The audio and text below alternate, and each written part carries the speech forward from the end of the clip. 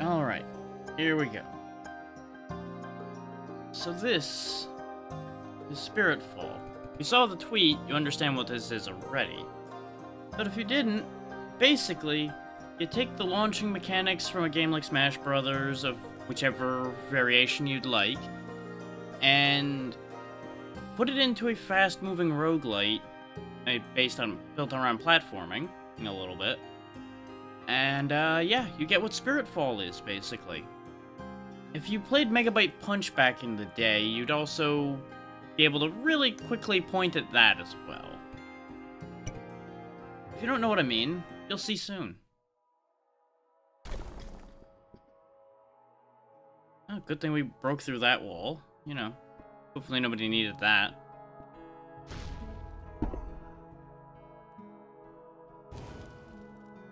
Flame. The perennial flame has made its choice. An unremarkable vessel. Your ability to sustain the old fire is questionable. Nonetheless, you'll be granted this chance. We are the divine spirits, chosen to guide and to protect this realm. Our powers have been diminishing ever since the Great Gate closed. One hope remains. Take this mask and use it to restore our strength. Now go. Venture to the brink. Unseal the gate by any means necessary.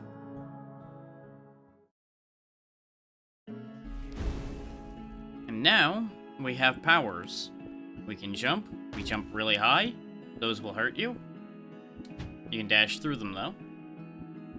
I did play one very short run of this just to get a feel for the controls and figure out if I was going to actually want to play this.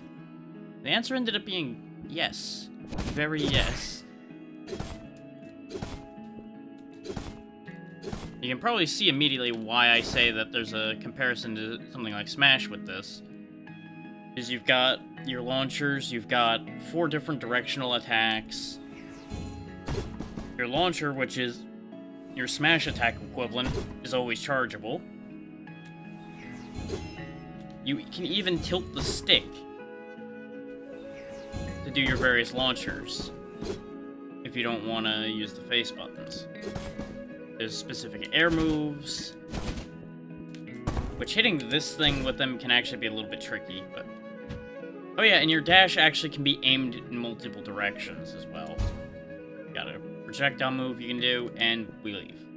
That's your tutorial.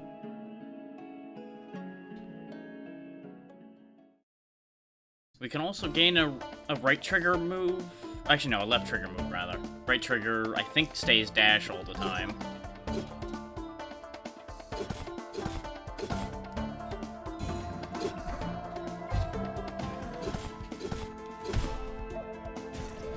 And as you can see, when an enemy dies, it flies away as well, which is satisfying. Attacks deal more damage and inflict frost. Launcher deals more damage and inflicts frost. Or ice bombs. I'm gonna go and take the ice bombs here. Let me see how the volume looks now that we've actually had it kick in a bit more. That looks okay, but I'm gonna just give it a quick touch over here, so bear with me 1 second. Just like the tiniest adjustment over here instead of with the sliders it gives me. There we go. Because that was hitting my ears just a little tiny bit too much. And you've got multiple choices as to where to go. Each of those faces you see are going to be upgrades we can get, just like the bear we just saw. I'm gonna go and take the dust deposit, even though I kind of want to head to the left to the wolf face there.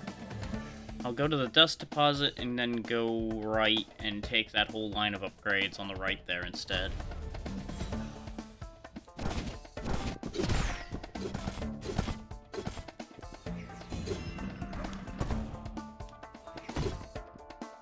It's very satisfying just chucking your enemies around the room, and they can collide when you throw them around.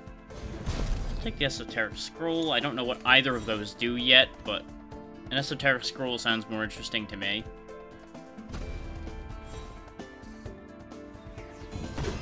Get out of here, you. Whee!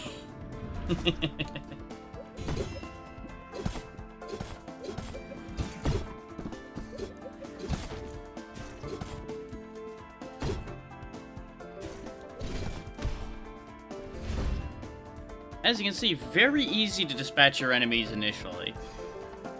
It's a lot of fun. Yes, all my cooldowns are faster? Yes?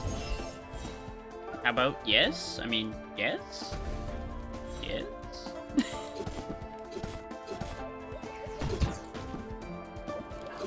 At least I thought enemies would collide. I definitely saw it happening before. Might be a unique situation, or I was catching them with an attack more than I realized. Oh, this thing is upsetting to deal with. It doesn't help that I'm just making an absolute embarrassment of dealing with it, too.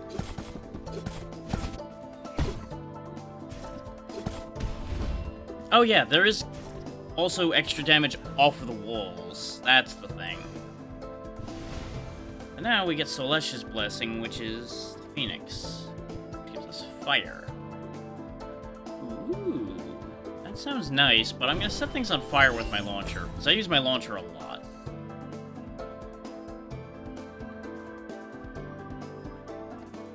I'm just gonna check something right quick.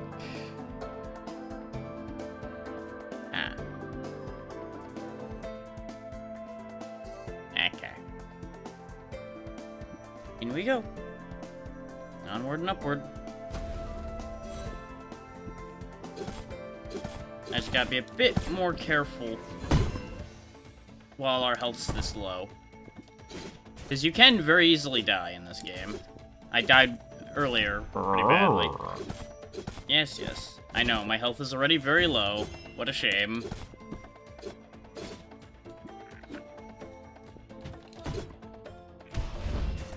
Go. Ah, I didn't actually see this one when I did my test. Okay, I can get basically counter damage. Okay. Wounded makes them take extra critical damage. Or just straight get critical chance. Let's take the critical chance. I feel like I'm gonna need that.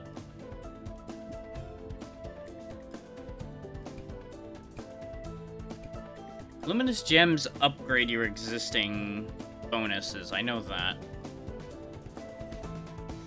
Yeah!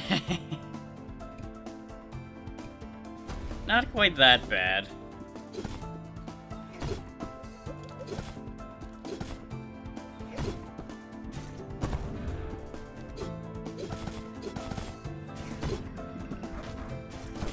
That was greedy on my part, didn't work out.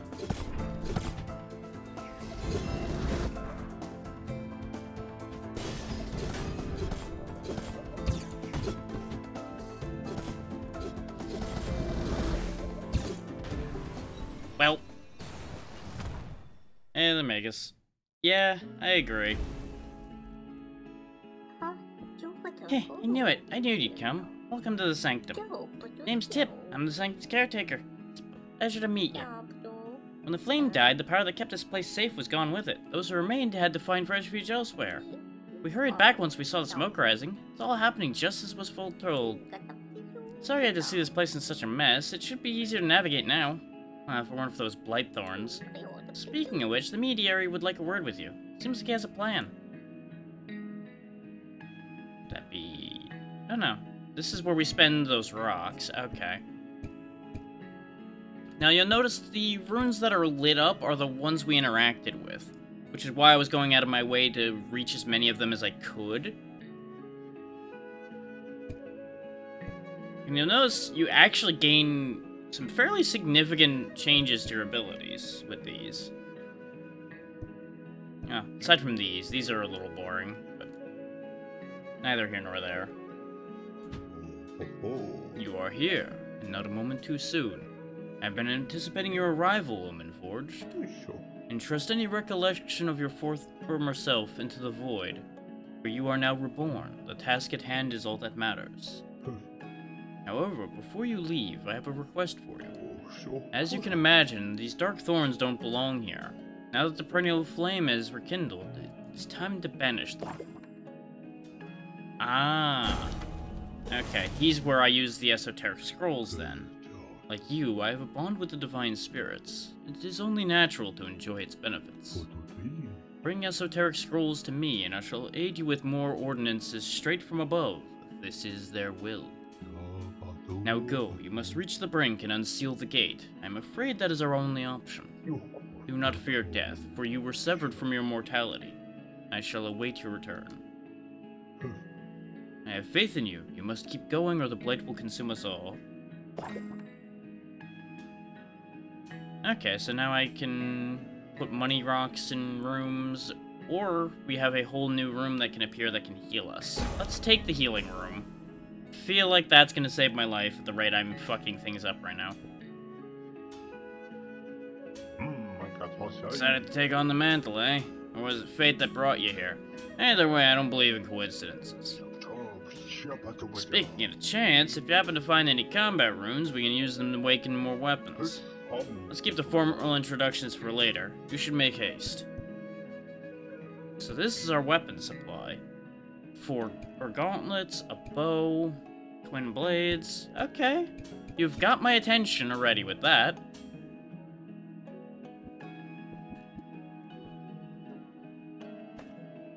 Sadly, all we got right now is the axe, but that's okay.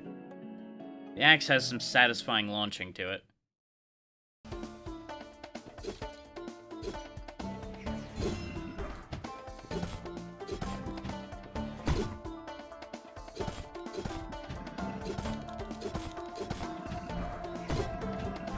Now that I'm not demonstrating how things work, I can actually, you know, avoid problems a little better. Ooh, I haven't seen this one yet. Yamphus. The water one, it seems. Isolated enemies with no enemies nearby receive bonus damage. Bonus is halved against bosses. You can drench them. Ah, that makes them take more wall damage. Ah, I'll take the triple shot, though. The triple shot sounds like the more interesting choice out of the three. And it's nice that it actually puts the portal next to you. We could take a straight upgrade for that immediately as well, but I'll take the dust. The dust appears to be our in-run currency, whereas everything else is meta currency.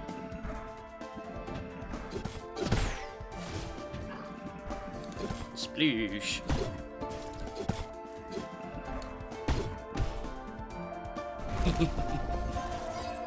Let's take some combat. Oh no, that's a Dormant Emperor, which I think is what we use for the ability upgrades instead of the weapons. There's a lot going on with this, which already gets my attention. I hit the wrong button. I meant to dodge, and instead I just shot a set of bullets into the air instead.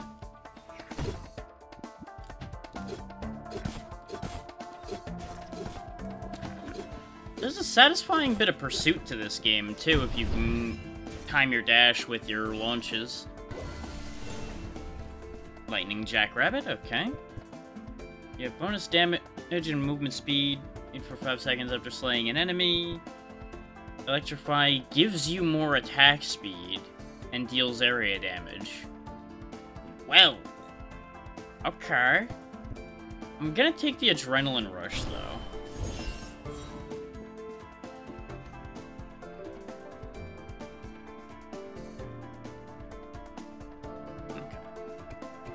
Just poking my nose over to OBS to make sure it's behaving itself, considering we had issues yesterday. Wanted to make sure we didn't continue to have issues. Enough out of all of you.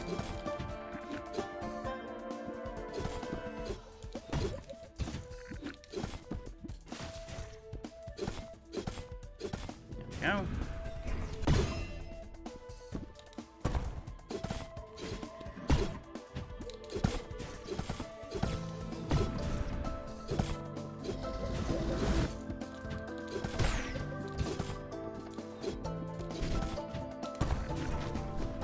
The delay on landing on that move was a bad call on my part. I wasn't sure if he'd have enough defense to block that attack when he rolled at me, so I opted to go around him. Thorn Bracelets. You deal 30% more damage while at 30% health or less, and extra damage to elites. I mean, yeah? Why not? I'm invariably gonna end up at 30% health or less at some point.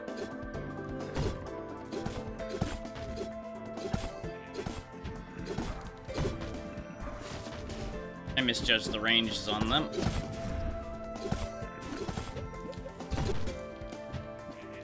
Thought I was gonna cancel him in time. You know about that 30% health I was talking about? I did not purposely end up here. Just for the record. But here we are. There we go. That's a combat rune. And more bearers. While near the edge of a platform, your launcher has increased damage and knockback. Okay, you can literally just be the worst person and edgeguard the shit out of your enemies. Noted. Let's go ahead and take the frost launch. I wonder if those stack or if they replace when you get a different one. We should probably head toward that healing on the right. That's probably wise.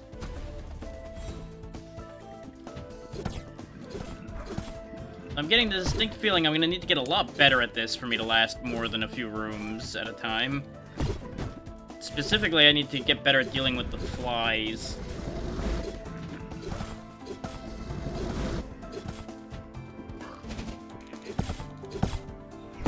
The game clearly could tell I was having trouble with the grasshoppers and sent an elite one to try to fuck my day up. What the hell is this thing? Let's shield it, whatever it is. It's also dead. Looks like you can juggle corpses too, which is fun.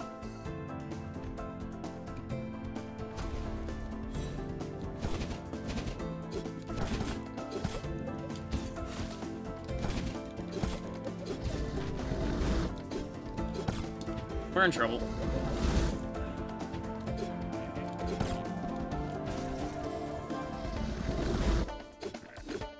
I thought I overextended there, and I really expected to be in trouble on that move.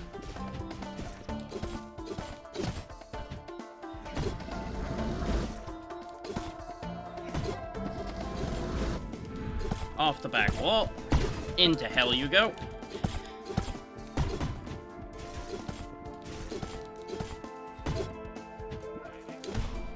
Nice. Starting to figure it out. Wait, this is supposed to have been a vitality crest. Why is there... What? I feel like I've been lied to. Ah, there we go. Oh, that's... Okay, good. The max health does heal me anyway. Very good. I thought that was an actual heal. No, that's a max health.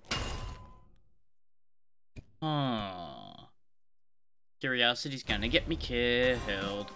Hidden rift discovered. The blight has penetrated the realm beyond and created a hidden rift. To defeat the enemy, you must knock it into the edges of the room 3 times before it escapes. Watch out, if you touch the edges of the room, you will be ejected from the rift immediately.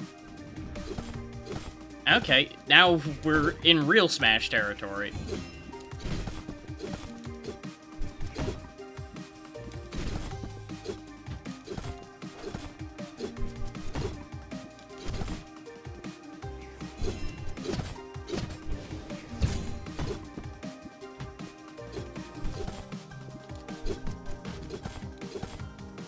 I now see what the edge guarding was for. It's for this kind of fight. Ow, God. And we're dead. I wasn't ready for the kind of attacks that thing had, and the fact that it was a lot heavier than I thought it would be. I really thought I'd be able to knock that off there once it hit 100% fairly easily. Turns out I was wrong. Ooh. That seems like exactly what I want. Just Goomba stomping enemies to stun them. Pounce also seems like it would be nice. Basically, anything that gives me more mobility, I think is gonna be what I want. Ooh. There's some really nice moves in here. Throw a stunned enemy into another enemy. Ah, there we go. That's the good shit. And I'm willing to bet they knew what they were doing when they named some of these the way they did.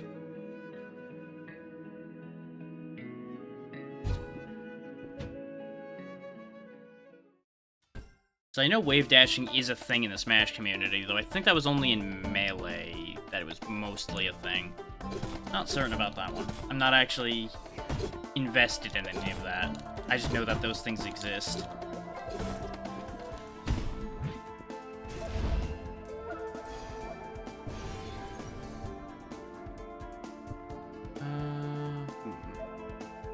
Enemies that overlap one another take extra damage. Yes. Yes, that's actually fantastic.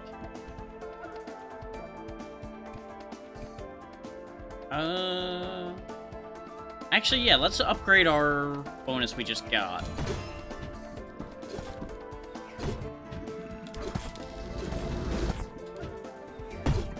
Gather round, everybody. Time for daily beating. Come here, you.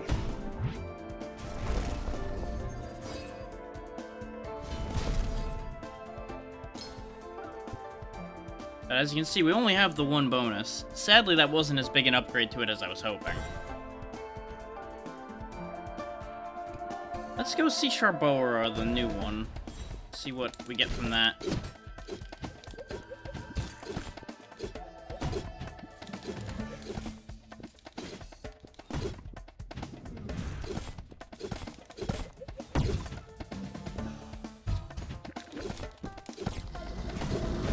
There we go. Now I'm starting to get better control of the situation here.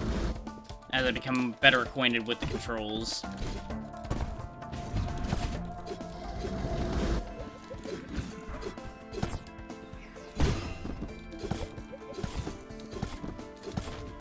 I thought that was gonna pass under me. Enough out of you, you little flying bastard. Okay. Opposing attacks deal less damage and will not interrupt your actions. Ooh. That's actually really powerful. So's the relic chest one over here. This one, not as much because we don't have any mid-fight heals. But I can definitely see that having a benefit. I'm gonna take the relic chest heal, though. Because my regular attacks don't seem like they're that much of a problem to get interrupted during. If that was uninterruptible launches, I would absolutely take that. As you've seen, I use launches a lot, because they do more damage, and it's just fun sending everything flying around the room.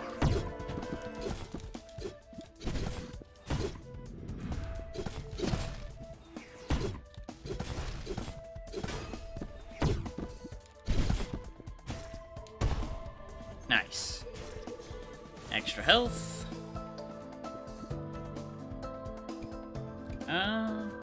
We could see what else Charbora has to offer, but I'm liking the bonus that we were getting from Killiman, so we'll go over there. Charbora seems the more defensive-oriented one. Which is probably what I should be taking, since I keep getting my ass kicked. But we all know that I'll die for the pursuit of power. That's just how I do. And you can mix a launcher in just fine, as you saw there. Boss enemies have less max health at the start of combat. Ooh. Inflict wounded in an area. Oh, there we go. We finally get a different left trigger ability. Sure. Let's see how that plays. That could play really well. It might not, though. We'll see.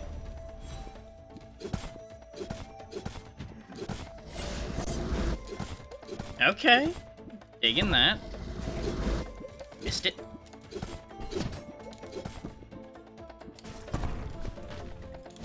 He countered that one.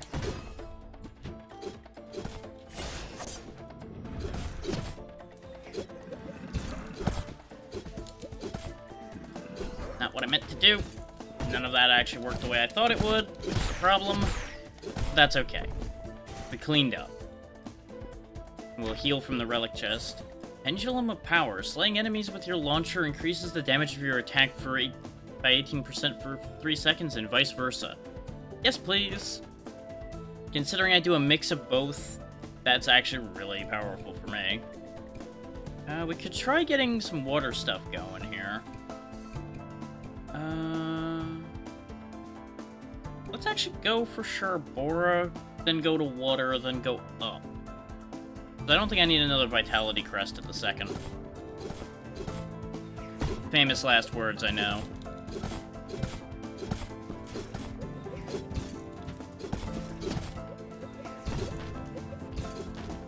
I second-guessed it for a second there, so I didn't hit him in time. So I wasn't confident that that was gonna hit.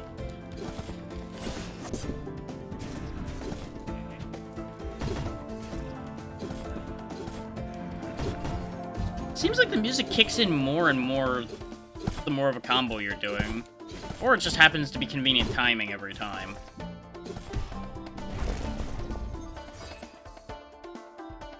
And there is that essence combo meter down there that degrades even when I'm at the end of a room, which is unfortunate. We'll go ahead and take a bunch of esoteric scrolls on this trip and see what we do from there.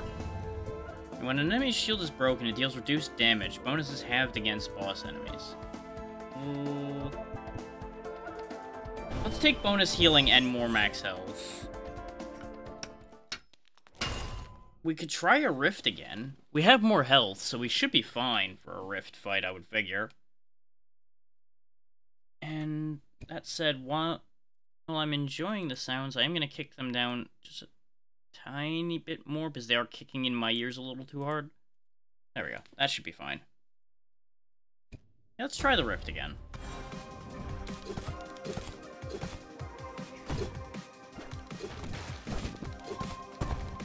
Because now I'm in less of a hurry to kill this one, because of the fact that I actually have decent health.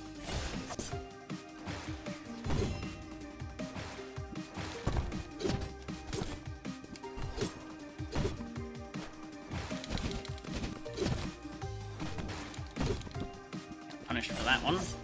Oh shit. So, yeah. Turns out you have no control over that, and that goes a lot further than I thought it did.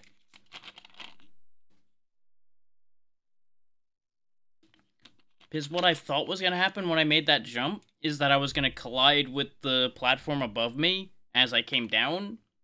Turns out I missed, and I just shot myself way out of line. Let's go ahead and take that max health I said I didn't need because of the health I wasted in that exchange.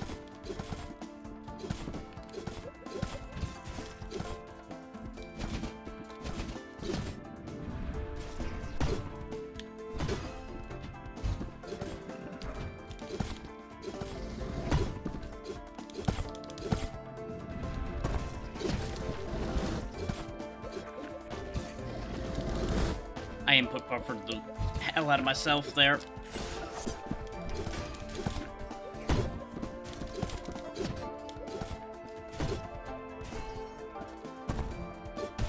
Gotcha. So yeah, I definitely needed that health more than I thought. Woo. And here's a shop. Yeah, I probably need the health. Let's buy this blessing, because that's the one we missed that I was trying to get before. Deal extra damage from below, water explosion when you dash. Drinking from a regional shrine's fountain also increases your max health. The effect is doubled when you recover to full health while drinking. Ooh. Scaling. Yes. That's probably for after a boss fight, though, so we're probably not gonna get the benefit of that. Unless I do really well here. So it's true then, the perennial flame has been rekindled. I know what you're trying to do. No matter, you cannot stop us. You're just a pawn, nameless and expendable. Here, let me show you.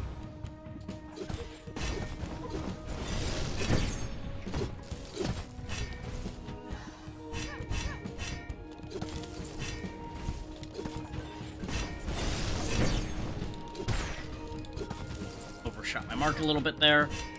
Oh, I see. They're susceptible to knockback once their shield's off. Get juggled, son.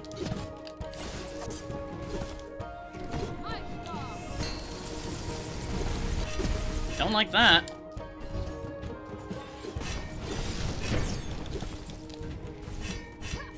So far, these are interesting fights. I'm not sure how I feel about those void places still, because of the fact that those guys seem like mega heavy. But I guess they don't want it being too easy since it's a bonus thing.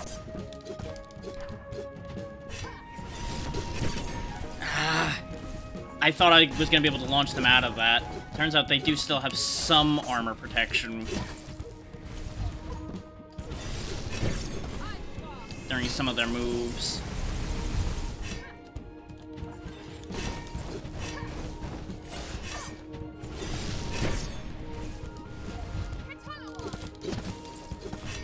I hit the wrong button. I know what I'm doing wrong. I just figured it out. I keep reflexively hitting circle to dash, which is my shot instead of my dash. So I keep botching. Hey, they're tiny. How's it going? We didn't pick up any of those, so there's nothing we can do here. See? Death is but a distant memory of a vague concept. You're not among the living anymore. How else would you think to enter the brink without expediting what you were sent out to prevent? Now that the perennial flame is kindled, it can be strengthened using dormant embers. Skills acquired through the perennial flame will stay with you even after you perish. Make your choice prudently. I'm doing alright so far, how about you? Go ahead and grab that. We can't afford the other one yet, so just leave that be. We don't have an... Actually, wait, I think we do have enough for one of the weapons. Yeah, I feel that. There's a practice area up there for you. Don't worry about destroying those training dummies. They can take it. Yeah, we can either get upgrades for the axe, or we can get us some gauntlets. Let's get us some gauntlets to try out. Punch-a-size me, Captain.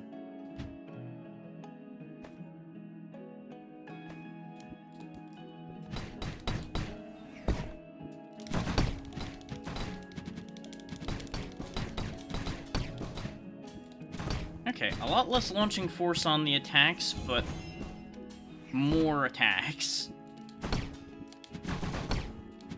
Ooh, I like that downward drill.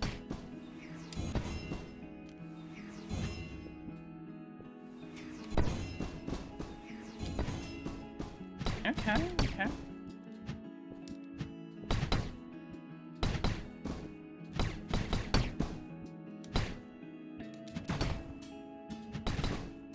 Okay, okay. I don't know why they're reteaching me this, considering... But either way. These might be fun. These might be a lot of fun. These might also be disastrous, because I'll be so used to all that launching power and not have it anymore. Okay, never mind. They launch a lot better than the dummies did.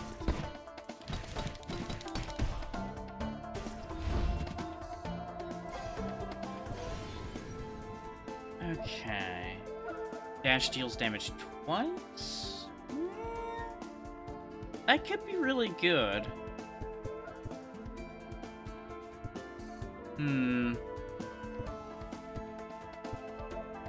Yeah, we'll go ahead and take critical dash.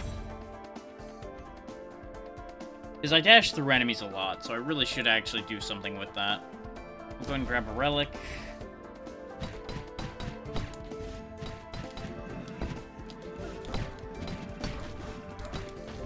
Yeah, I have less control, I think, with these fists. Is the only problem I'm running into right now. Like, not less control of me, less control of my enemies. Spirit blessings you find are 16% more likely to have offerings of increased rarity or offer synergy blessings. Peace. I like the sound of that. We don't need the Luminous Gem because we've only got the one upgrade and I don't need it to be stronger.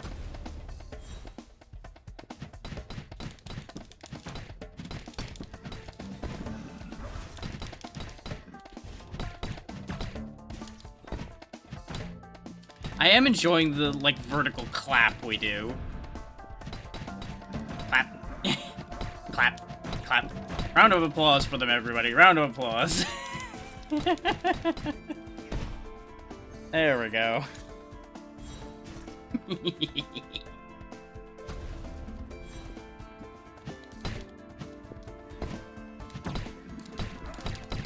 Especially since I've got sideways lift on that, too. That is ridiculous.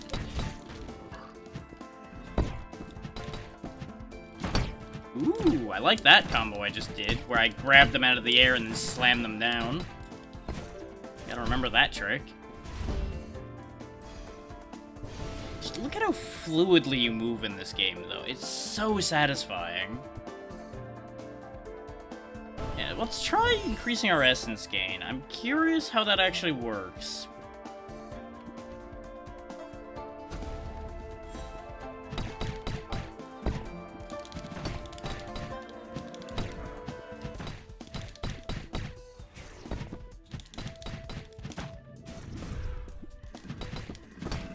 Ah, that's just literally the other half of that upward attack. Okay.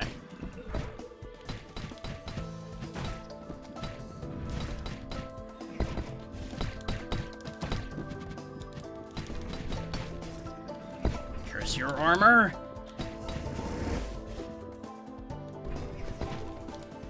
That's the biggest issue I'm running into with the gloves right now, I think, is I don't break armor nearly as well as I did with the axe. So this appears to be a stronger one of these two, so that probably didn't help. There we go. We're in trouble right now, but I can make it work, probably. Ooh, up and down attacks deal 45% more damage. Clap, clap, clap, clap. Clap, clap.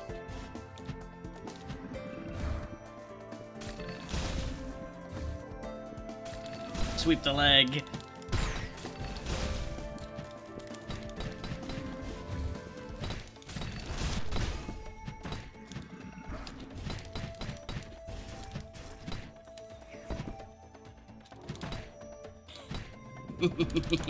Oh, that's not the thing I want to clap for.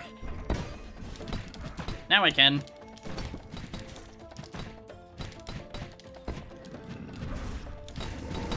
Oh, that's just rude. Think they got tired of my shit? I feel like they got tired of my shit.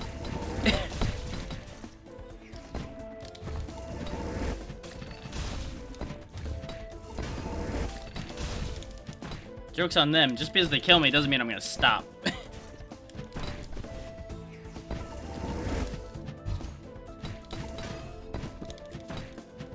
If anything, as some people can attest, killing me only makes me more insistent rather than less. There we go. Starting to get a handle on these gloves now.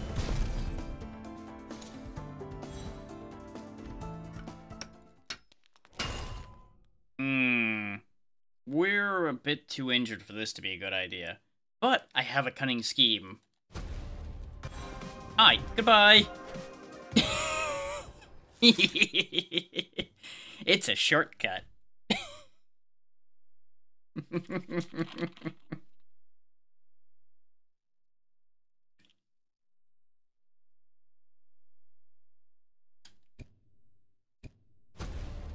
I'm more proud of that than I should be, I feel.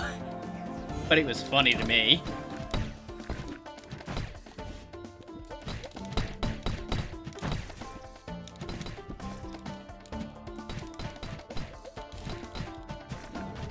Ah, hit priority.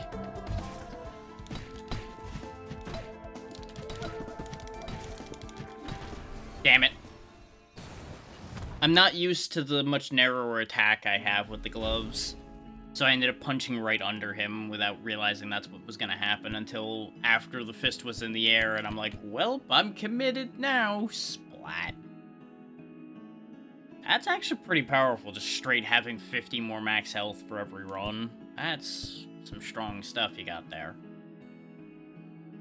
Okay.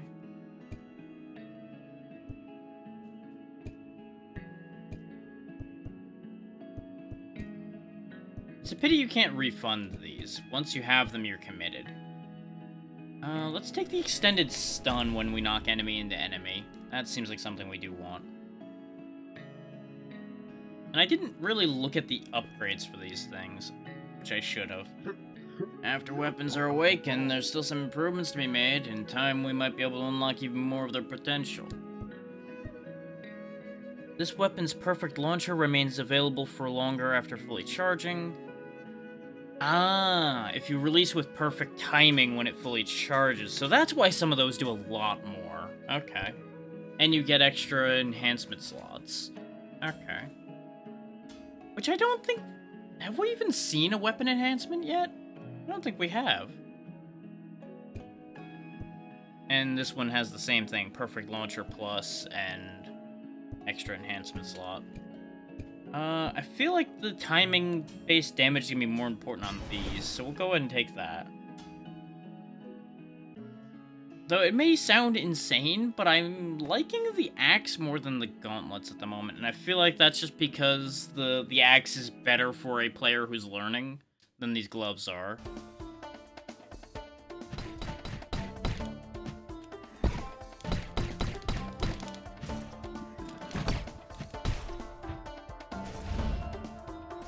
These gloves are definitely a more aggressive weapon. Ooh, you deal more damage to the enemy with the lowest health. That's actually really good because of the fact that I do tend to, like, tunnel vision one guy down first.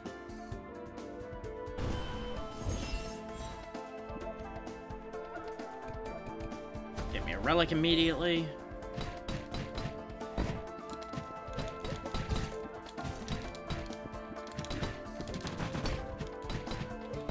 These gloves do seem to be better against the flies, though, because I can just slam them straight down without having to figure out how to reach them. I do also need to remember I have a double jump. I keep forgetting I have that. Because we also have the wall jump and everything. That's part of why I was having so much trouble with the flies with the axe. Ooh. I get money every time I heal? Yes, please. The opposite of the healthcare system. Tribute room. What's this? Ah. May you find prosperity on the journey ahead. If I sacrifice 20 health, something happens. If I sacrifice 20 health there, something else happens. May the snow melt for you, revealing rarities hidden in plain sight.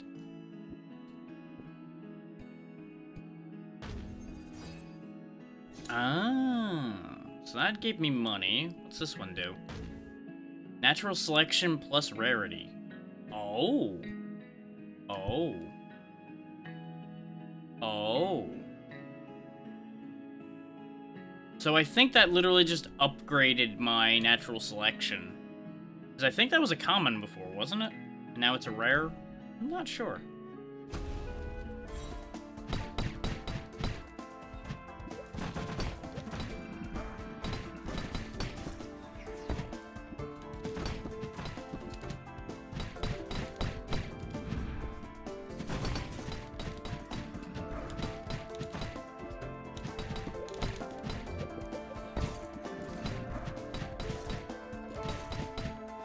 It's amazing what remembering what some of your movement does will do for you.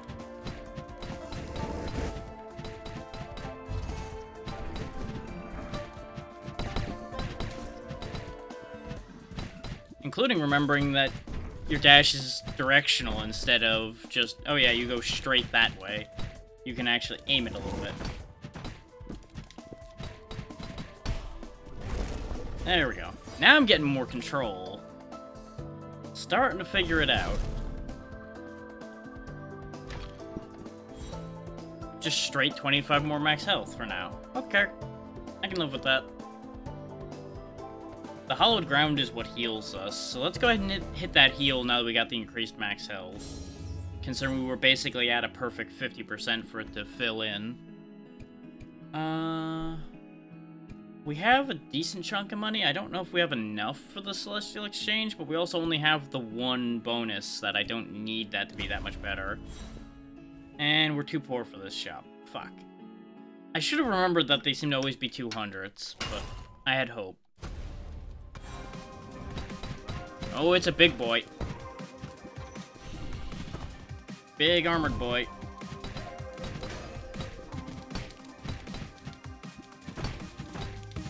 Applause for you. Just give him a big ol' hand, guys. I get too much entertainment out of doing that.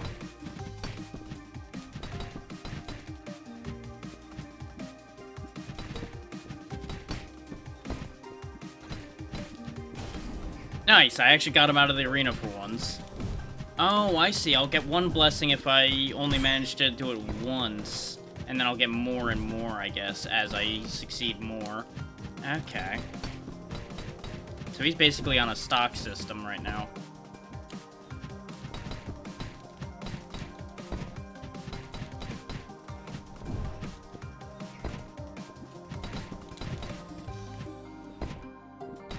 I'm just bullying this poor guy. Oof. There you go, you got a hit in. Good job for you.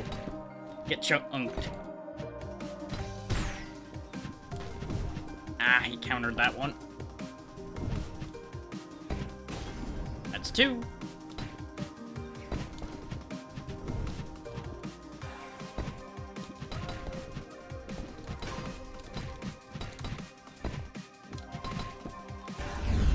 Ah. Well, I still got 2. We finally actually managed to get a reward from one of those. The increased essence did seem to be a good thing, so we'll take that. And we'll take the Zealous Heart again as well. I'm just happy that I finally succeeded at one of those. And it turns out, those are very worth succeeding at. We do have a Celestial Exchange coming up, so let's grab the dust.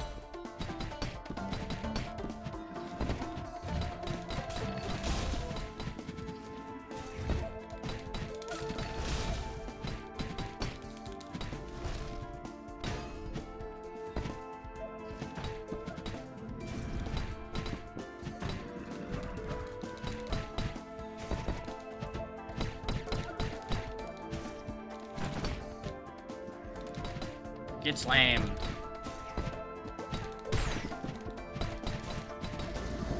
Take you to the Space Jam. Ow. You know what? I deserve that for that joke.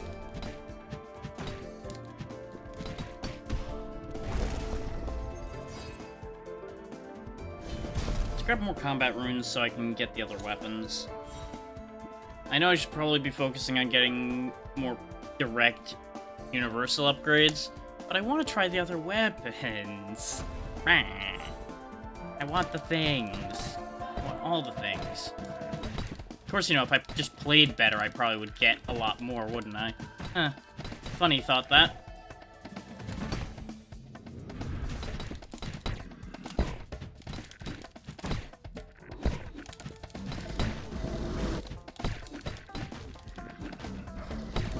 Getting screwed. I had everything under control, and then one hit threw that whole thing out of whack on me. Oh my. Right about this tier, we seem to always have trouble because they start sending a lot of nasty stuff my way. But you know, gotta scale up somehow.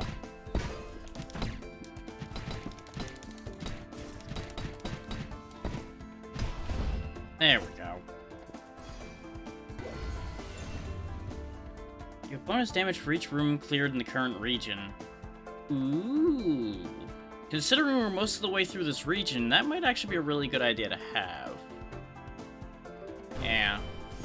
I'm ending up not modifying my attacks much, I'm just getting a ton of passives. Which isn't bad. Okay, we got most of our health.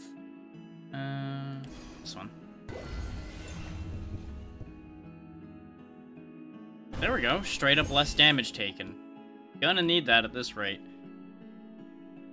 Is it the same boss again? You have returned. Well, so have I. The blight gives the infected resistance to the inconvenience of death. I suppose we have more in common than you realize.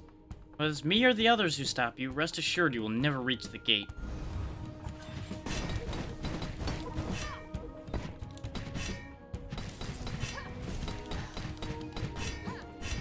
I did one too many punches. Because I thought I'd break through.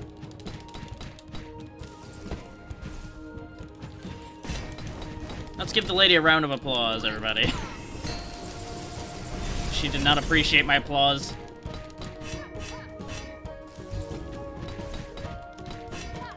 Oh, come on. How does that hit behind her? Come on, now.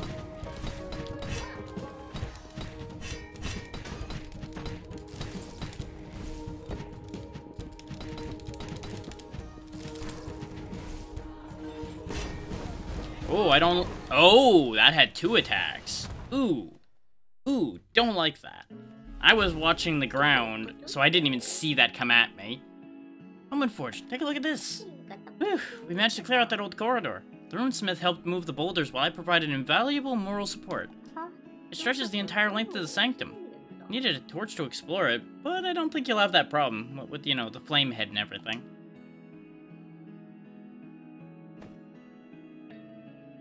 Oh, this is just a shortcut. Okay, that's kind of pointless, but thank you. You saved me walking like 5 feet.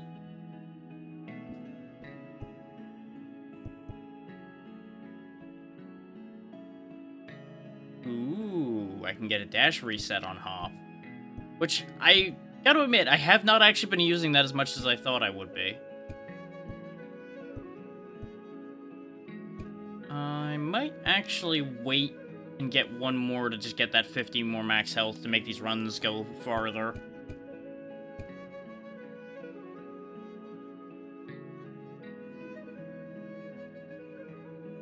Though Enduring Grit also seems like it'd be pretty potent. Just straight up not dying. Looks like we do have everybody's trees open now.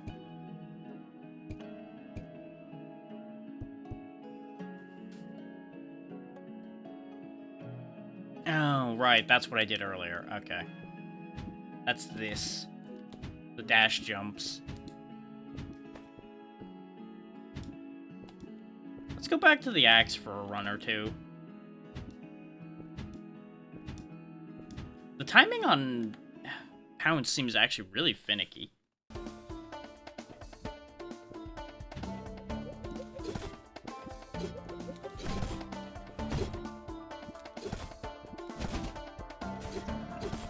Especially now that I remember my double jump exists. I might be able to make the axe work better. Ooh. I'm gonna take the burning launch. Because with the axe, I definitely use the launchers a lot. The status effect thing is very tempting, considering we now have a status effect on call. I didn't take it this time because of the fact that we didn't have anything that did status effects. It would be a meaningless upgrade. Considering there would be the potential for us not to take anything that has status effects after that. Get that, so we're guaranteed to get the max health increase for the next run. Now I don't need to think about that anymore.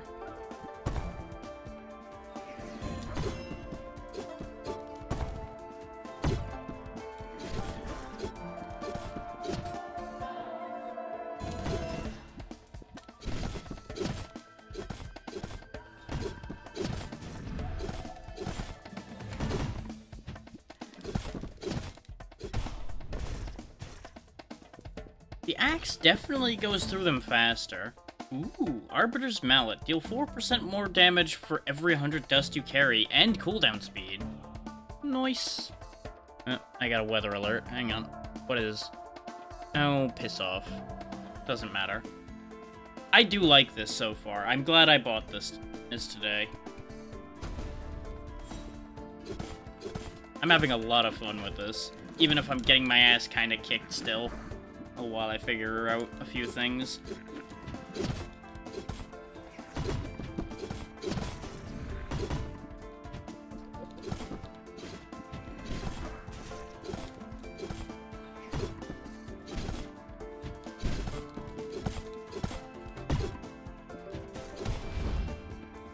Yeah, exactly.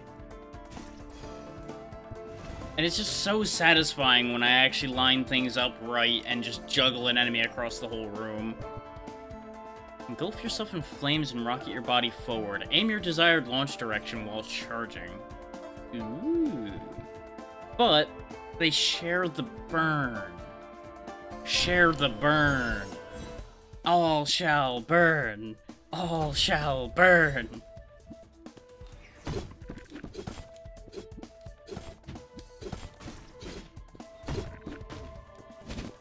Okay, it's based on when the corpse disappears, not when they actually are defeated.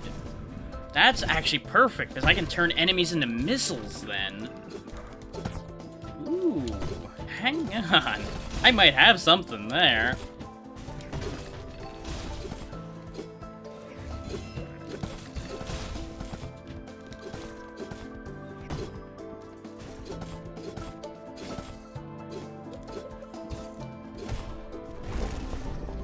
Go. Let's grab another one of these so I'm guaranteed to be able to buy the next thing for that, because I kept ignoring those. We're a little poor at the moment. We could buy an upgrade in there, but I feel like a relic would be more useful to us. The same concept I was talking about before with the universal benefit. Because unless it ends up being a super situational relic, which some of them are, some of them aren't, I feel like a relic will be more likely to be beneficial than gambling on what two blessing types I get out of the shop. So the shop would have had the benefit of me healing in there. So that's worth considering on that score. If he had less shield, I absolutely was going to sit there and try to golf swing him out of his charge for comedy value. But I wasn't confident enough. Reducing damage from explosions by half. When hit by an explosion, you gain 20% damage for 3 seconds. Okay. We haven't really run into an explosion problem in this game, but, you know. Yeah, it's you again. The one we fought first.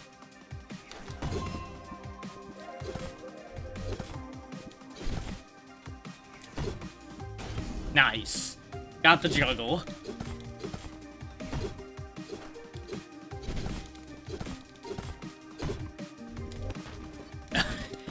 I was wondering, yeah, I went for the dunk. It didn't work. We might die here. Yep. I thought I was gonna have priority on that. They swung first, though, so I lost. Ah, well. I took a risk, and it didn't pay off. Let's get our straight-up 50% increased health from where we were. Ooh. What is that emote, Tiny? Oh, I see, okay. It is an alarmed frog, and it lives up to its name. The frog is very alarmed. Yeah, just at a glance, I didn't understand what it was because I happened to look when it was max zoomed in, so I just see this green blob with an eye, and I'm like, what the hell is this? And then it zoomed back out, I'm like, oh, understanding. I have faith in you. You must keep going or the blight will consume us all.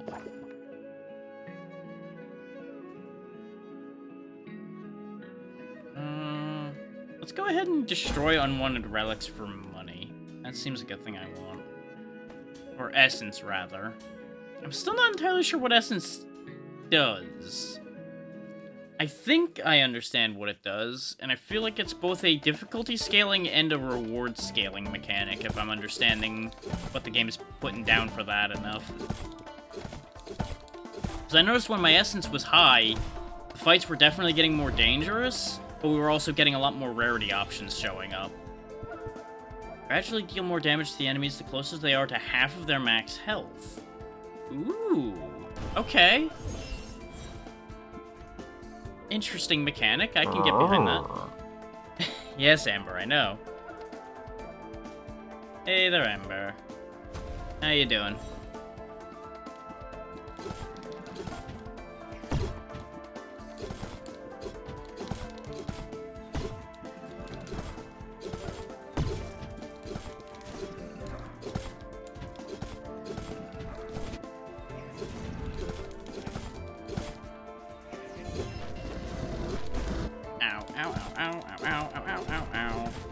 everything is just fine. Just making stupid mistakes.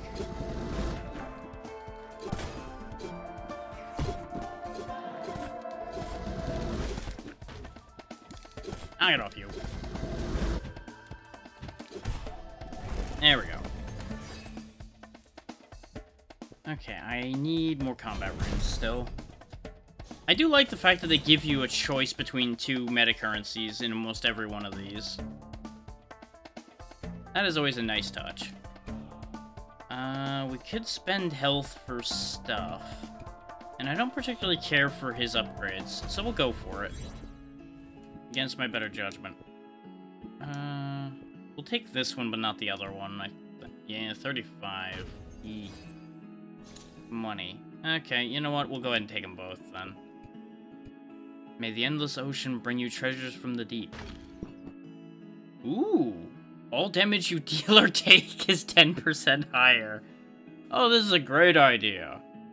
Nothing bad will happen from this plan. It's a good thing I'm going toward a heal.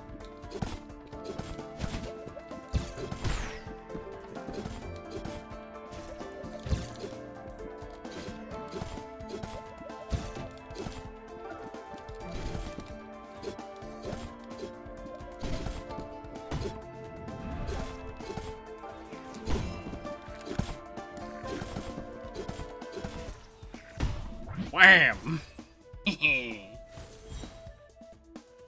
Yes, this game came out... April?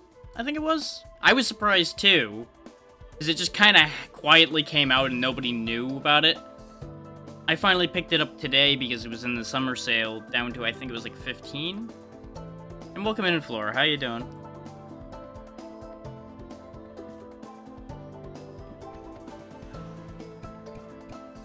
I think it was actually like April 3rd. Let me verify that for you. Yeah, April 3rd. And it's in a very good state right now. I don't think it's even in early access. I think it is just straight out.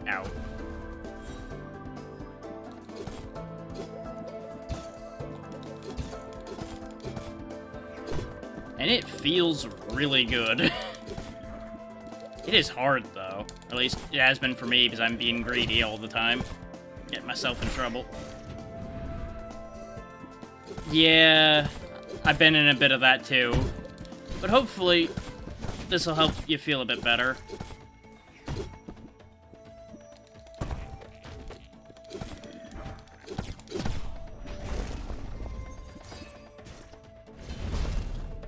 And we all stand together around here. Look at the lightning rabbit. Teleports you a set distance and damages nearby enemies. I become electrified. But move speed. Move speed. I'm gonna take the move speed. Yeah! Look at me go. Yeah. I'm gonna die doing that. But it's fine.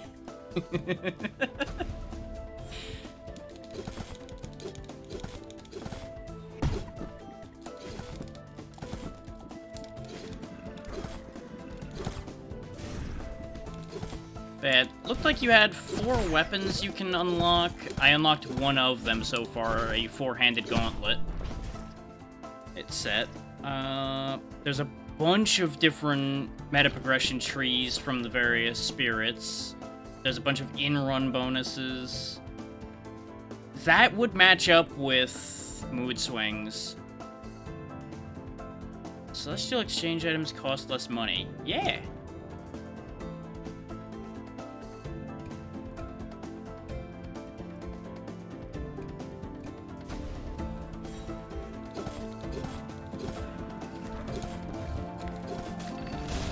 Now, have they given you anything to help with that, or was that just, oh wow, this is a thing, no idea what to do about that type deal? Because I do hope there's actually a solution, so you don't have to deal with that.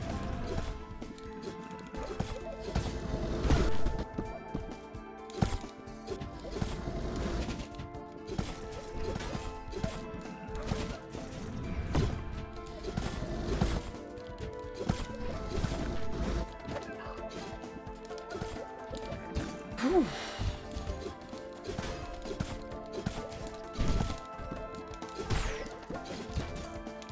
Damn it.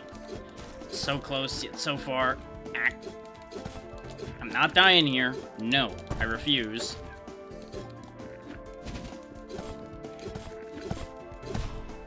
Whew. Ooh, yeah. That is a potential, and a very worrying one.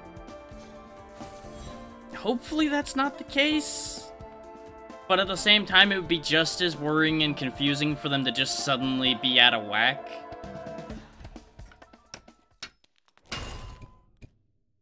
So I'm really not sure which of those two options would be the better result. I suppose the end answer is whichever one's easier to solve is the one I want for you. So you don't have to deal with it for too long.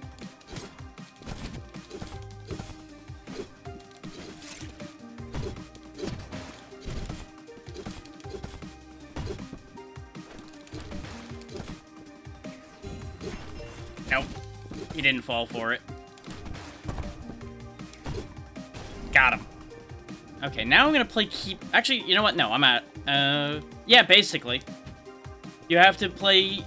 basically round a 3-stock smash against this guy to get more and more benefits. I'm low on health now, so I'm gonna play keep away to get the benefit of having knocked him out once without dying. Basically, you have to knock him out of the arena 3 times. That percentage, just like in Smash, makes him fly further. But as you saw, he was doing a lot of health damage. Thankfully, he can be a little stupid sometimes, so I can just kind of hang out here, and he might come over here, he might not. We'll get 1 blessing for having knocked him out once. If I could have knocked him out 3 times, I would actually get 3 blessings, which would have been fantastic. The most I've succeeded in getting is 2, because I keep coming into these half-dead, and I get my shit kicked in. As it stands, we might not make it out of the next stage because of this, but I'll take what I can get. Ooh. Chain lightning bolt. Yes, yes, please. I basically have to play this super cautious now. Because 1 touch from, like, anything and we're dead. Okay, my bolt has a shortened range with the chain lightning as well. That's a problem.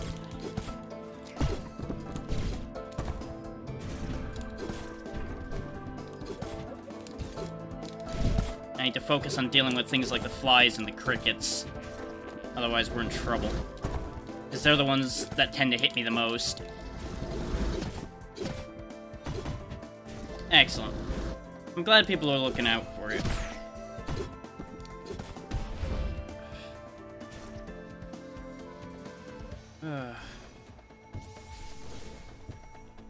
Which, judging from the fact you work in a lab, I can see why there's a lot more attention on that.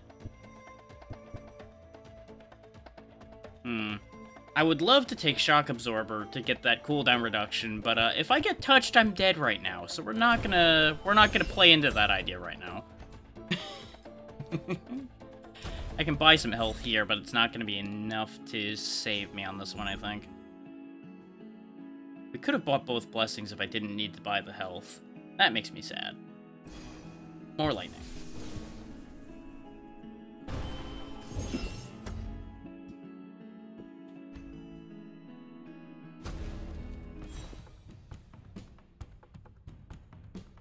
Ha, your recent luck is not enough to deter me. Admittedly, I was a little disoriented after losing to you again. When I woke up afterward, I felt different. But you haven't lost to me yet. You've kicked my ass 2 times here, lady. What are you talking about? Not sure what it was, but I could feel something being taken away from me. I'm not gonna let you do that again.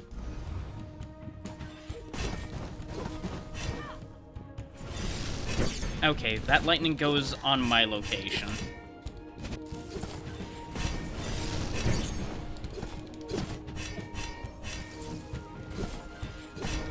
There we go, shield's down. Now I can actually get some work done here.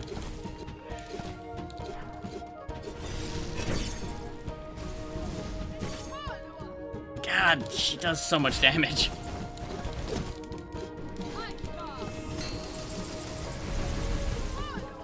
Nope, saw it coming that time.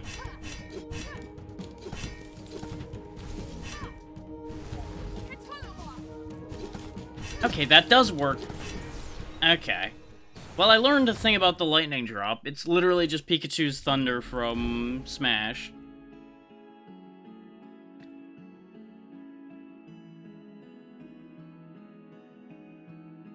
You can just drag it over people and drop it on them. Whew. Okay, we have enough combat runes to get another weapon, so I achieved what I was aiming to do with that run. After weapons are awakened... Yep, we talked about that already. So now I can get the Astral Cord Bow or the Link Blades. The bow is probably the smarter choice, but I'm really interested in these blades. While the base design of these blades closely resembles farming and fishing tools common throughout the land, the link that connects the two can only be explained through divine engineering. This weapon dates back to before the Old War, are rumored to have been discovered on a lone survivor of a village torn by an internal conflict. A wandering merchant, guided by an unseen hand, discovered the fallen warrior and carried him to the sanctum. There, the warrior's wounds were healed, and a debt to the high priestess was sealed. Although this peculiar weapon has been lost to time, it's no coincidence that it has reappeared again when the sanctum needs to be defended once again.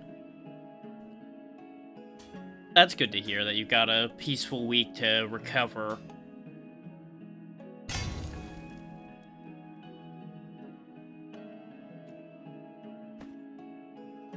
And I'm also grateful you chose to hang out here while all this is going on.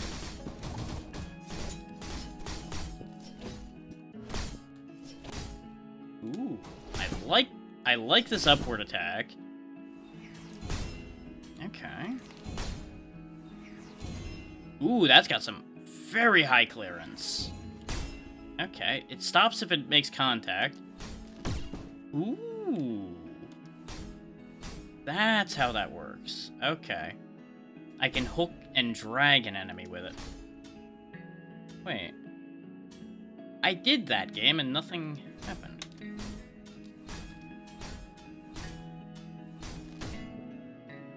I don't know why those aren't crediting. Whatever. I don't need to fulfill the tutorial to use the weapon, I'm gonna move on.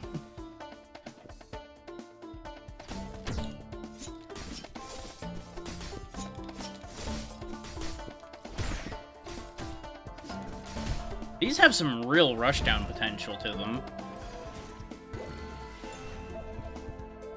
They're a little weird to control, though. I'm gonna have to get a feel for that. Let's go ahead and drench enemies in general here. Drenching makes them take more damage off the wall, which will help a lot.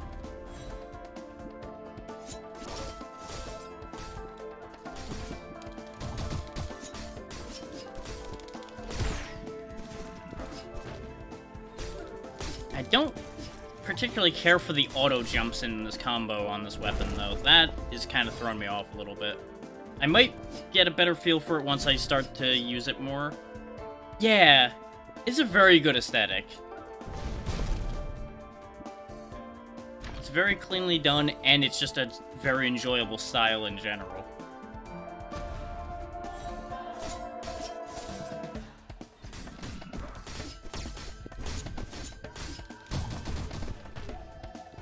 And they did a very good job matching the music to the style they chose, so it all meshes together nicely. That one was really good, yeah, the Electric Jackrabbit was great. I also really enjoyed the Wound Wolf that we might see here in a little bit, if I can get them to show up again. When you slay enemies, they reward 10% more dust per unique status element on them. Ooh, okay. No, they're not in the upcoming stuff here, so we'll see them at some point.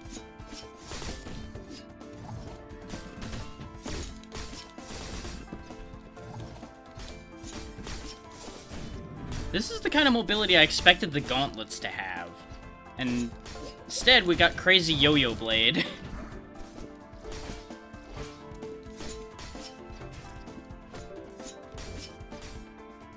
do like the fact that I can bring things like those flies back to me, though. Instead of having to pursue them, I can just drag them back. The deer has been very helpful. We'll show that one off as well. If you're looking for defensive benefits and health increases, this deer is your choice.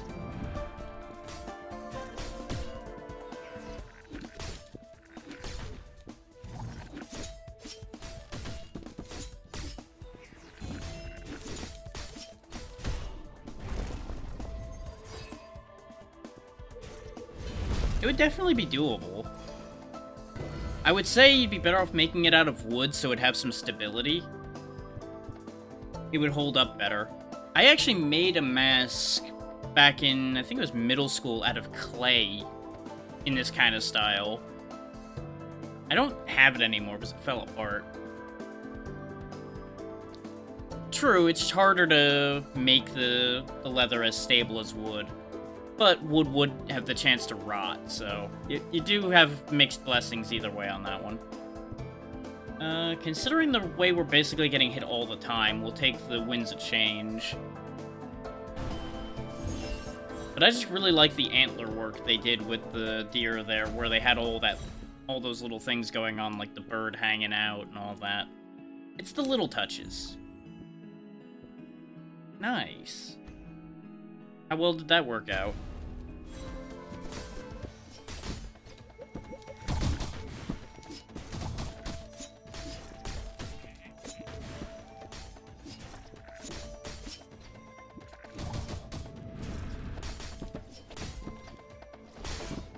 That I assume you use leather for, considering that would make the most sense.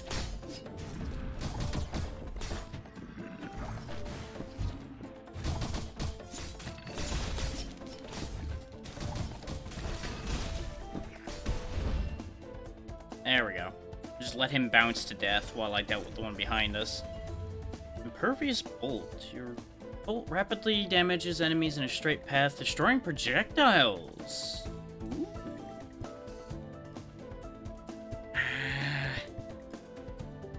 Yeah, I think I do want that. And with the way our attacks work, being poised is gonna help. Yes. Let's try for getting this. Oh, it's the big boy. I don't know if this weapon's the right choice for fighting big boy. But we'll make it work.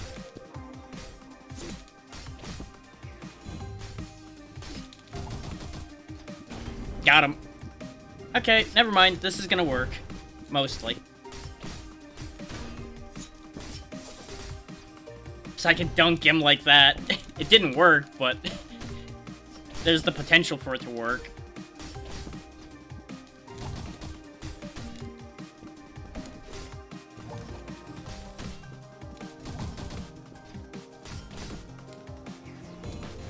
Ah, he hit first.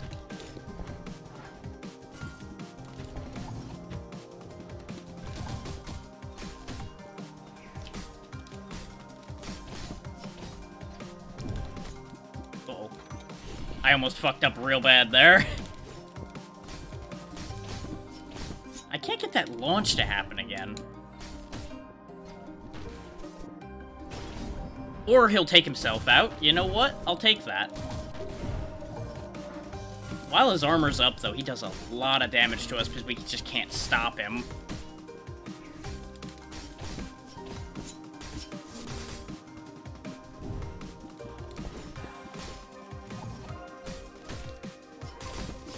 I keep managing to get that dunk off whenever he's at high enough percentage that I can't just spike him into the abyss. Ah, well. Why is he back? Oh, okay, we're fine. He just reappeared for a second and I got real concerned. Bubble shield. That's tempting. Yeah, sure, bubble shield. At the rate we're nearly dead, bubble shield might be good. Ah, okay. So you had a great opportunity to pick up a lot of that. Okay. I tinkered with a little bit of leather working, but I never could really get into it because I was trying to self-teach, and let me tell you, that's not that easy. I'm one of those people that tries to teach himself anything before looking anything up for it, and it is a lot harder than it needs to be to try to cobble something like that together without any information.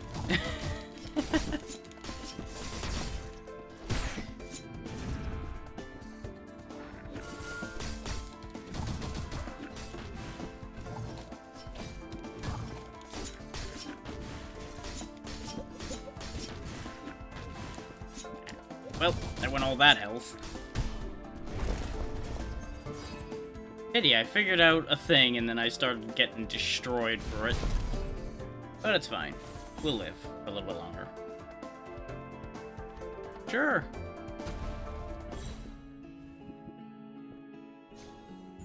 I'm always interested in learning more about that kind of thing. Anything creative, I generally am absolutely up for. Guess things weren't clear enough last time. This is the end of the road for you.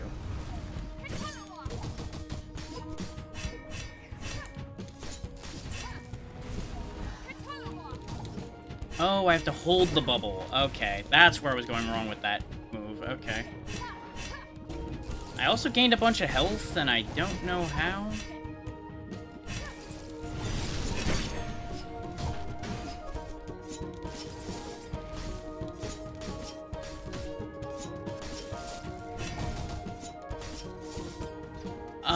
I did a little bit of wood carving. I didn't get very far with it because my attention on that concept just didn't hold that particular time. But I do still have all the tools on hand for the lower end of it. Like, just, like, basic whittling and such.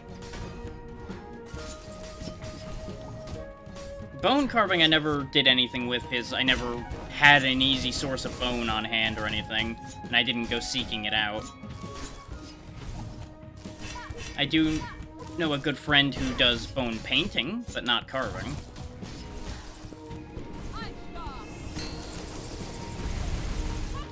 Ow. Made a big mistake there on my part, and I fucked up. I was gonna pause on that right side there and pull the bubble up to counter that move, and I fucked up the timing. Still, that's a satisfying weapon to use, even if it's a little hard to fully get a hold of. That is true.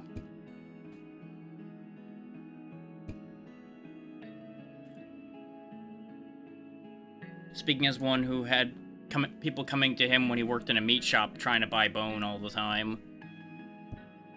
Which, we weren't a proper butcher shop, so we didn't, like, have a ton of bone on hand, so we had to order bones in for them to fucking take. Which was always a dumb situation.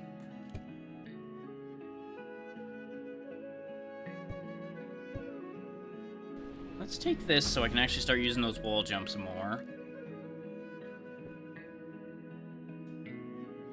I'll try these dual blades again. I'm not sure how I feel about them. They feel like they could be very good in the right hands. I don't know if my hands are the right ones for these. As much as I love jank weapons, these are just the kind of jank that I'm not grasping completely quickly. Nice.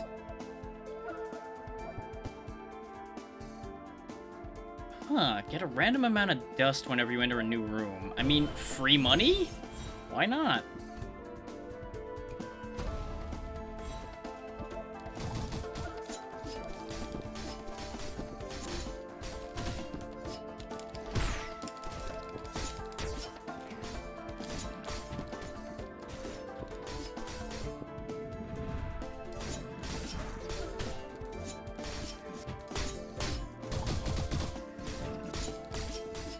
But no, I primarily exist in all senses for creative projects at this point digitally, just because no material costs, and I can dabble as much as I want without costing myself anything other than my own time. But I do want to get back into working with physical medias again at some point. It's just a matter of finding the ways to split your time to satisfy all the things you want to try to do. And that's always an interesting experience. And then the second layer of that becomes, well, where do you get the energy to do all of these things? And that's the one you kind of have to just make the energy exist.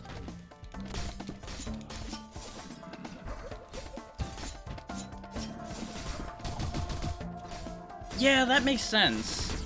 It's easier to work with in some ways, and as you say, dirt cheap, because it absolutely is, because nobody really wants it so badly that it gets expensive.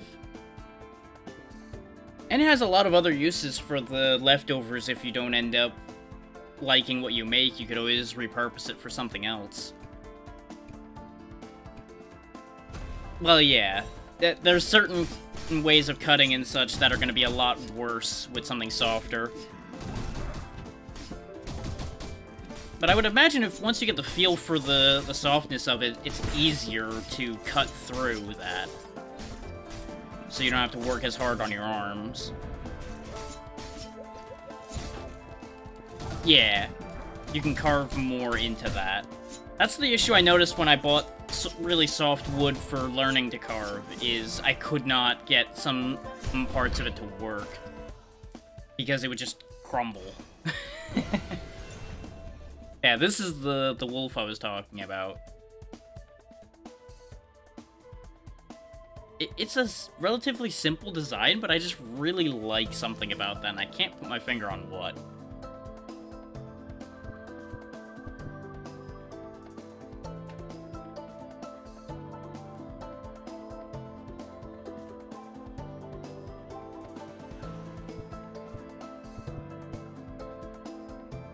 Yeah.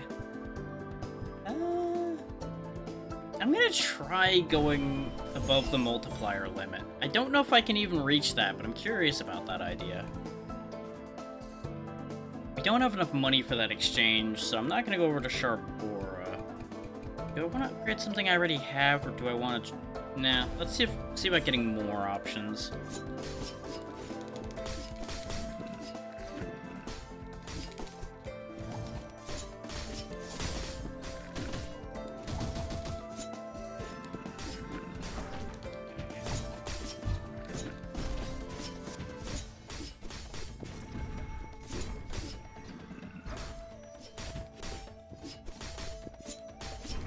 Go.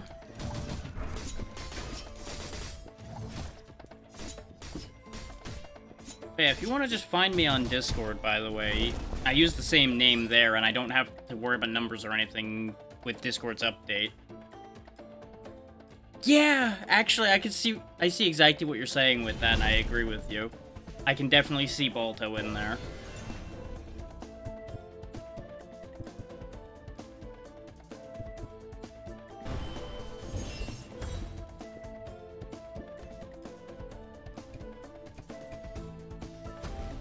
So I suppose, to a certain degree, any wolf animated in that style is gonna look similar. I see it. Excellent. I'll accept that as soon as we're done with this room, so I do not forget. So I can be very bad about that.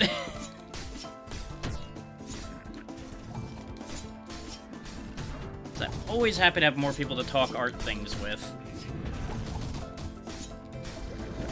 And we seem to have a lot of similar tastes in things anyway, so I feel like we'll get on pretty well.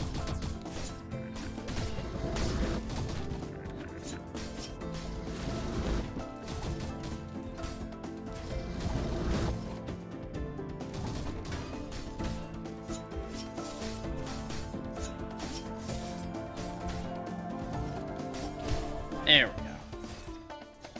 Grab the health. Just gonna quickly click away to get that done.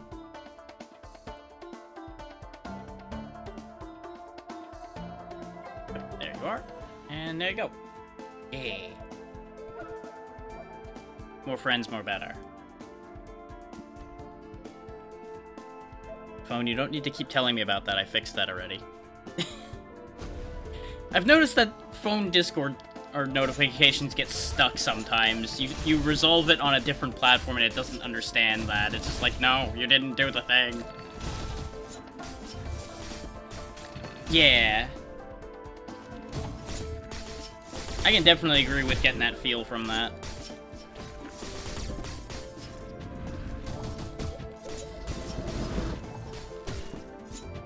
Actually, you should actually take a look at some of the work my friend Zio Riona does, if you like well-drawn wolf art and such. That's pretty much her whole thing.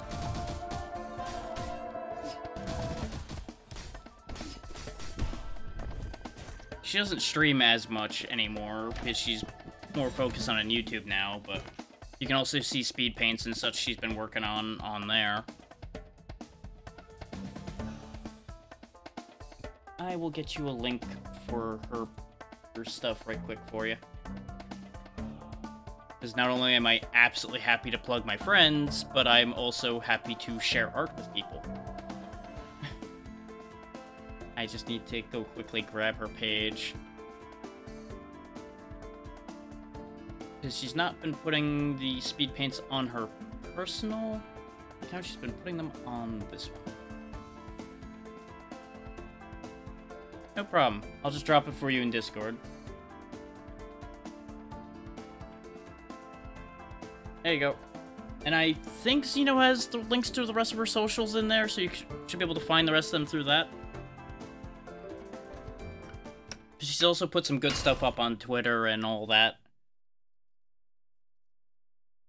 And Xeno deserves all of the plugging I can manage to pull for her. She's good people.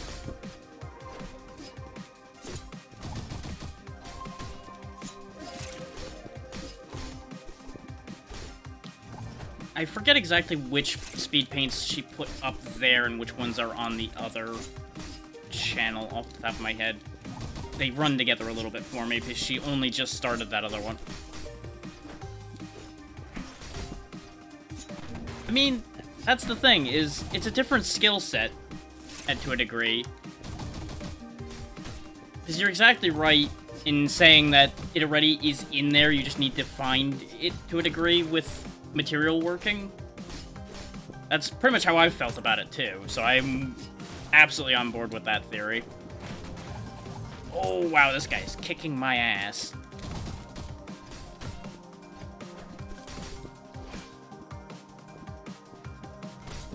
I find that it's easier for me to work with digital just because I don't have to constantly restart, if that makes sense. Because I can just take away anything I want that I don't feel fits what I'm working on. So I can experiment a lot more. Because that's how I operate. I'm very experimental. I will sit there and fiddle endlessly. And as you know well, you can't really fiddle as much with a physical object because you can't replace what you take away, necessarily.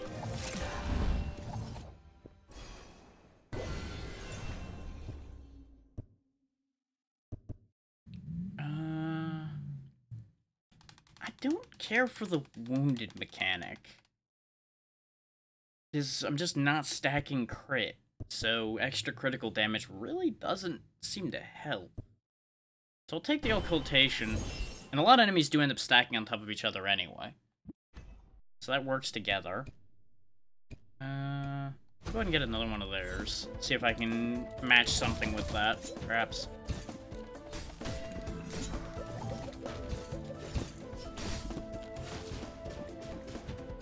Nice, I got the arc right on that one.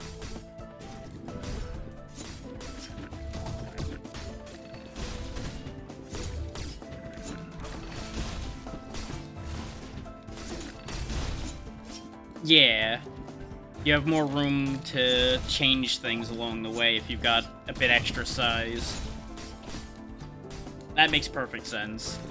Actually, that's a very good idea. I hadn't fully considered that. The handful of times I dabbled in that kind of thing, I usually grabbed a piece that was close to the size I wanted it to be and ended up disappointed. So that is a perfect workaround for that.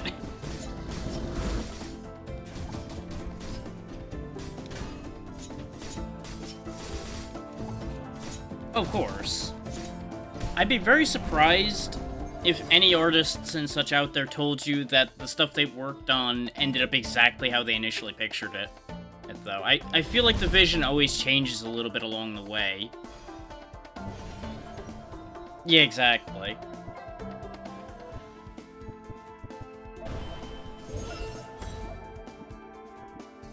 There's just certain bits of natural path through it that will show its true colors before the piece is done. And even in digital work, you can kind of end up with that feel a bit too. A piece kind of has its own identity as you're going along, and you're just filling it in.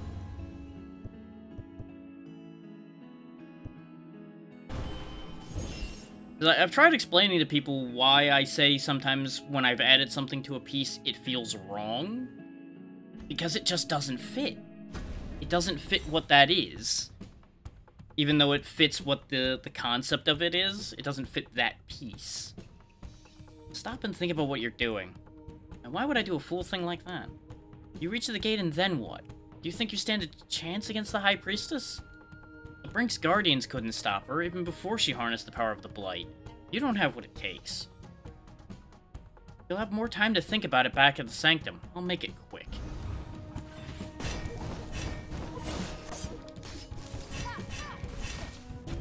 Bold of you to assume I think it all, lady.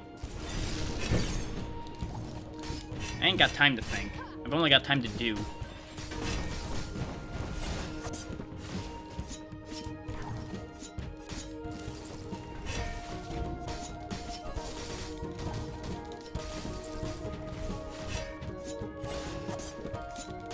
That's a good combination I've got going here.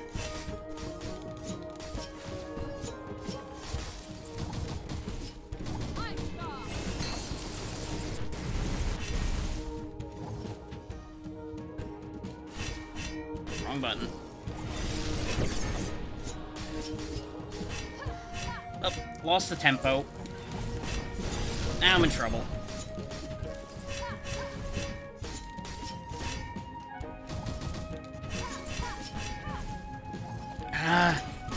Could not quite break the shield when I wanted to there. Wrong way.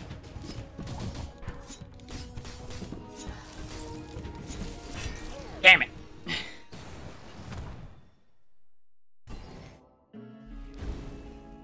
Pendants could come out looking incredible, depending on how you make them.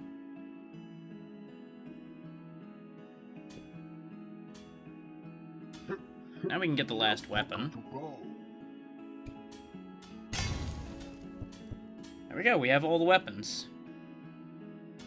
It actually seems like the weapon path is the shortest in this game so far, though there's an empty slot here that I assume they'll update and add another weapon at some point. Yep, that's what I figured that would do. It does pierce through, though, which is nice. Oh, you have kicks. Okay. I'm interested. Absolutely.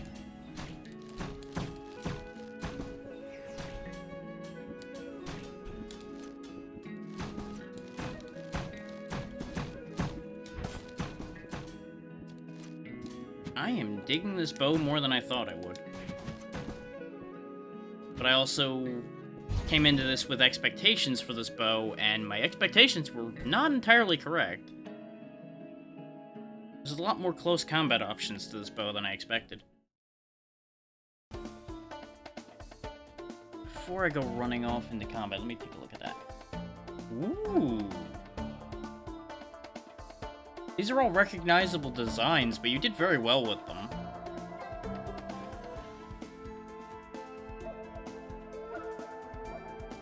I particularly like how smooth you got that hook one.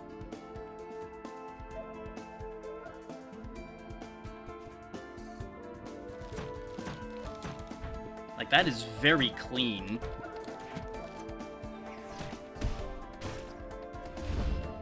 Ooh. So that charge shot can hit them multiple times if they hit it again after they made contact with it. That is exciting. Yes. Let's have our attacks with the bow be uninterruptible, because there's a very real chance we'll be in a bad position because of how we stick in place when we use the bow.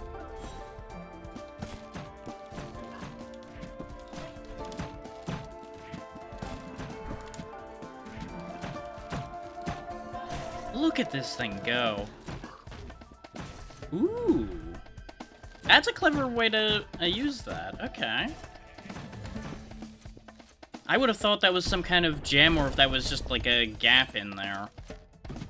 Or was perhaps was painted.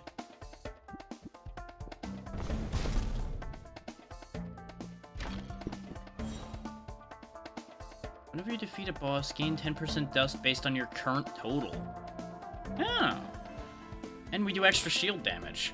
The shield damage is admittedly more interesting out of that, but I'll take both of those.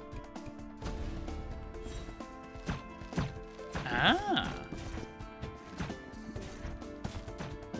It's good to have the ability to make both of those work.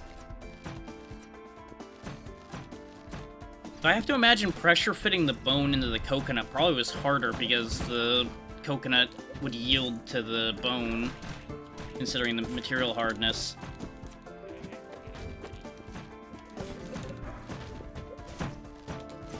So you had to be closer to the size you wanted with the bone, whereas the coconut could kind of be forced into shape a bit.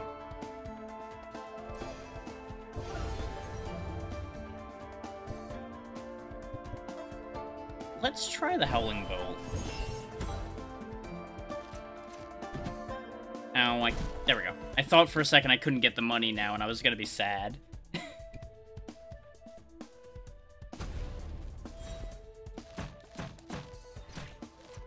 Now, do you sell those, or is that just a thing you do for fun?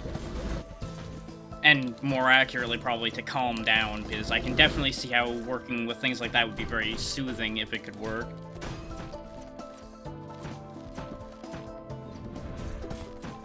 Ah, that makes sense, yeah.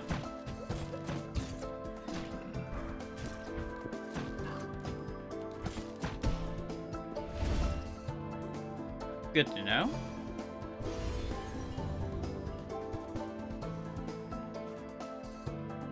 So I'm also one of those people that the moment I know that people I know do work like that, don't be surprised if when you do open your commissions, I plug it at some point, because seeing the work you do, I absolutely would recommend that to people. And I would happily recommend people I know that do good work over people I don't know that do the same kind of work.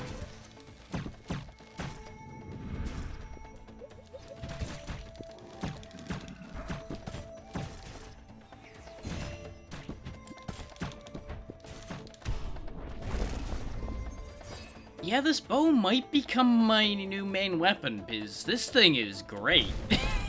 This is not how I expected this to play, and I'm very happy.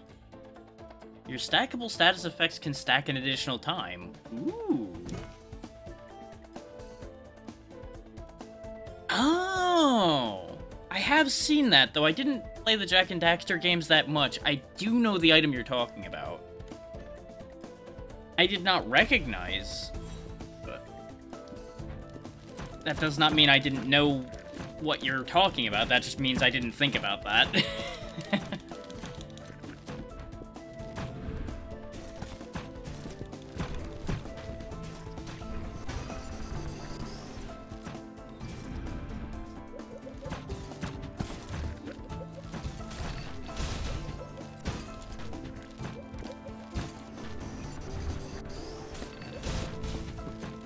That was stupid of me, just running right into that explosion.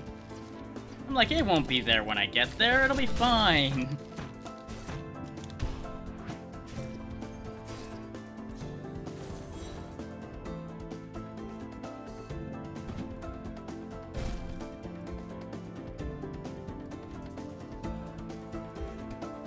At the rate I'm going, I probably need that hollowed ground. I need healing. There we go.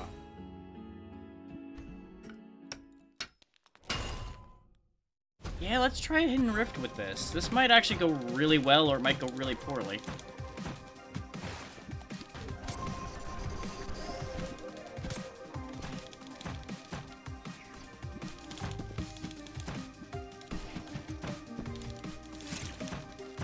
Because the thing is, this bow seems to have very good control.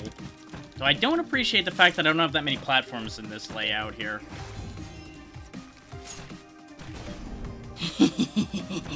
I can just carry him off the map with the arrow.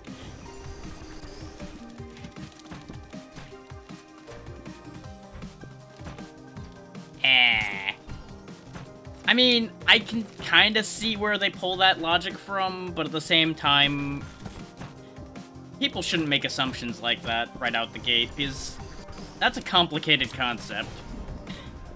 Not something you should just make assumptions about.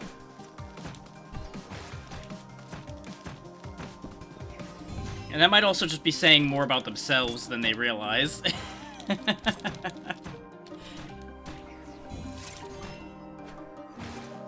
Well, yeah. But that, I assume, wasn't your intent behind making that. Which they have no way of knowing what your intent was, I'll grant that. But not everything has to be about something like that, either. Nice, we got the triple. Yeah, exactly. It's one of those, it makes sense, including either with hindsight or not. But again, it doesn't have to actively have been part of what you were doing. It may have ended up that way, but, you know. Ooh. These are all pretty good. Rending Launcher I don't need, but these two are real nice. This might actually tempt me into going into crit more. Yeah. Just so it avoids the assumptions.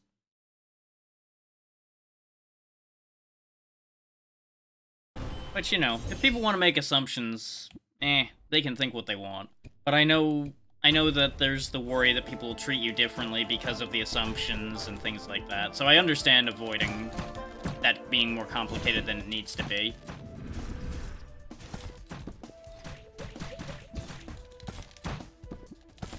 Not that anything like that is anybody's fucking business anyway, so they should just leave that the hell alone, but, people will be people.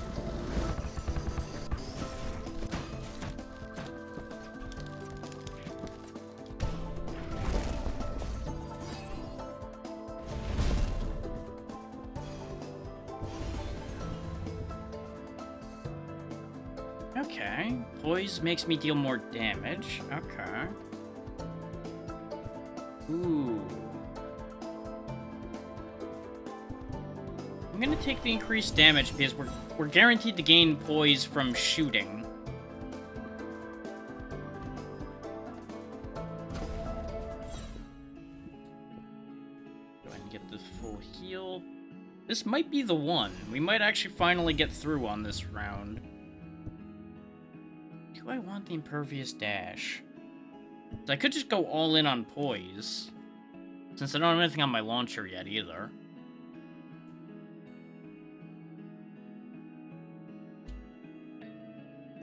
I'm betting the destroy most projectiles thing will not apply to the boss's projectiles. I'll take the adamant launcher.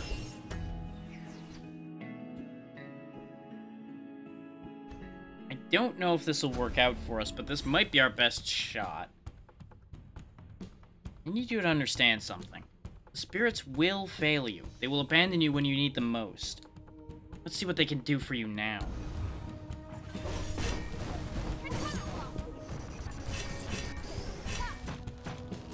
Okay. The Tempest is gonna be better for when her armor's off.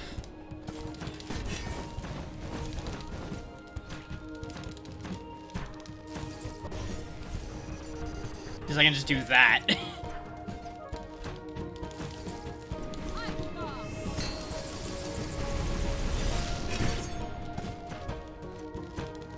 Huh.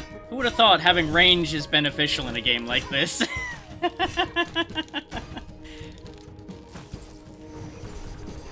Though this twister move is kinda stupid good.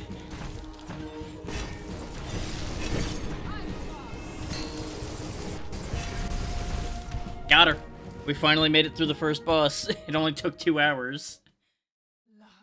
Even if you make it in time, it's already too late. The blight is all around us, and the gate is sealed. Ah, that's what I saw. Okay, I'll take a look in a second. That feeling again. It's been a while.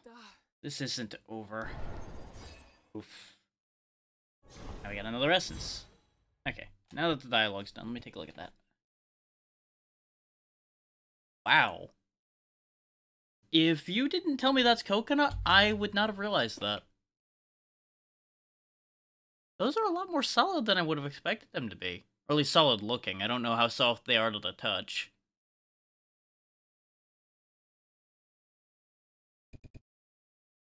You really do good work. So I assume that's been a lot of practice.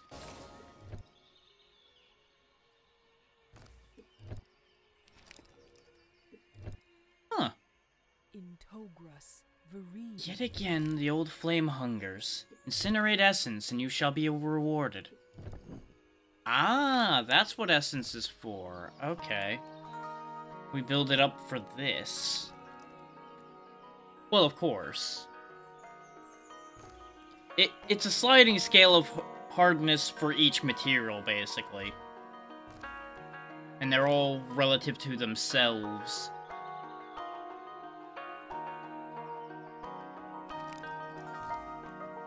When you hit your launcher's projectile with an attack, it splits into 2 and lasts longer. That has real crazy potential. Fully charged launchers will always be perfect as long as they're at that mark. Ooh. I'm actually going to take the 2 major enchantments. And this is what those extra slots on the weapon are for. Okay. So we just didn't know about half the mechanics of this game because we never could get past the first boss. Because I fucked around too hard. Can't say I'm surprised by that one.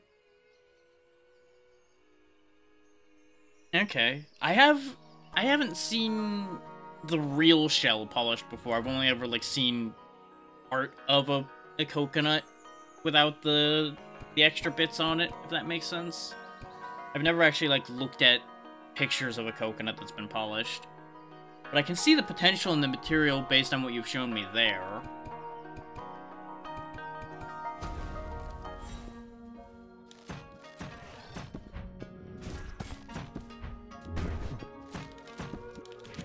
Because, you know, it's one of those things where assumptions were made about the material, and then you've shown me another side to it, so now I have to change my assumptions. Is basically the idea there.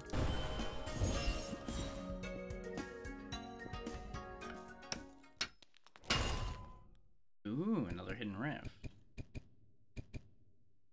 Yeah. It just naturally lends itself a contrasting color set. Without you having to add anything.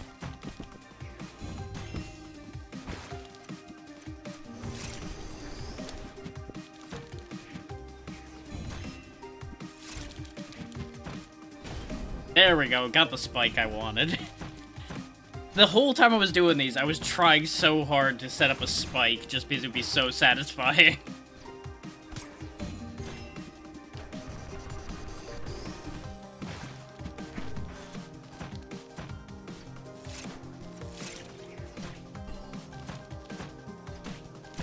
Ah, that's how the splitting works. Okay.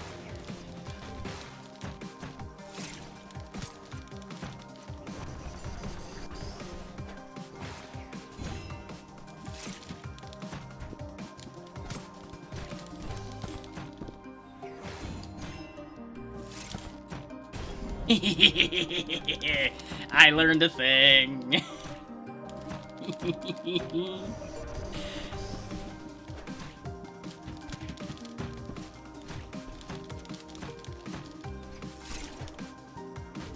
This is just turning into bullying at this point. And after what these have put me through before, I don't feel anything about bullying these at all. I hit him the wrong way. I would have had 3. Damn it. Ah, well.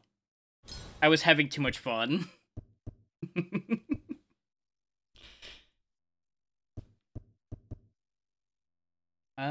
The Twister's probably the upgrade I want. Though only 7 more damage per hit isn't that much, whereas the 20% more on the launcher.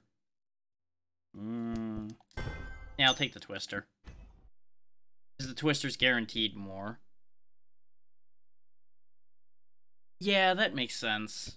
Something to kind of offset it a bit. Though for some pieces, it can be very nice just having the whole thing be really chaotic and noisy. But I know that's kind of a personal taste, to a degree. And of course, you know, it all boils down to what the intent behind the piece is, too.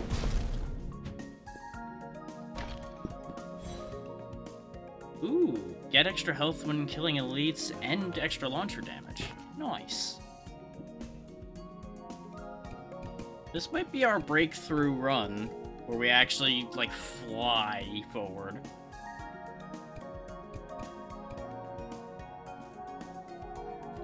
That is true.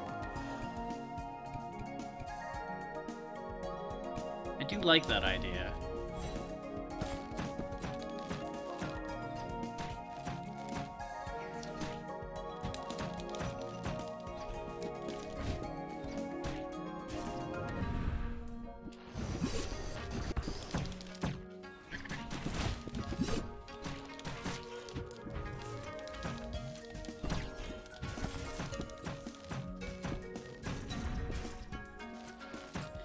The only thing I'm not liking about the bow is it gives away just how much of a button masher I am, because you can tell when I'm not exactly... Huh.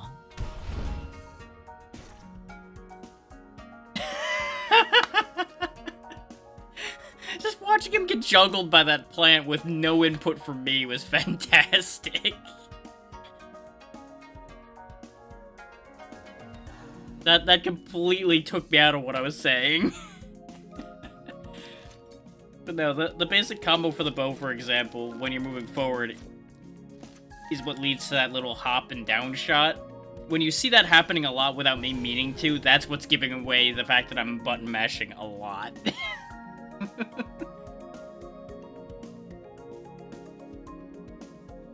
Ooh. There's potential there, but I'm going to take Lunar Terminator, because that's guaranteed to do damage for me. We have a bit of money, but not enough. Let's see about cycling some of these relics out that I have, potentially.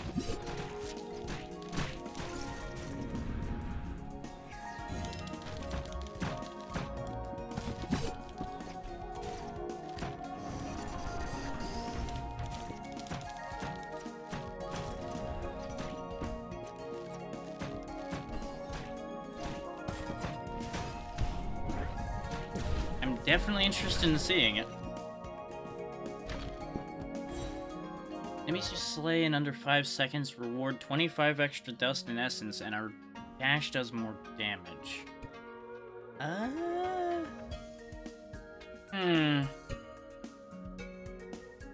may as well replace the Echo Jar with that, because the Echo Jar doesn't actually help us.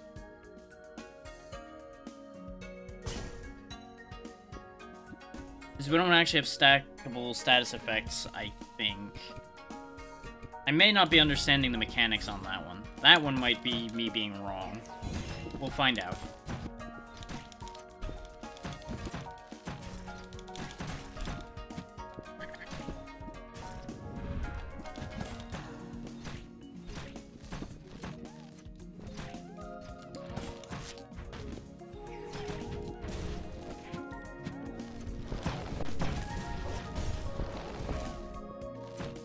So how long have you been working with this kind of stuff, on that note?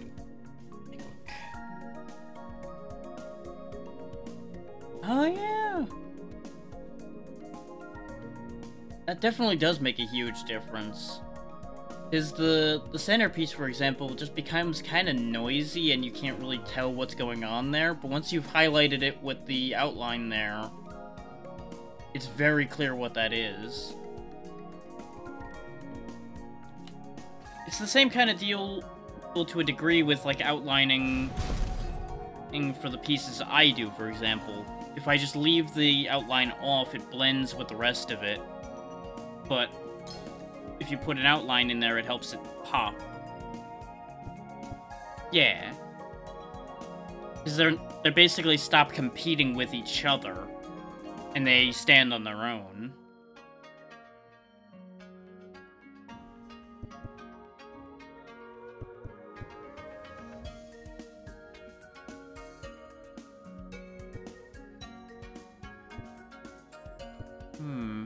I could just keep making the Twister better.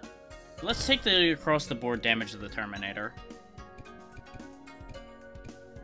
We could just get another Luminous Gem, but at this point I feel like I need the health. Yeah, exactly. It helps make them part of a cohesive whole, instead of competing parts trying to take the entire vision, basically.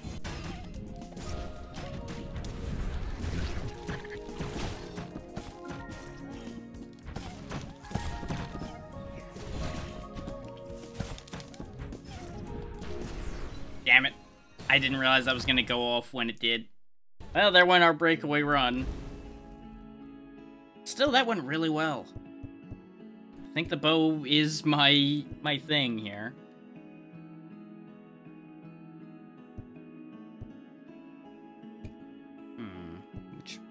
With that in mind, what do I want?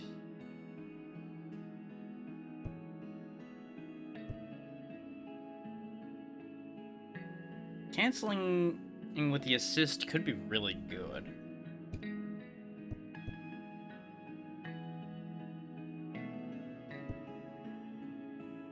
Let's take the Divine Protection. That basically means we have some iframes. Okay. That makes a lot of sense, then. You can tell looking at your work that it's very practiced, even without it, like, being the only thing you do, or you do it all the time. You can tell that there's just, like, a surety to your hand in the way that those are assembled. If that makes sense? Like, there's a certain steadiness to it. Well, yeah. Anything can continue to get better, but you're already doing very well.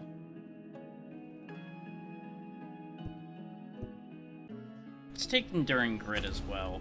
Basically ensure survivability a bit more. Yeah. I could definitely see that. I have faith in you. You must keep going or the blade will consume us all. You said that before. I'm gonna keep saying it until you get it done. Well, you know.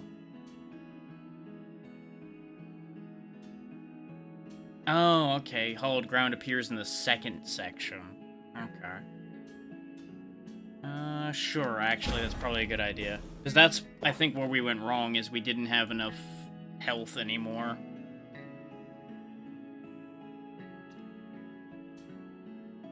Hang on. I'm starting to stick to my chair a bit because of the fact that it is very, very hot.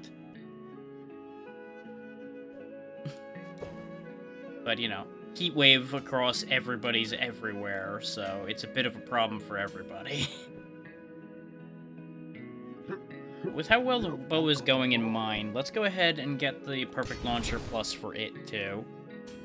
Especially if we can get that every launch is a perfect launch bonus again.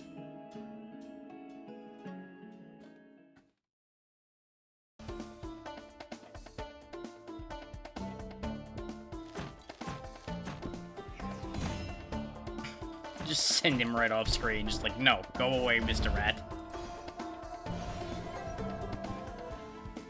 Sure, I'll take the rare out of these choices. The Howling Bolt also didn't really help much, but I also find myself not using the bolt that much.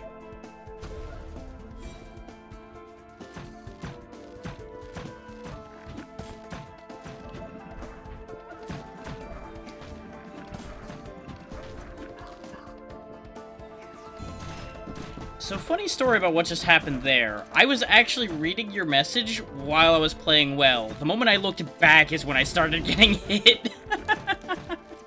This is a little fun fact for behind the curtain there. So, reading your message actually was making me play better because I wasn't thinking about what I was doing. And the second I stopped to think about it is when the momentum went away. But yeah, I can absolutely see why the tools are starting to become the issue. Because you've advanced to a point of skill where you need the greater detail.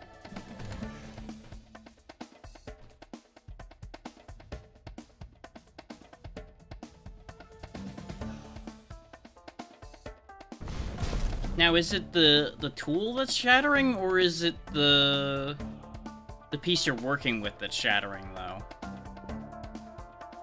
I would assume it's the piece you're working on. Oh. Huh.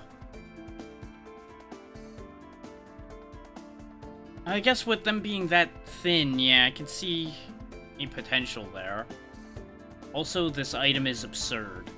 30% more given and taken damage, and 2 more jumps in the air? Oh boy.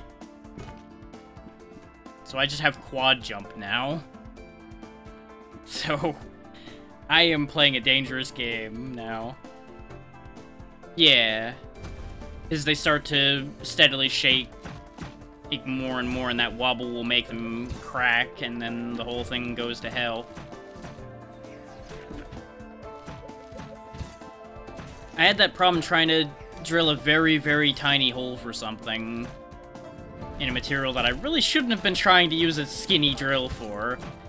And then lo and behold, that bit snapped in half, and everyone was sad.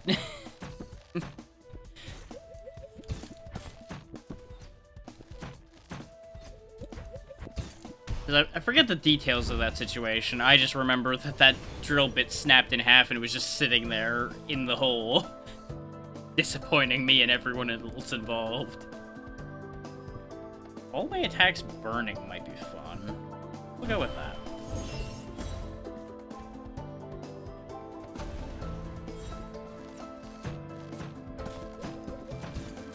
Burn stacks quite a bit, it seems. Looks like it naturally goes up to 4?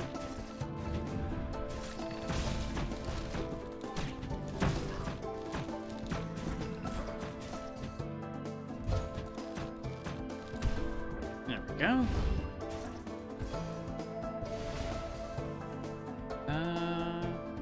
I could take Edgeguard now. Though they are offering me a crazy powerful launcher bonus. And having that on the long shot would actually be really good.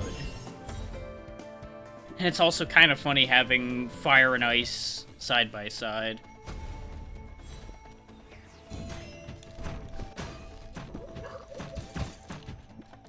Apparently this is just gonna be the status effect run. Which I do want to try that out more anyway.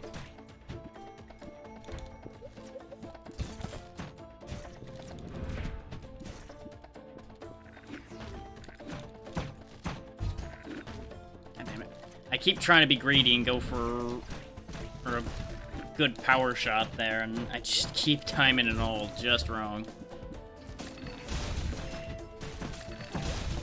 I wanted to put the slow on the big guy to keep him from being a problem. The kickers kept catching me every time. For those. 'Cause I don't really need the weapon parts anymore.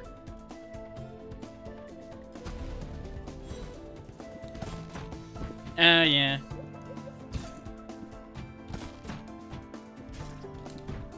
But of course I assume that's not a high priority for you at the moment, considering. But then again, I don't know what your situation is at all, so I shouldn't make assumptions on that.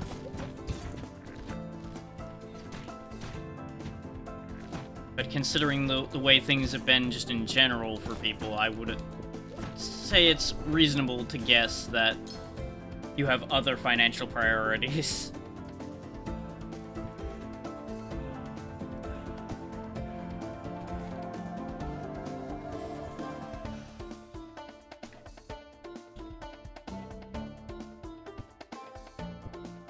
should probably take this, but no. We'll go ahead and take that on that.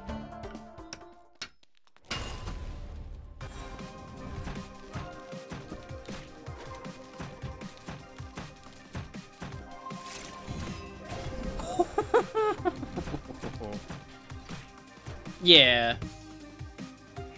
Absolutely. Better tools for better work when it makes you money, that makes sense.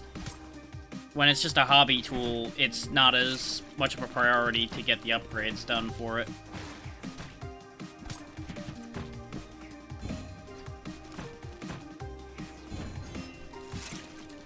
Because then, once it's making money, it basically makes its money back.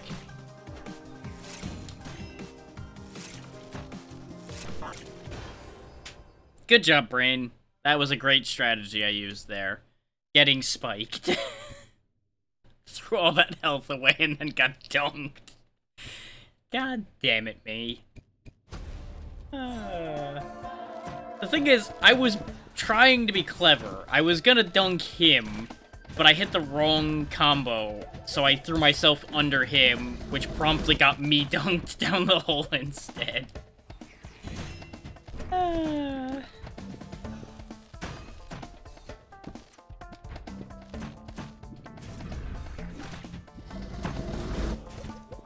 Because, like, initially when I was getting started into doing digital work more, I invested in an art pad, and then I came to the realization, much to my chagrin, that the way I do pixel art, a pad does not actually help. If I was sticking to traditional digital art more, I would use the art pad I got more. But it doesn't actually work for me for pixel art. Yeah, exactly. You'd make the money back pretty quickly.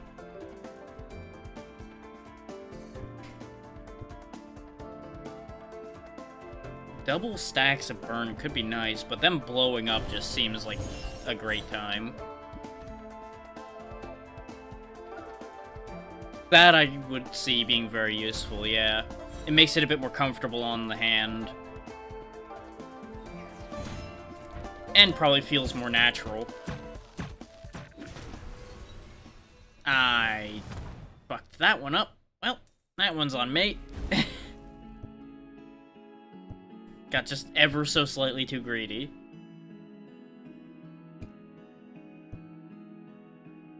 We'll go ahead and take this one just so I can see. Yeah, that also would add to it. Ooh. I am very glad that I went and grabbed this so I could see what these are, because I want both of those.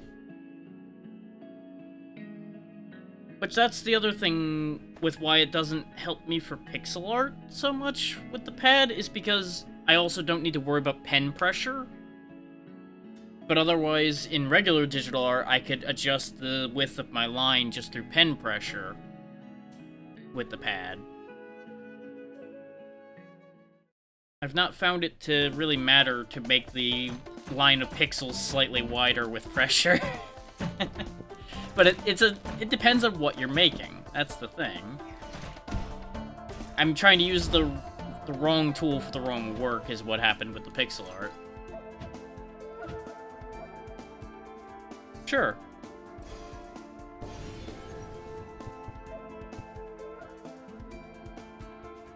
Wounded I don't think I really want on my attacks, but I'll try it anyway, because what I'm basically doing at this point is focusing on each of them. If that's your old work, I'm very interested now to see what your newer work is, because that's well made.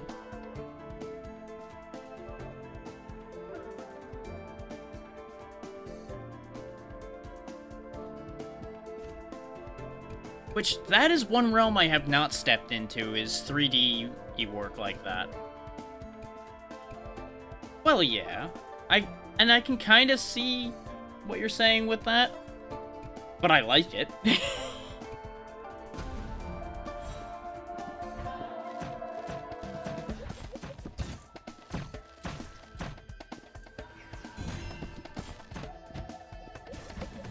Okay.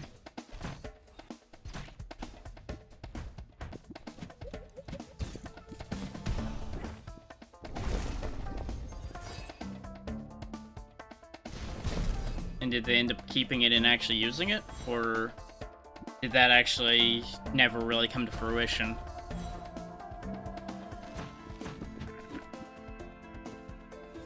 Oh, this ought to be interesting.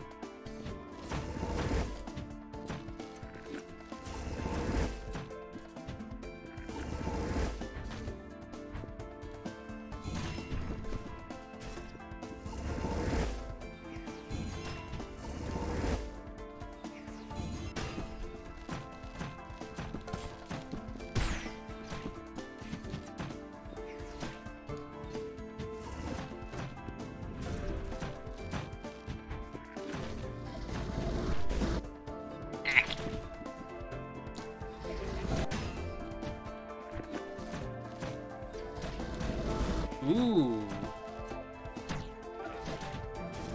Specifically with that gun, I assume.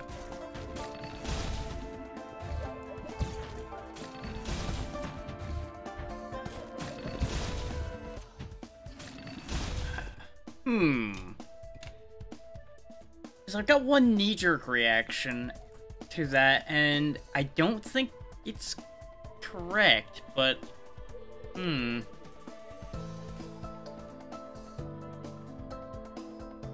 Because the thing is, that feels like a lot of things to me. And that's the problem. I'm actually going to have more trouble, I think, narrowing it down than I am going to be getting ideas for that.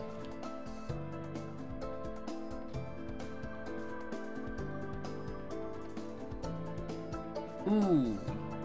Okay, that actually rings a bell in my head when you say junk tech. Because, like, the knee-jerk reaction would be to say BioShock looking at that. Because it has a bit of a BioShock feel to it. But I feel like that's not right. I feel like that's the obvious answer that isn't the one. And I'm blanking on the name for another one I was thinking of with that.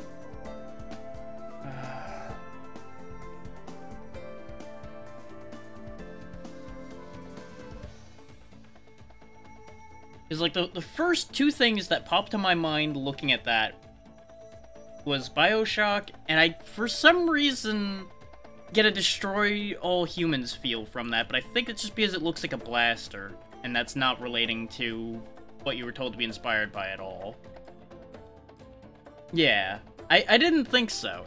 I could see it in there, but that was not the intent.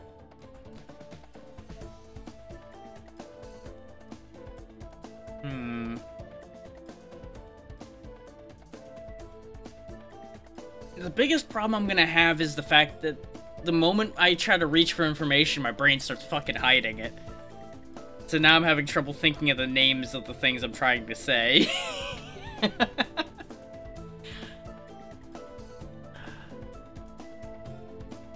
It looks like a few specific things, and it is just not coming to me. What the hell was that old game called? Would I be correct in thinking that one of the inspirations is something very old? Let me throw that one at you. Damn it, I think I do know what that is, and it's not fucking coming to my brain. I think that's something I've played before. God damn it.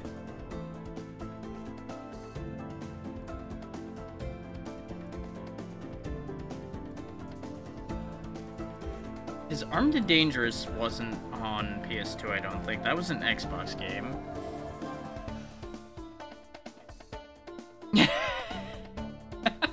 That's an interesting way to pull that.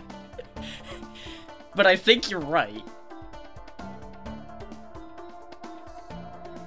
Though it doesn't hurt that I've played a lot of the PS2 library at this point. I'm gonna take a quick look at the library list to see if something jogs my memory.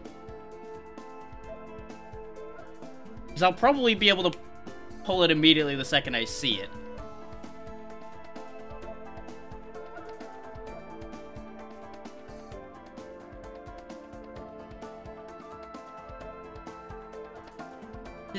Here's an interesting question to help narrow this down for me, too.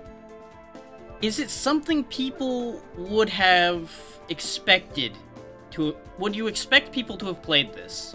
let me phrase it that way. Is this something you would have expected people to play?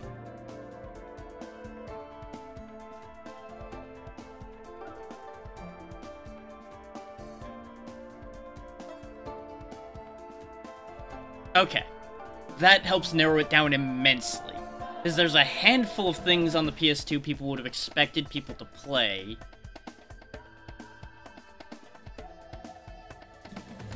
So I'm going to go with it was one of the Ratchet & Clanks then. Because that has a Ratchet & Clank feel to it, too. Yeah. There we go. Got that one. Now, I don't know if you were told a specific one out of that batch or not. And that I wouldn't be able to narrow down. That one I can't. Ah, Fallout. Yeah, that explains the junk tech. Okay. I should have gotten that. And I think that was just, like, in the back of my brain screaming at me the entire time, and I just could not grasp it.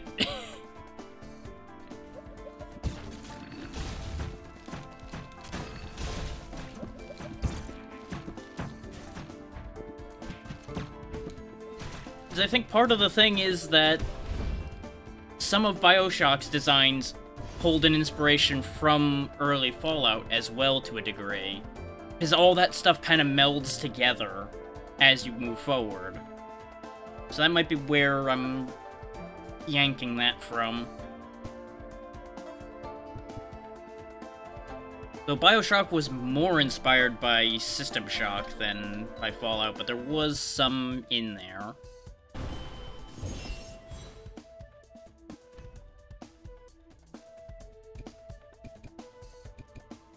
And I'll be honest, I didn't actually play that much of the Ratchet & Clanks. I played a little bit of some of them, but I never, like, really got hooked on them.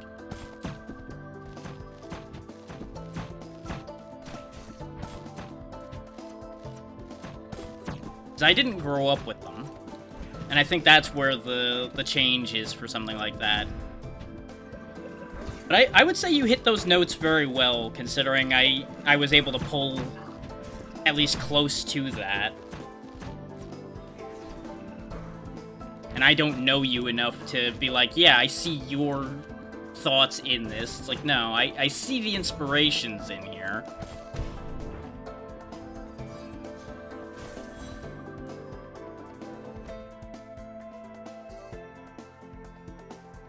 It's like, that had a big Tesla coil feel to me. Like, I could see electricity just being hurled out of that thing. Which is also why I had that little bit of Armed and Dangerous in my head, because that had some really strange guns in it, but I believe that was an original Xbox exclusive game.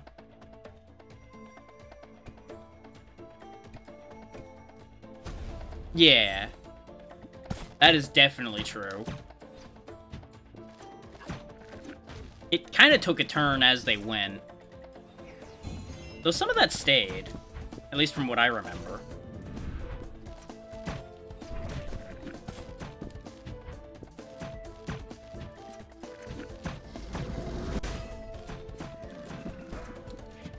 Which I personally really like the cobbled together, odd looking weapons.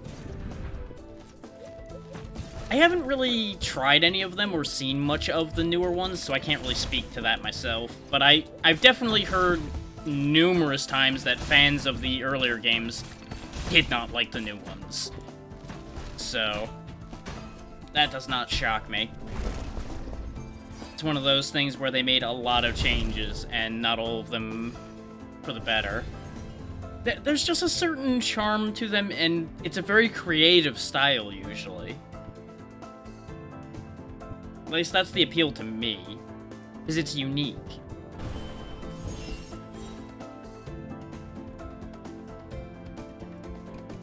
And I suppose, in a way, it's also a lot more grounded, if that makes sense, because you can tell what they were trying to accomplish by making it, usually at a glance.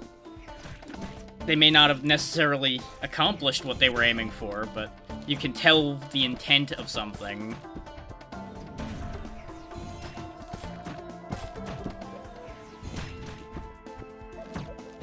like, it's a big old tube with a spot to load shit into. It's probably like a shotgun of some kind, because it's got a big, wide open front.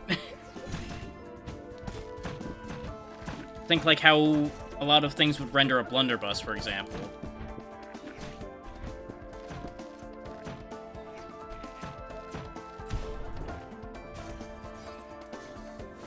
The blunderbuss is basically an early chunk shotgun. Yeah.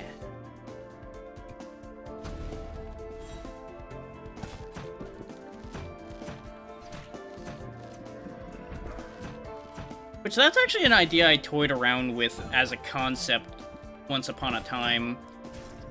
Though on a grander scale. Just the concept of a character who could manipulate the world around him by literally just combining any two things. It would be horrendously broken, and you'd have to figure out something to balance that kind of power out with. But just literally just slam any two things together and it becomes some combination thereof.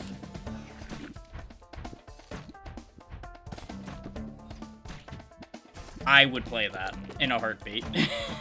If that was made, I would absolutely be all on board for that.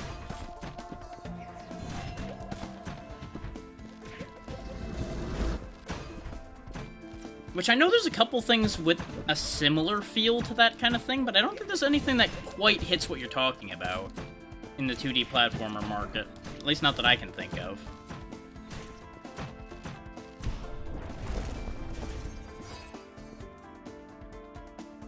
Which, you know, the fact that it doesn't currently exist is a shame, but also opens you up to having the opportunity to make it yourself, so... Opportunity.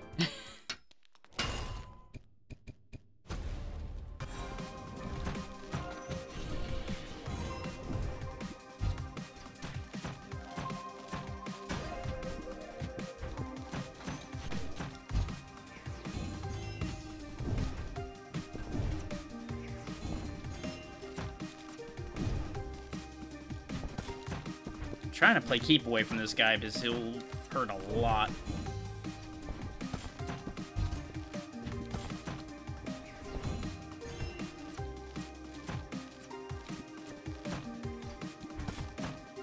Ooh. Okay, I'm definitely on board with this idea.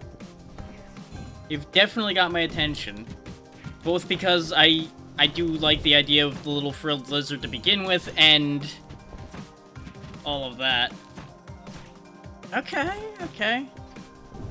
Now here's the bigger kicker, considering you mentioned the style of Sly Cooper. Would it actually be somewhat of a stealth game, or would it just be a matter of it has the trappings of that idea, but you don't actually have to be sneaky? Because that would be a very important distinction for your design there. But absolutely, I'm on board for using the gun for platforming. Because that's almost always been a lot of fun, as long as it's done properly.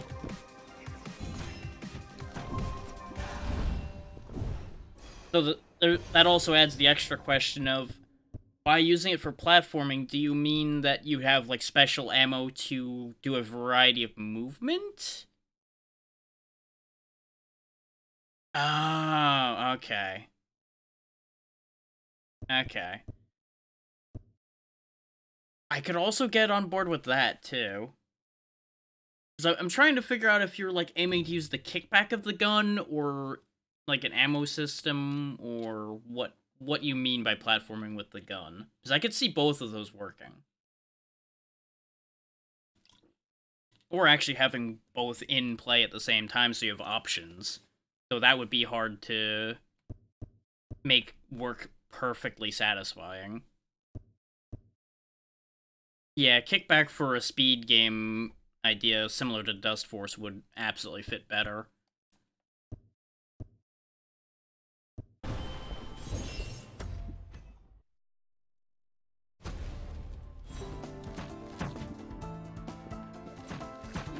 Okay.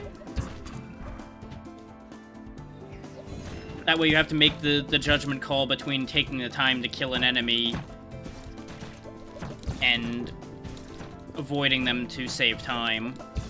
Because the extra jump might give you the time back that you're aiming to use.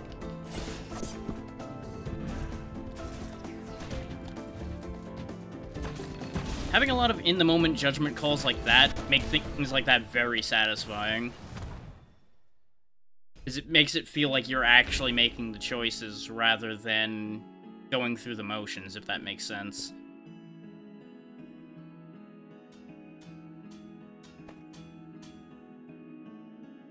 I don't have enough to make any meaningful decisions here, so we'll just run right back in.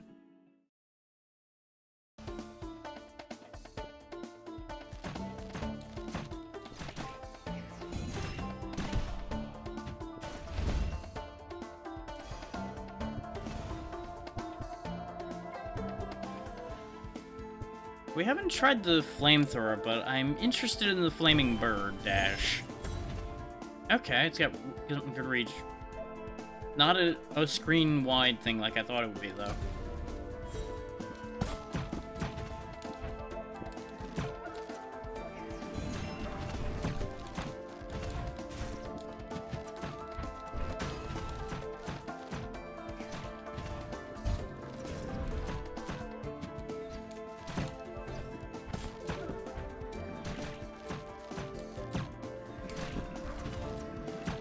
I mean, there's always the option of having multiple playable characters, for example.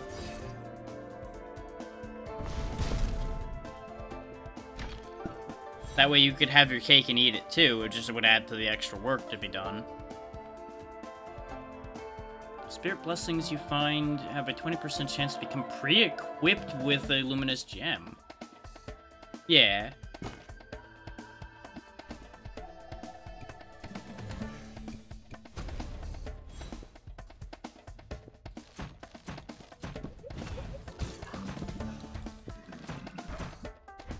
That'll help give more backgrounding to the character for the player to actually gain more attachment to them, so that would probably work nicely. Because the thing with pre-existing relationships between characters is you have to then make that clear to the player so the player has any context for anything that they're talking about. Or any reason to care about that character in any real way. Which, you know, since you're aiming for a darker story, you would want them to care about the characters, otherwise none of that'll have any impact.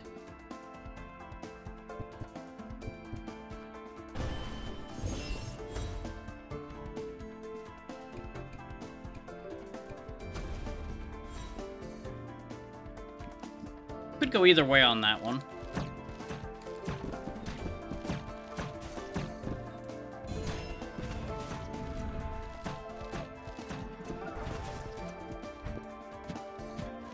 Could even just have instances where they've saved each other over time, thus cementing that whole partnership more.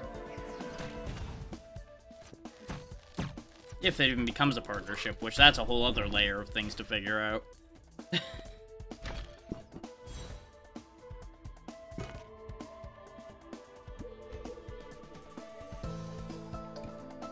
I don't really need the hallowed ground this time, so we'll just move around that. Of course, no sooner do I say that, am I gonna lose a bunch of health on this stage, probably, and make a fool of myself.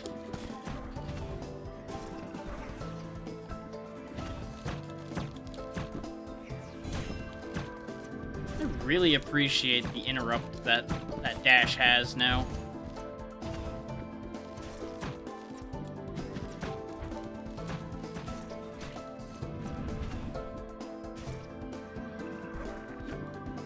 Yeah, that makes sense as an intro to the two of them.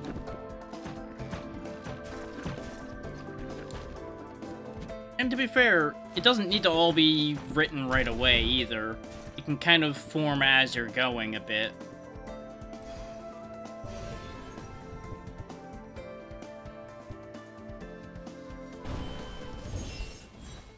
Constellation will pair well with the fact that we have that chance of getting pre-jammed bonuses.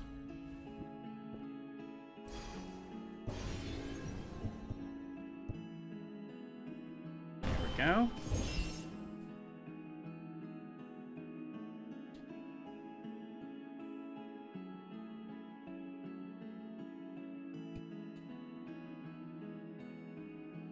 Ah, that's the notification I'm seeing. Okay. I thought I cleared that announcement already, but there we go. Fix that. Sure. It never hurts to be able to bounce ideas like that off of somebody anyway, so I'm more than happy to listen. Let's get a little bit of electricity in here, because the attack speed will be nice on the bow if I can get it.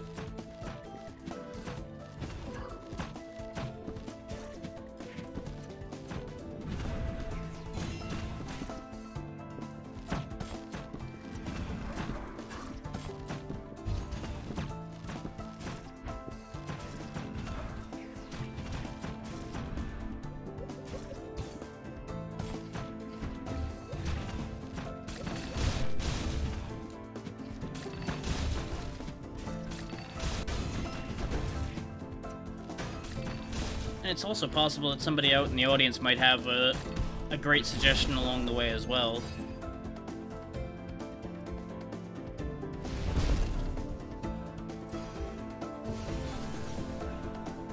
I do know I have some clever people out there.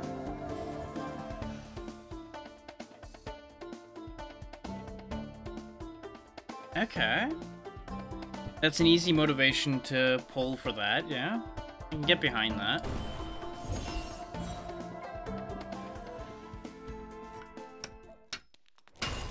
Now here's the thing, is that dictator a penguin? Because that would be funny. That would just kill me immediately.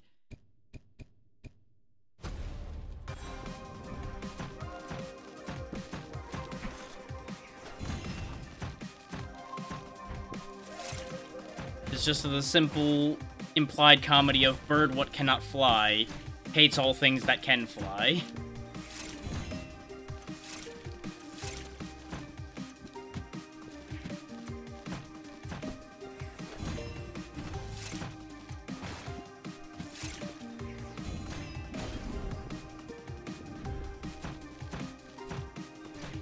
That's also fair.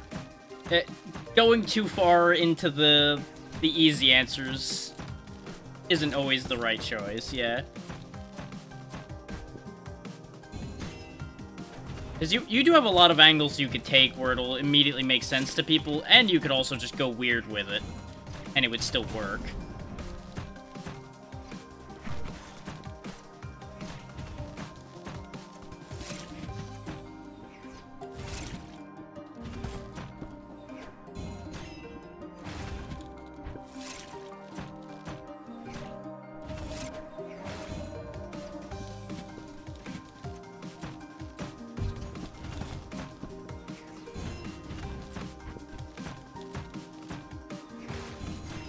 Got him! Haha! Ah, that is so satisfying when it works. Like, I'm starting to actually like those void places, now that I'm starting to get dealing with them a little bit down more. They're so satisfying. Ooh, that rock broke. I don't know what that means. It appears nothing came of it, so I'm a little confused.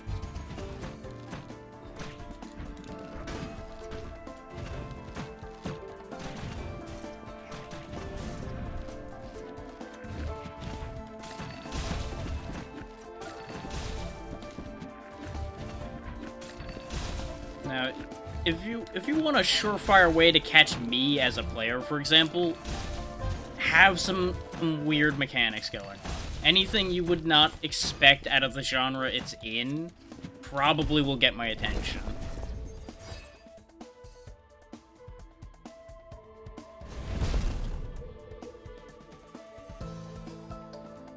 It's like, for example, with this, you would think that it would be a logical pairing to have the kind of launching and such from a Smash game in a system like this, but it's only happened, like, twice ever that I know of. Here and Megabyte Punch, and I've loved both games. That's not saying that that's something you wouldn't expect in this type of game, but it's not something that's become too well-traveled.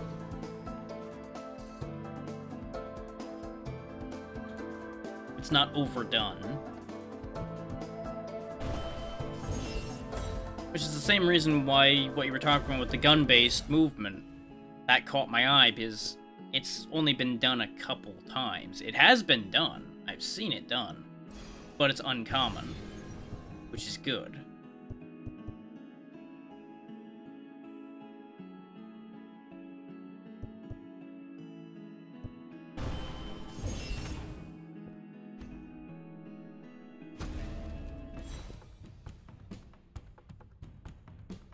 Let's do this.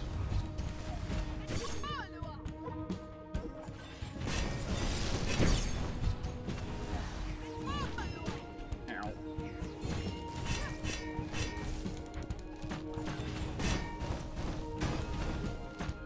Yep, I'm being too sloppy this time.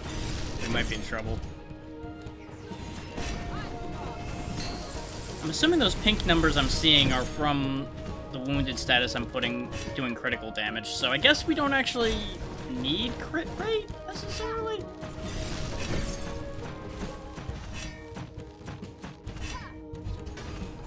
Like, of all the systems, I would say the critical damage system is actually the thing that's the least clear in this game so far. Gotcha! I was about to be so upset if it had killed me after that. Yep, we had this discussion before. There we go. Didn't come out of that with as much... Oh no, we did come out of that with 4 essence. Fantastic. I thought we only got 3. There's a little bit of delay when things paying out. And that gets a little weird sometimes.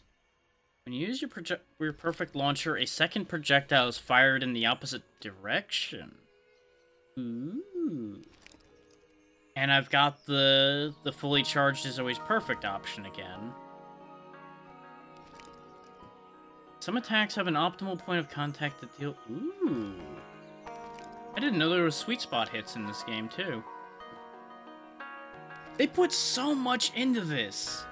And that's another thing that tends to get my attention as a player, is a lot of mechanics that weave into each other. Like, you can put an absurd amount of mechanics in, and I'm on board. But they have to work together.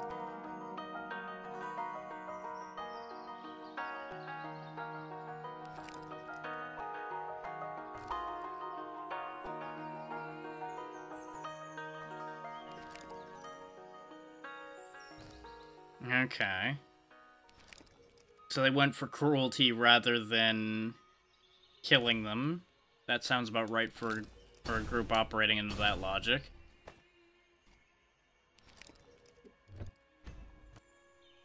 Which, since they're that driven against those that can fly, they would see that as a punishment to force them to live like they do, basically.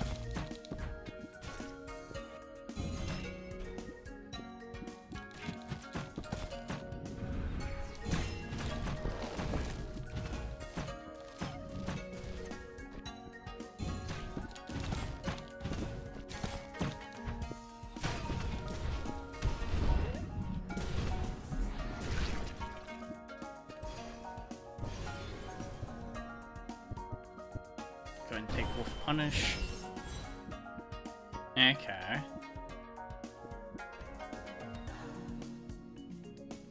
Because, of course, they would have a decent bit in common with them at that point, so it all lines up.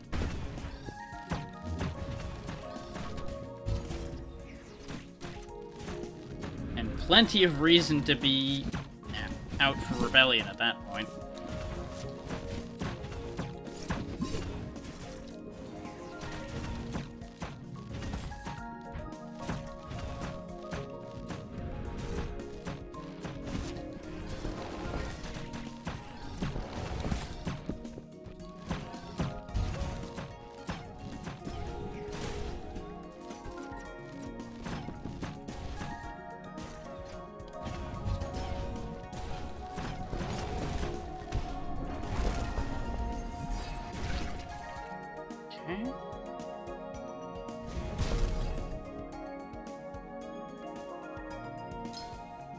Right, because they would be seen as disadvantaged considering the injury and everything, so they wouldn't want to have to put in the extra work to see what they can do, but the other one is willing to take the chance. Which, you know, in a situation like that, they kind of need to take whoever they can get. Try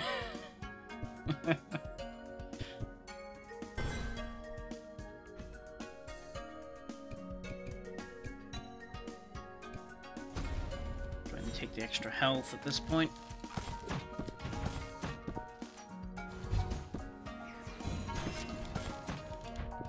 Okay, I really appreciate how those mosquito bird things get stuck in the wall with their nose wedged in it. That's actually a nice touch I didn't notice before. Oh, those are hummingbirds, actually. Just realized what that is. It's a damn hummingbird. I actually saw one of those around here a few weeks ago, and I've never actually seen one in person before, so that was an interesting experience, too.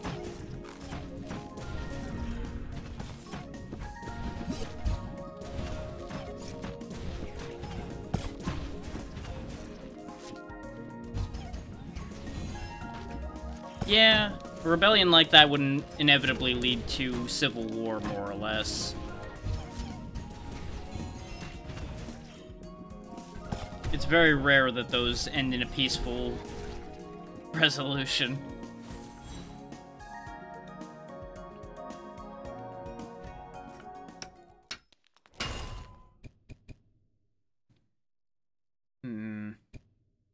Our health's low enough that I'm not sure I'm gonna risk the rift this time.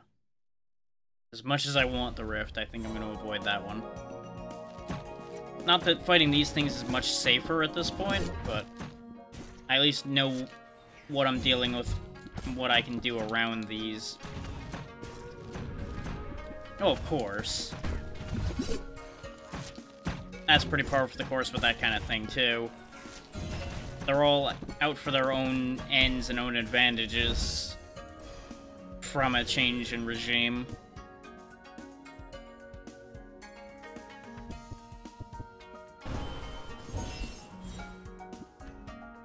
That's the same with any movement.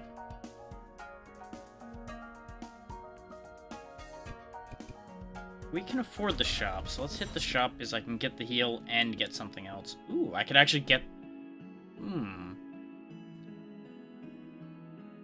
I want the blessing, but this is a better idea, because I can get the max health, heal from that, and heal even more from the 33% because I raised the maximum. The math on that just checks out. Had I looked further forward, I would have seen that there's another heal coming up, but that's okay. Full health will be helpful.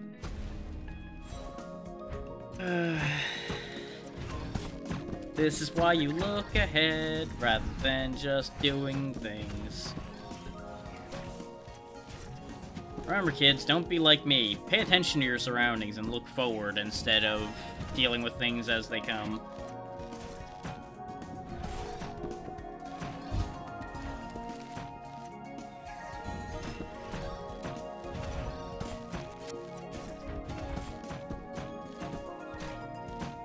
Of course, here's another important question, though, is how are you actually going to provide the story to the player? Is this going to be all dialogue-driven? Is this going to be based on things you're finding along the routes you're taking?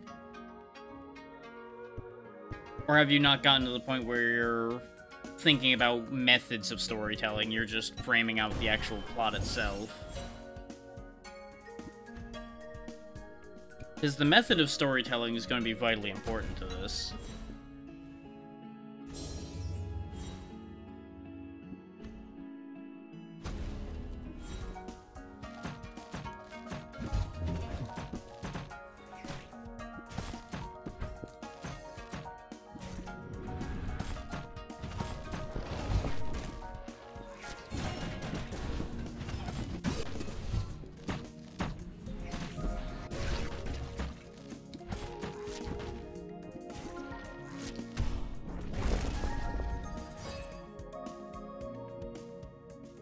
Of course, the classic, hey, I'm too useful to kill strategy of surviving as a scientist. Yep, that sounds about right.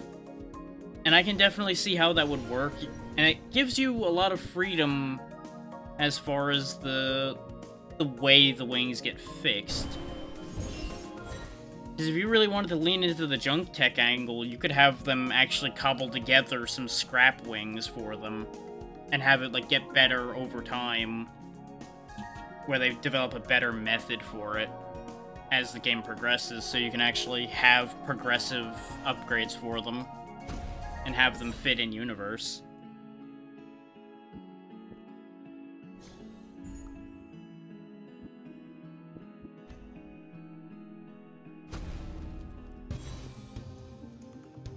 You made it this far. Impressive.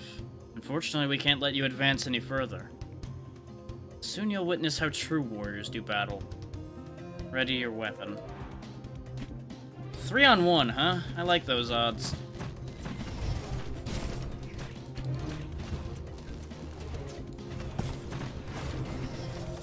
Definitely need to deal with that archer first. That archer's a problem. They're also the one who can fight on my plane, and I don't like that.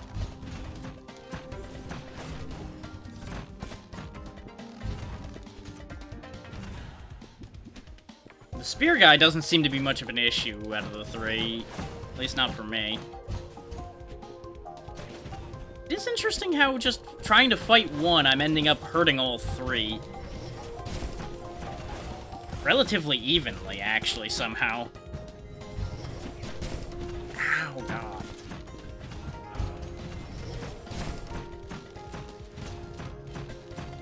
Okay, archer down.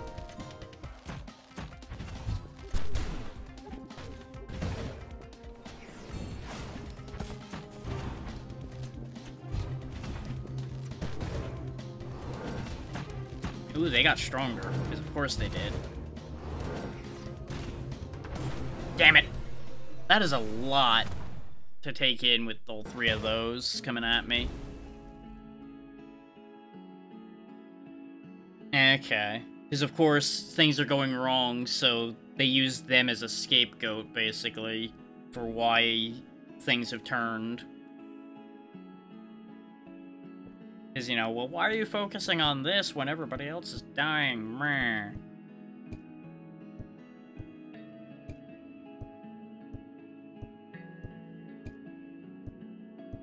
And, you know, why is this one person getting wings when we all could have wings? Short-sighted nonsense like that.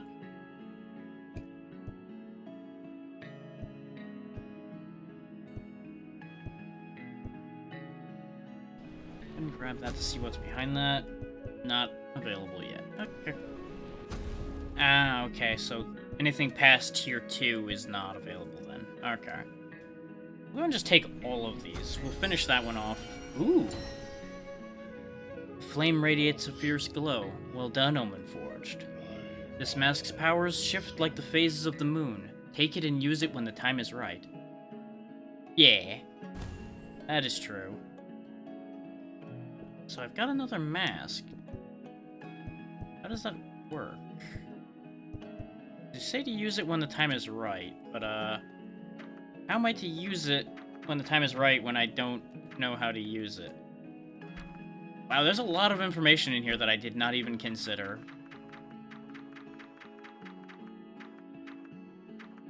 Let's at least, like, look through these monster descriptions. Attempts have been made in the past to reduce their numbers due to the outbreak of various diseases they had spread. It was almost impossible back then. The chances of doing so now that they're inflicted by the blight are exceedingly tenuous. And they just get bigger and more spooky. Dunehoppers are quick and agile, making them tricky to hit. They use their powerful legs and sturdy head to deliver devastating blows to their enemies. They commonly travel in swarms, but since the Calamity, there have been increased sightings of stray dunehoppers traveling alone.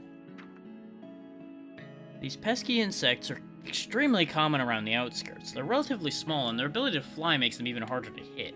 While they're not particularly strong, their ranged projectiles can make them a nuisance if not dealt with quickly.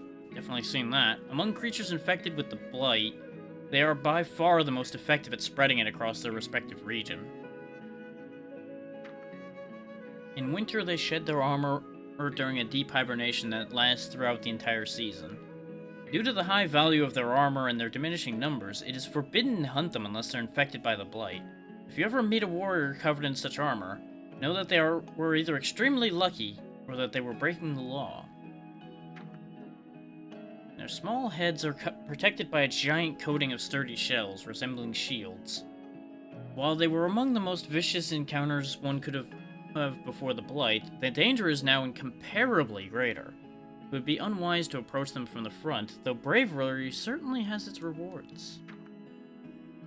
As an orphaned kid, she was always getting into fights and never content with following the rules. One day, she stumbled upon the sanctum and felt a sense of peace within its walls. The members of the Perennial Order noticed her talent for swordplay and helped her hone her skills until she was ready to join them. When the gate was sealed, she was told to stay behind and guard the barracks while the others head out to the brink. Although her newfound companionship helped her become more compliant with orders, she couldn't help but feel restless and abandoned her post shortly after. It appears she made it in time to join her fellow warriors, as the mark of the heretic's horns now crowns her head. They are typically heard before they are seen because they are little and loud. Despite not having the most powerful bites, they are dangerous because they will stop at nothing to consume their prey. Disposing of them quickly is the best method when in dealing with them, since they otherwise might swarm you while you are unprepared to retaliate. They are strong and agile, and can easily take down an unsuspecting passerby if they feel threatened.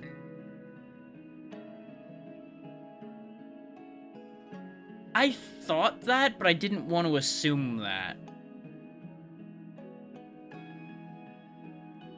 Because that was one of those that seemed like too easy an answer, but a lot of the, like, prejudice angles and such you were pointing out with this kind of felt that way. Be careful when approaching them, as they can whip their spiked tails at it from afar. They have long, pointy beaks and are known to hunt their prey by swooping down from above. While they are fast and difficult to avoid, they may be knocked out just as quickly by a well-timed blow. Manifested by the blight from barks of dead trees and sharp-hardened leaves, they can spin in the air at high velocities, which allows them to float toward their victims and strike them from any direction. These things in particular were really nasty and interesting, the Rose Warriors. When they are young and underdeveloped, they camouflage themselves among the flowers, luring unsuspecting spear beaks before infecting them with a deadly pollen. The infection spreads to the victim over several days, causing their bones to rapidly grow until their organs are crushed from the pressure.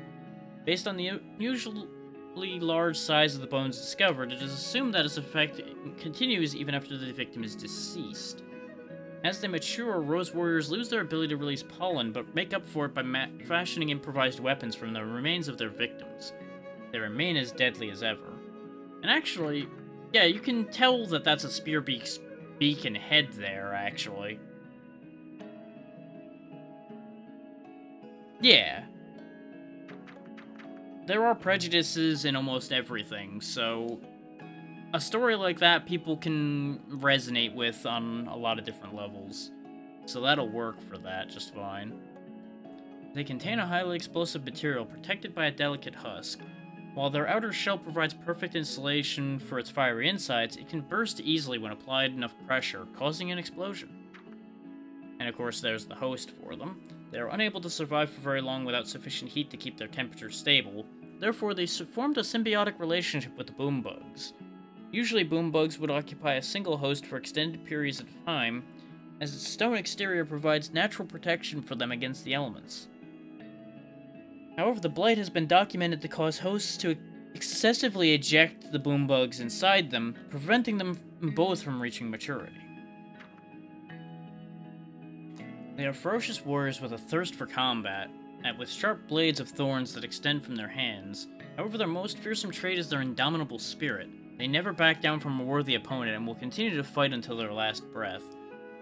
They reside in dark, damp areas such as caves and forests, where the humidity allows their bodies to grow and thrive while their thorns develop.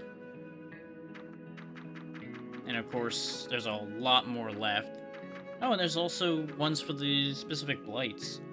Blightborn foes emerge from blight when blight infiltrates through a dimensional crack into the realm beyond. They obtain unique properties under these conditions that make them rapidly evolve and become extremely dangerous. One cannot subdue these foes through conventional warfare. Instead, they must be thrown into the holy fire at the rift's edges until they incinerate. This variant has a balanced set of abilities that make it a versatile opponent, though it does not excel in any one particular aspect of combat. This variant hits hard and can coat itself with a shield to prevent knockback. Though highly defensive, its bulky size can prove an advantage when attempting to connect a series of blows. Its two wing-like appendages are used for both mobility and offense, making it the fastest of the varieties. Ooh. That's actually a tough one for me to say, because my mind is in a weird spot with memory for a lot of things. Because as soon as it's in front of me, all of it will come back to me immediately. The moment it's not in front of me anymore, I have a very hard time calling something back to mind.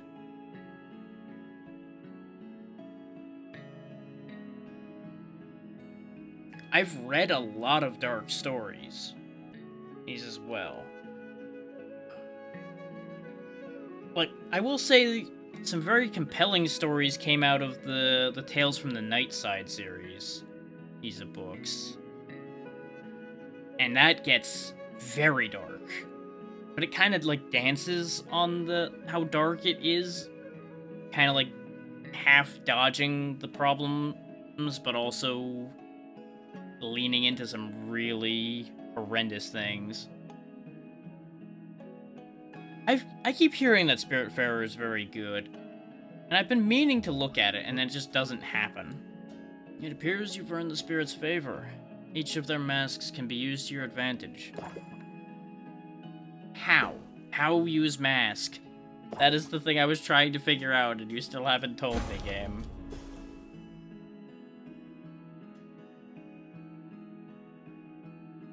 Like, I would assume I could actually put the mask on. Oh, we actually have access to one thing down here.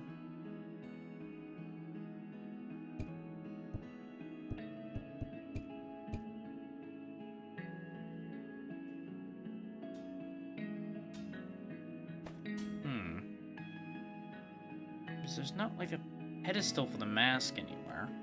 I am confused.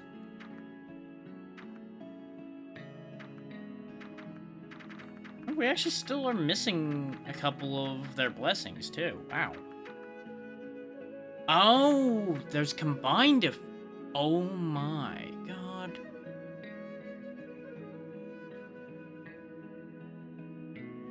That sounds about right for what that is.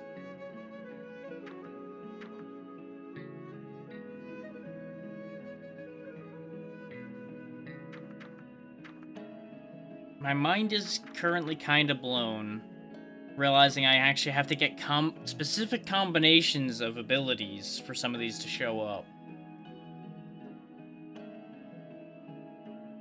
So that means there's basically skill evolutions in this. Oh, there's the masks. This is a weird spot for it to be, but okay.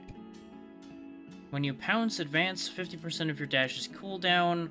Gain damage per hit on enemies. This effect will reset after stacking 8 times or after you get hit. Ooh. And it looks like I can't actually switch back to the Omen Forged either. Hang on. Yeah, the Omen Forged does literally nothing, so there'd be no reason not to wear this. We also turn pink. Ta-da! How is there still layers left to this? That's the other thing that's kind of blowing my mind. Like, there's still layers left to how this game works, and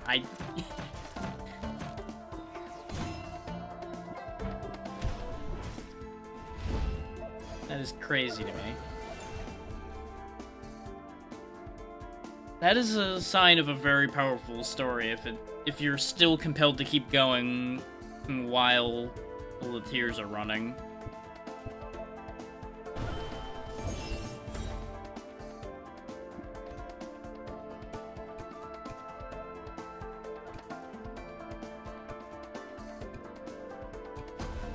Take the money in this particular instance in a minute.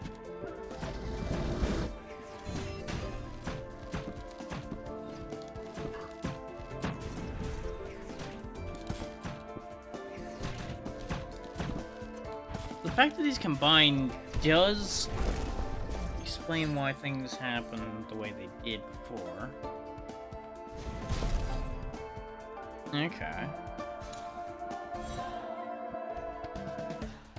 So I suppose there's always the question of whether... or it's because you're particularly vulnerable to that kind of narrative as well. Which I'm not asking that as a question for you to answer, just as a thought.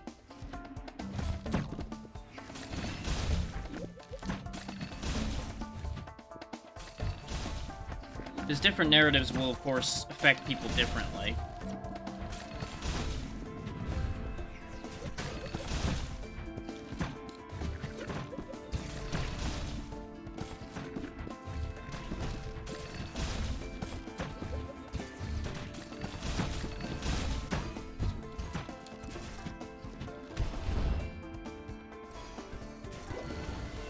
I meant to look to see what the combinations would have been between these, but, well, we're here.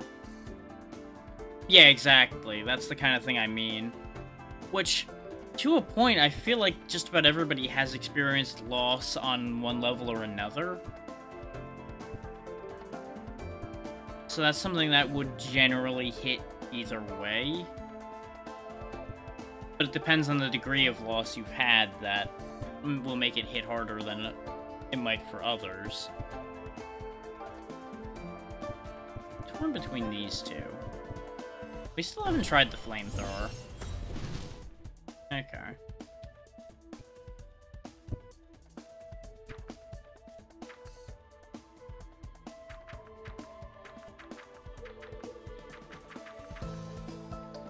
Yeah, you need to have one of those for that to appear.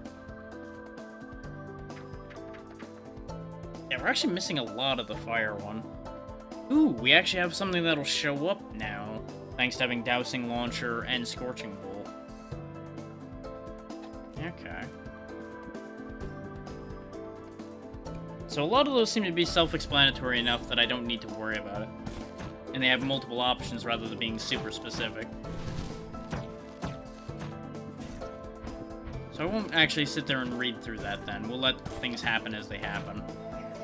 Just means I need to not focus hard in on one spirit in order to see some of those. Which I think is why we were not seeing very many of them, is because we tended to focus one spirit at a time to soak into their mechanic more.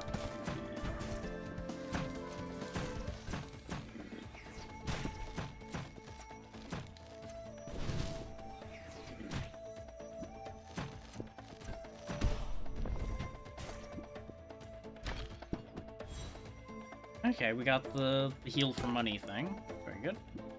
Money for healing, rather. Well, we already got that one. I wish I could back up to... Wait, hang on. I can still look. Okay. So is there one on the other side for this one from that same combination? Yes, there is. Okay, then we're going that way. That's what I wanted to know. I wonder if it's the same one on both sides, or if there's, like, counterparts to those things. We'll find out. Because I'm definitely curious about that. And I'm gonna say right now that the different masks being available definitely increase the longevity for this game for me.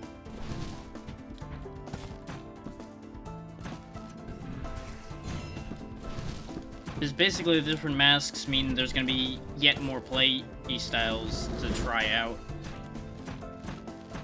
So I'm definitely one of those people that once I run out of things that are new to try, I kind of fall out of a game.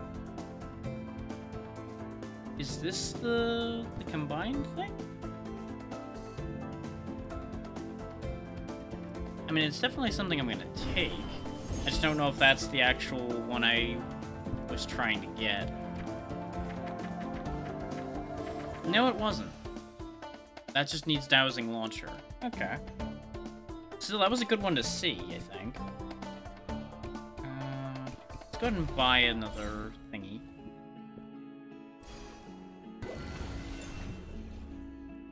I think I've seen all of these already.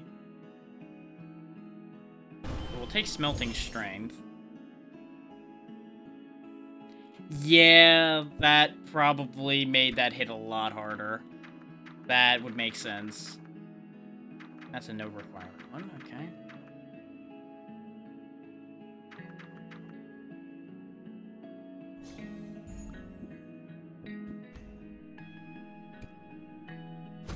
You would, of course, be focused on that situation, consciously or not, the entire time.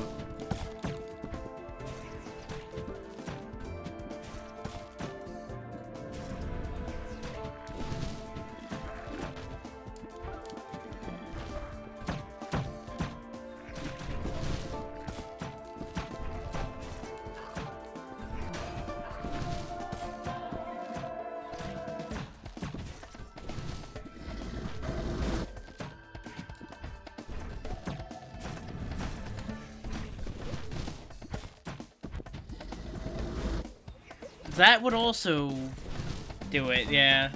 If any particular one of them especially resonated.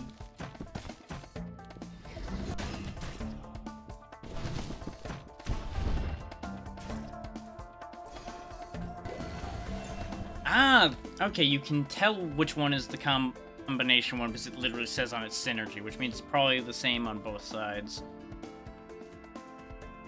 Ooh, so burn basically causes like a vaporize.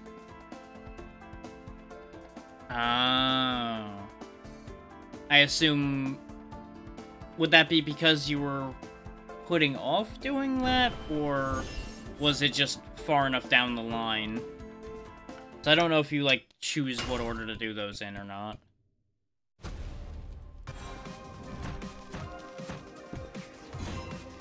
Okay. Not knowing how the game worked led me to have a split decision thought-wise there, so it seemed best to just ask the question and get it over with.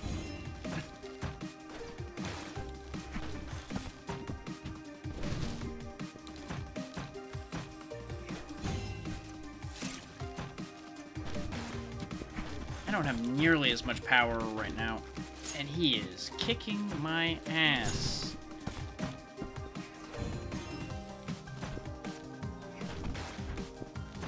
Doesn't help that I keep making stupid decisions trying to fire the launcher at close range. Come on. I fucked up.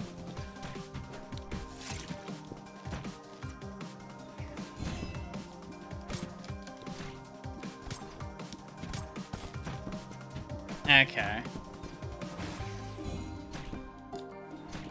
I could see that kind of game going either way on that one. That's why I left that open.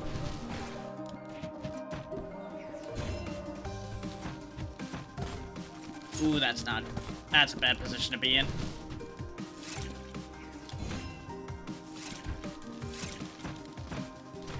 One more touch and we are toasted.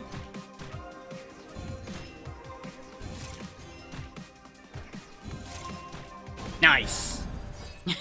Got one more at the last second. Okay. Whew. Take the extra corrosion. Because we do apply a lot of doused. Drenched. Whatever the word is. How much money do I have? I'm gonna need the money,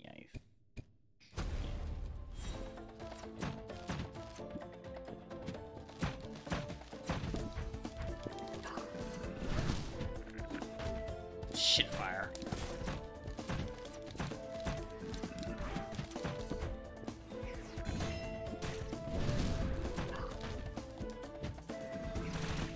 I think getting that synergy move might actually have been a mistake, because now it's changed the way I'm playing in an unhelpful way for me. Because I'm now forcing myself to try to actually make use of that synergy, and it's getting me in trouble.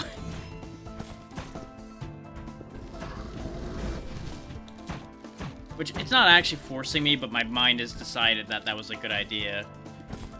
And I only really became aware of what I was doing now.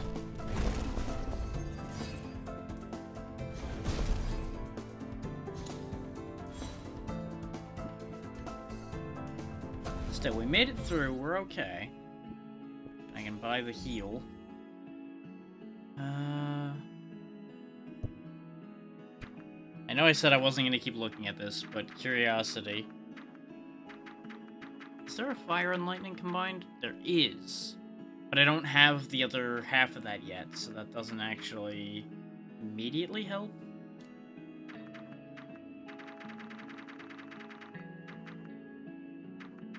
Okay, yeah, I can literally just look at this one and tell what I can combine what I have with. Ugh.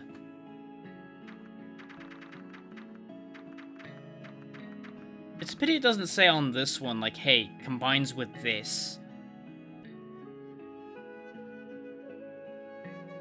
Let's go ahead and take the lightning one regardless, though. And I didn't get what I wanted. Welp. That's unfortunate.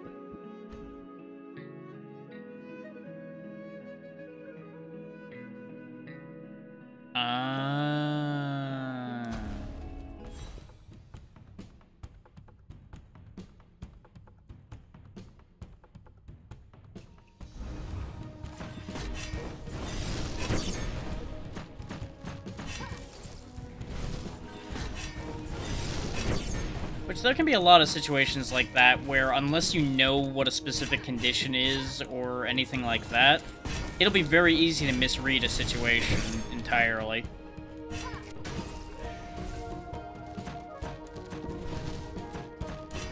Damn it. I waited too long. I thought I had enough time to get that last shot in. Well, we learned a few things. We also learned how painful a sword to the chest feels. I have faith in you. I'm glad you have faith in me. Give me more things. Okay, I've been using the bow a lot. Let's change it up. Let's go back to punching for a little bit. 'Cause I think with the hit a lot of enemies these multiple times thing, it fits together. Okay. It may also be part of the issue is the people aren't actually paying that much attention to what she's saying.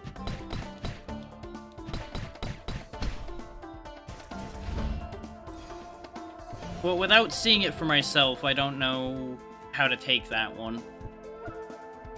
I think Spiritfall is on Game Pass, so I could take a look at it at some point.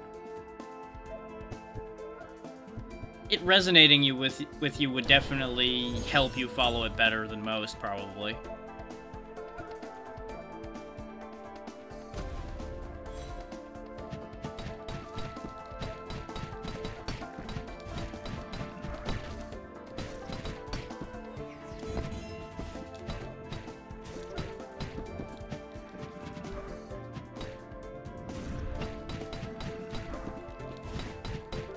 Though you do have to ask yourself the question of, were you filling in some blanks on your own on that one that weren't actually indicated?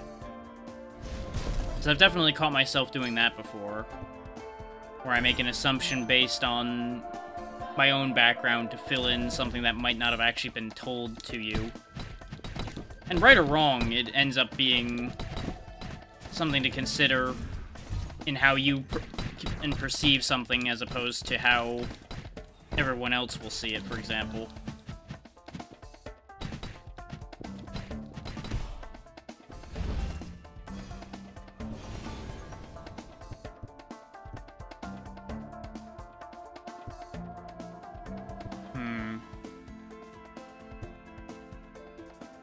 Yeah, we'll go ahead and go with Burning Fists. And I do like the little touch where they added the flame trails to these. Now, is that something that actually works together at all, or did I just grab random crap again? Ah, okay. So their situation kind of, like, shifted their perspective a bit, so that's why the way they perceive things ends up being a little bit off. I can understand that.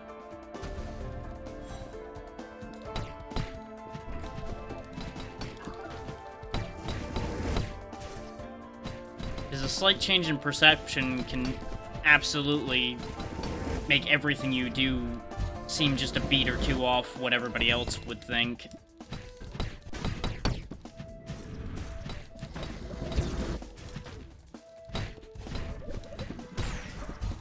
And it doesn't take a lot to make the way you see things and act and everything confuse other people.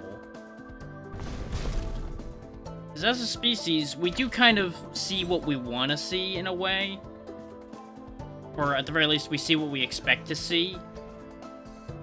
So when it's not something we expect, it sometimes gets more complicated to understand something. I'm not explaining that thought properly, but understand there is something more profound behind the mess of a sentence that was.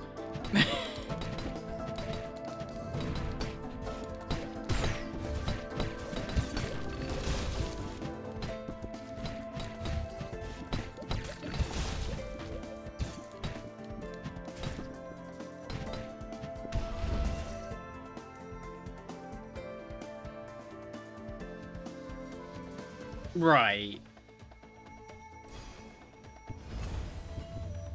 Having that to connect to helps a lot. Even though it's a mixed bag on the whole thing. It at least does give you a resonance point. Right.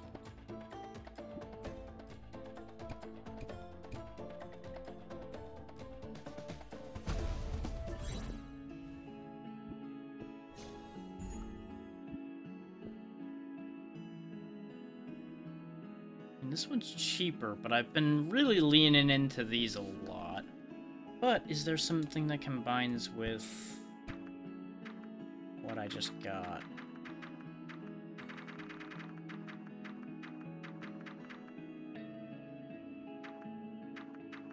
No, those two don't pair unless I get Deep Rend and Open Wounds. Which I might get. Do I want them? Well, that's the thing, is sometimes all it takes is the right cue to kind of tip how you see things. It's kind of like having the last piece get dropped into the puzzle. So it all just kind of starts to fit together a bit more.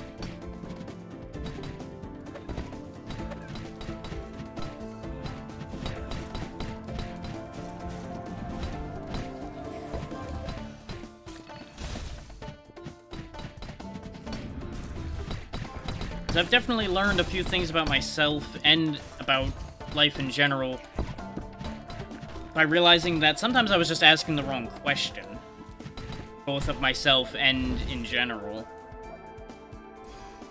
But you don't know to ask the right question because you don't know what question to ask. If that makes any sense.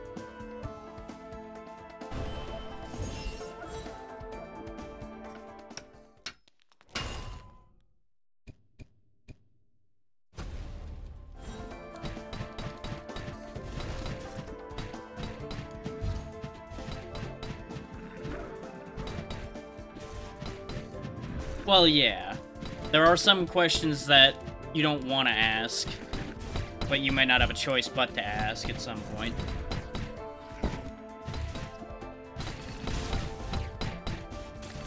Because there's a certain degree of confronting yourself we all have to do at some point.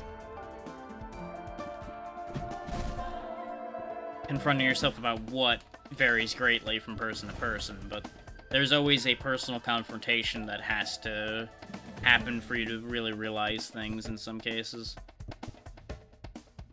Yeah, exactly. And I'm just as guilty of that. I can absolutely guarantee you that. I have not yet begun to catch myself out on some of the shit I just let fly, even though I shouldn't be making those assumptions.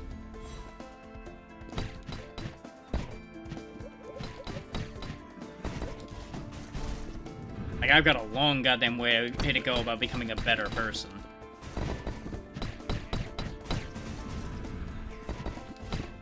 But it's important to acknowledge that. That's one of those big first step type deals. Yeah. And that's the kind of thing that people who are like, well, what if everything was always, you know, if everyone was always honest, everything would be great. It's like, well, no. There's a lot of bad things that'll come from everybody always being honest about everything. There's a lot of truth you don't want to know.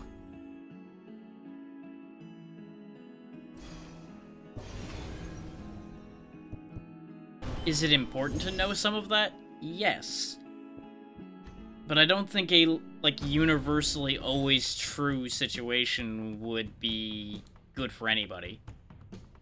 I hate to admit it, but I'm impressed by your determination. Let's do this.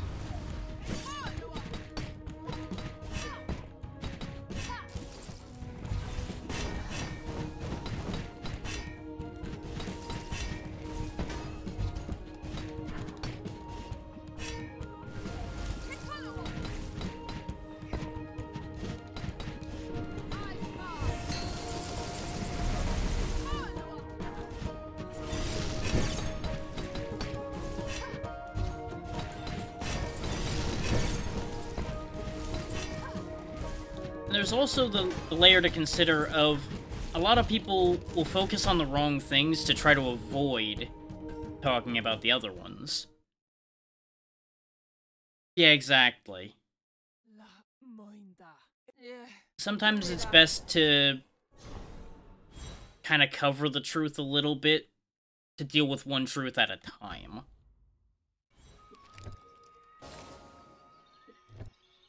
Is it the ideal solution? No, but solutions to most things are rarely ideal. A lot of things in life are a case of going from workaround to workaround to try to make the best of a situation rather than having everything be perfect. Because nothing is perfect. Haxer launcher. Okay, yeah, that's something I do want. These are actually not the best set of bonuses, so I'll take that one and that one. Instead of taking both major bonuses, because that other major bonus I don't think fits me that much. I don't really need shield damage.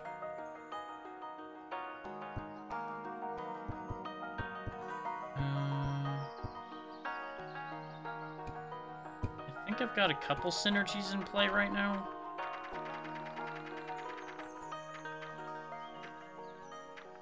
Yeah, I've got open wounds and adamant, so I might get that.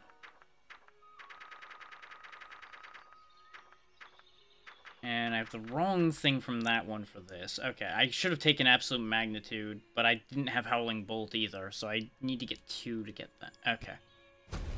There's a lot of processing happening, figuring out how those combinations work.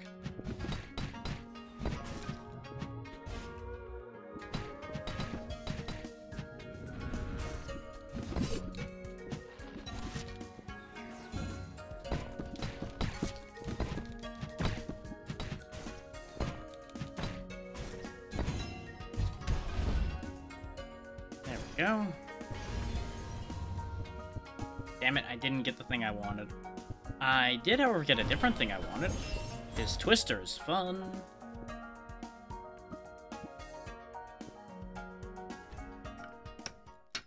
Okay, we'll go ahead and beat him up. I wonder if they give you these Blight opponents based on which weapon you're using.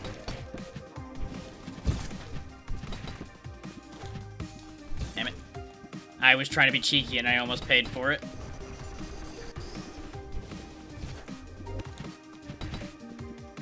Because they're really mobile, so what I was trying to do was punish them being over the ledge by just slamming them straight down the hole.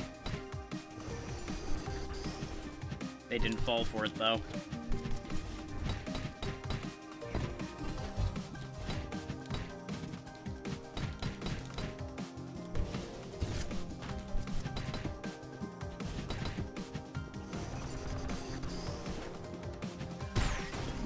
we go, that's 2.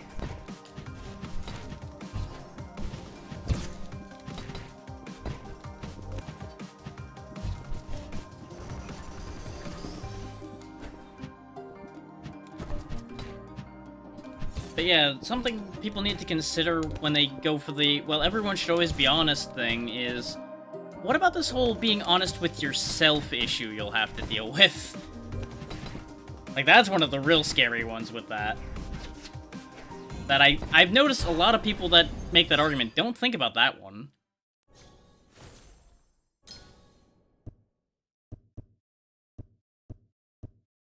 And that one... that screws people up. when you drop that idea in their lap.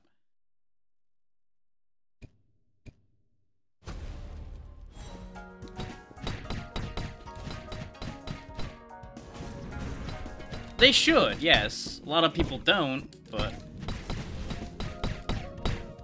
it makes life easier and harder when you're able to be honest with yourself. And I can't even say that most anybody probably is completely honest with themselves, even when they do get started on that idea.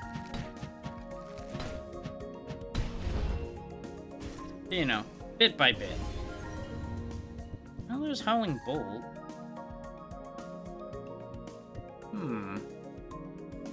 Wasn't it Constellation I needed for something? Do I even have the one that Constellation goes with, though?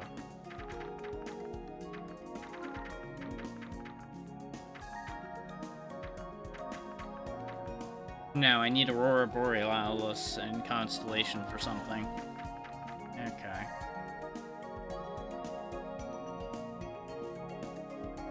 I don't want Moonscar.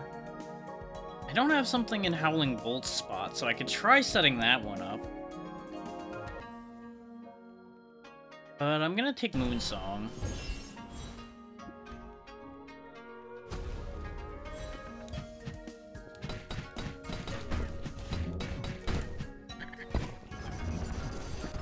I say as I promptly consider a positioning where I was like, yeah, I'm gonna use Howling Bolt now. It's like, right, I didn't take that. Oops. Good job, dummy. Way to go.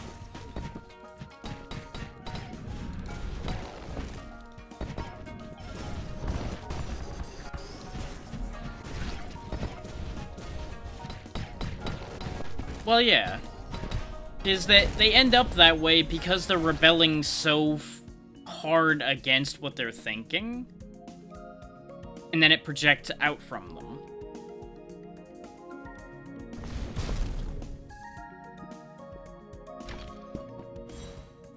Oh, wow. Massive sweet spot damage.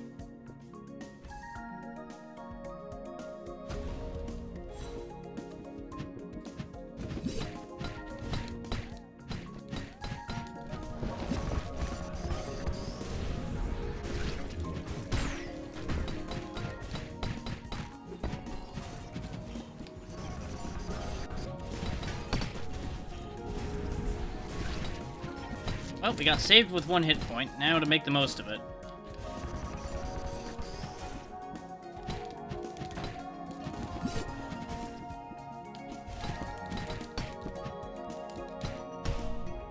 Got him. Okay, we're no longer as near death. We're gonna die anyway, but we're no longer quite as near death. Wait, hang on. Huh. That's a neat touch. The extra hands also go flat against the wall. Huh. What do you know?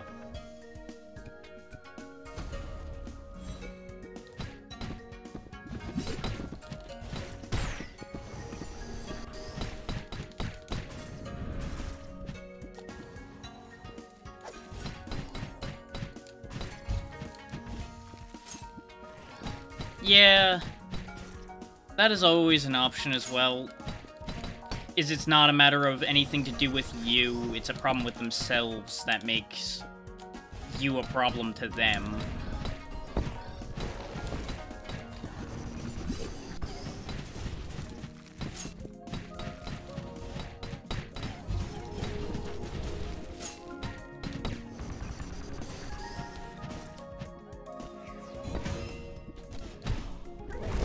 Which, personally, I've always been a firm believer in. If what you want and are doing doesn't hurt me or anyone else, do what you want. Doesn't matter to me. Be who you want to be, do what you want to do. Just don't fuck up anybody else's lives doing it. It's as simple as that. A lot of it is. But there's also a significant layer of... It's also being perpetuated by people teaching how they view things, and how they view things is already slanted by their own perceptions and such. And as a species, we're kind of not going to be able to get away from the perception issue completely, ever.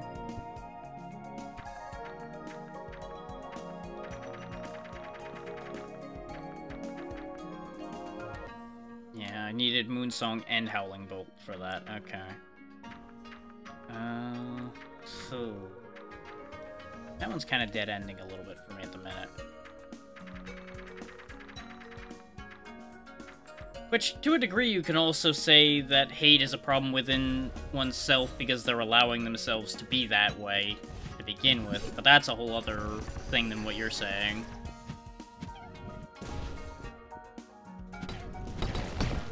Yep, that bomb was stuck there. I thought I punched it away. I did not.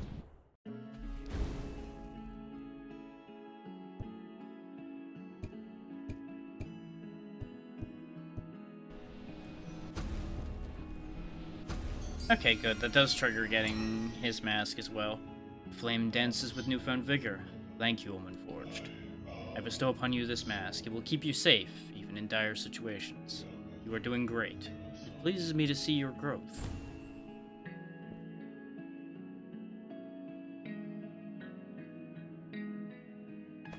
And that's why I was focusing on grabbing those embers, is so that we can collect some more of the masks. Deal 20% more damage when you have over 80% health. For 2 seconds after being hit, deal damage to enemies to recover up to 60% of your lost health. Well, I think I'm gonna be wearing that one a lot.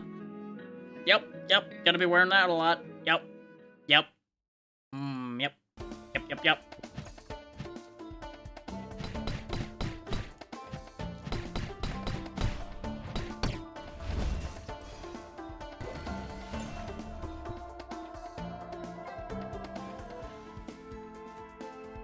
Yeah. I mean, it's a simple matter of people shouldn't be trying to decide shit for other people. We can just start from that point, and, you know, there you go. The rest kind of goes in line from there.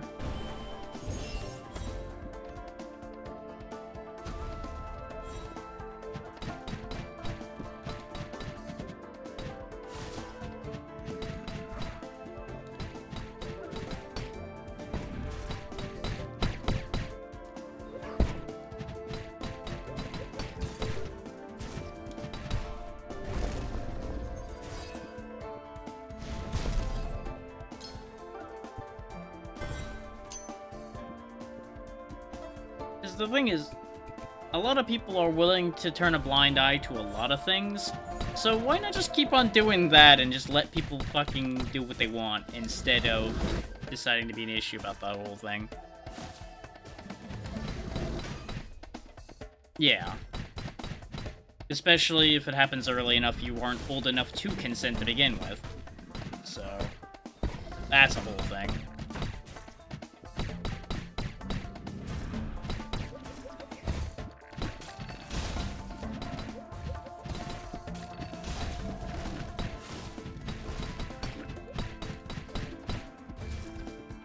Right.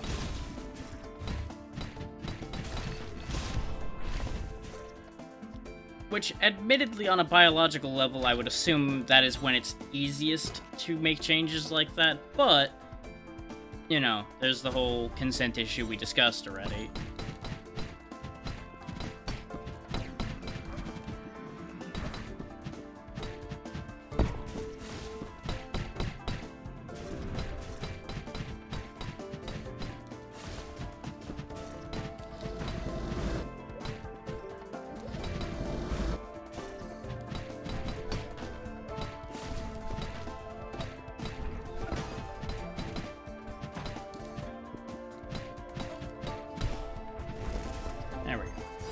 We're definitely holding on to more health now that we can steal life. But that's not surprising. Lifesteal tends to do that. Let's go ahead and take Tides of Conflict. Now, I will say, probably in the next, like, 20 or so minutes, I'm probably gonna wrap up so I can... both so I can do some other stuff, and because it's really fucking hot in here. And I would like to stop boiling alive. As much as I've been having a good time both with this game and this conversation. All good things must come to an end at some point.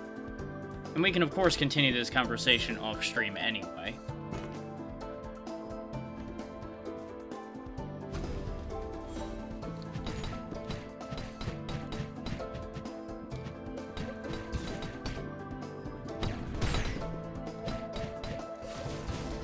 Which I will say, this is something I want on these streams, is people being able to talk about whatever's on their mind. But also, we have to have the space to get away from things as well. Both are a valid part of how this whole thing should be working.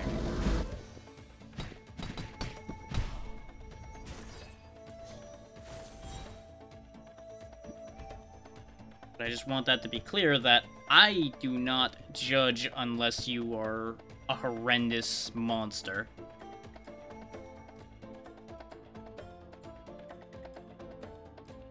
Right.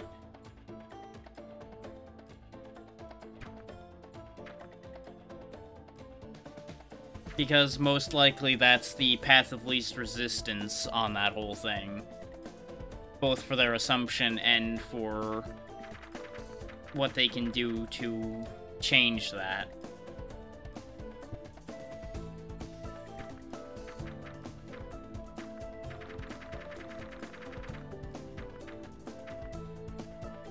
Okay, so I can combine Dowsing Bolt with the Lightning thing, so let's go get the Lightning thing then, in the hopes that that actually happens.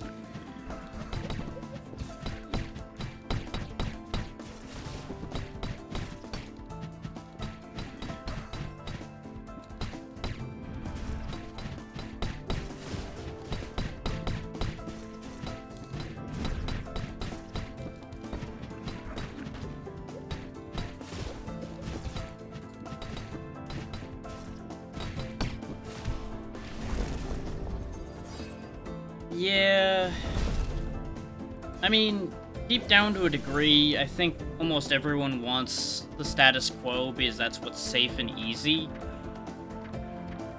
But everyone's idea of what the status quo is also kind of different. Because it's what is the status quo that benefits me the most, me being whoever is speaking at the time. That is pretty much part of it, yeah. We all like our easy solutions.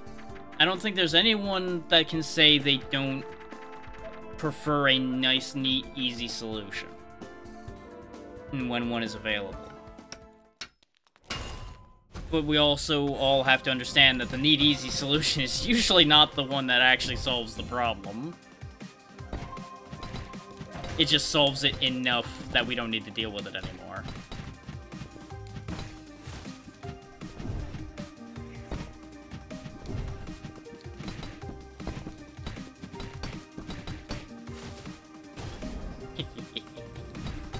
Shove him right on down into the abyss.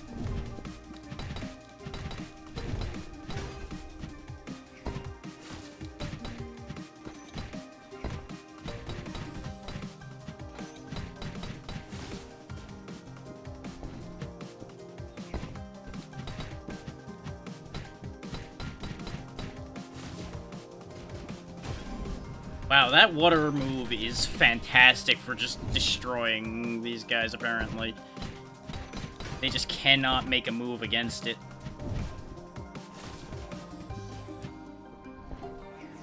Provided it's angled correctly, of course. There we go. Perfect 3. Did not get the synergy, but that's okay. We'll go ahead and take Voltaic Attack as well. Thank you.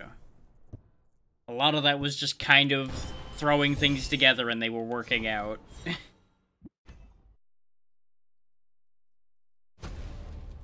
I'm reaching that good point of autopilot with this game where I'm not thinking too hard about it, which is allowing me to make deeper thought with what to do instead of worrying about every single move I'm making. And this is where things start actually stringing together, rather than resisting every move I'm making.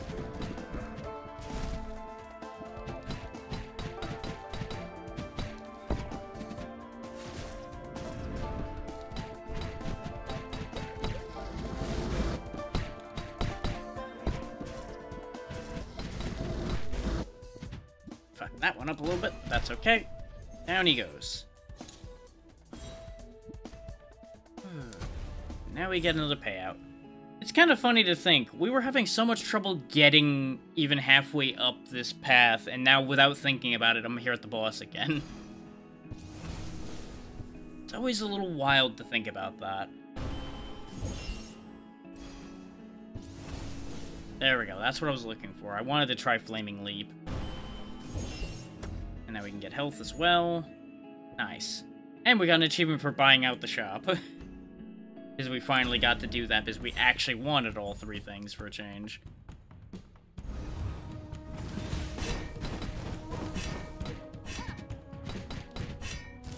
We never did get an upgraded dash, though. That's the only thing we don't have, filled slot-wise at this point.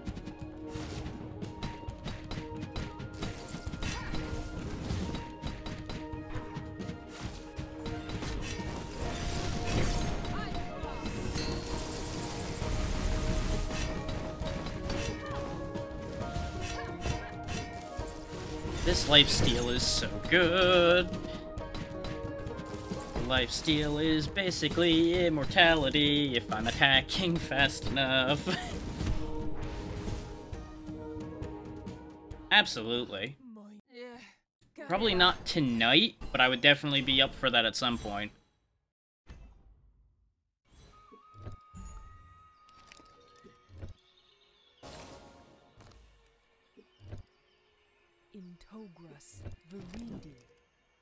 So I'm probably gonna have my hands full a decent amount of the night tonight. Go ahead and take Sucker Punch again, because that one's good. I do kill with the launcher a lot, so we'll go ahead and take that one. And we'll take the perfect launch bonus. Yeah.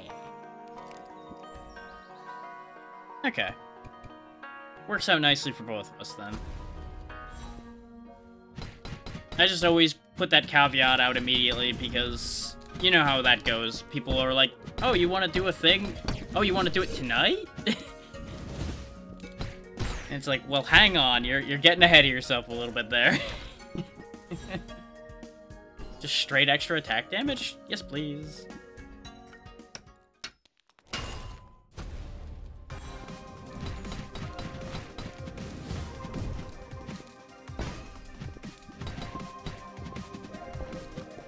Nice. Both getting a chance to play that and getting to see people you haven't seen in a while. Fantastic news all around.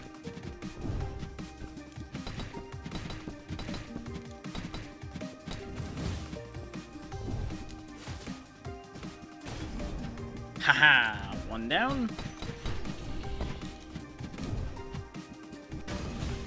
Ooh, I can aim that flame dash too.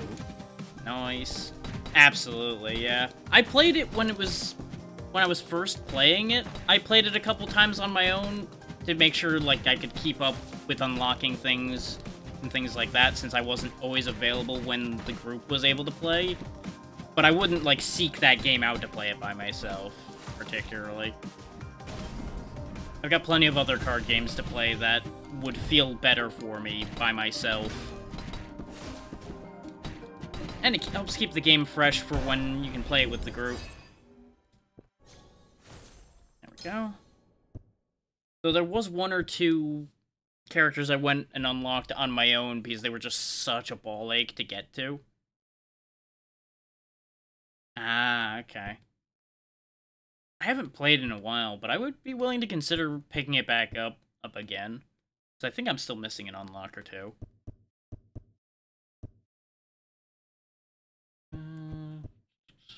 More launcher damage.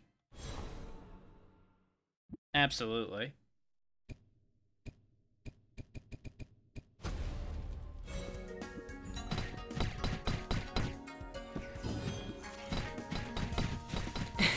Well, you'll get along with me fine then, because I do weird. I do a lot of weird. Yeah.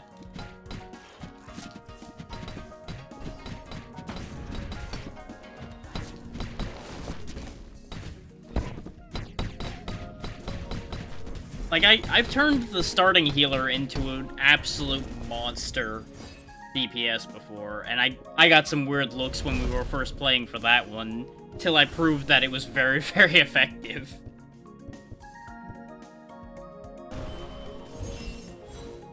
Is you can stack some scary layers of holy damage up for him. Yeah, exactly.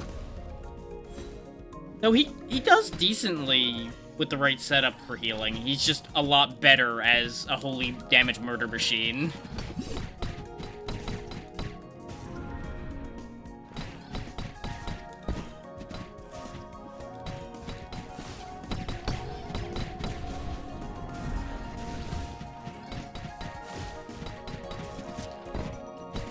I would agree with you, yeah. Because it's not a hard setup to make, and you also have the cards for it, like, right out the gate. It's just the standard assumption of people go, oh, that's a healer, that shouldn't be attacking. And that's what made people give me odd looks for it. It's like, no, attack with healers, have fun. I like attacking with healers. Yeah.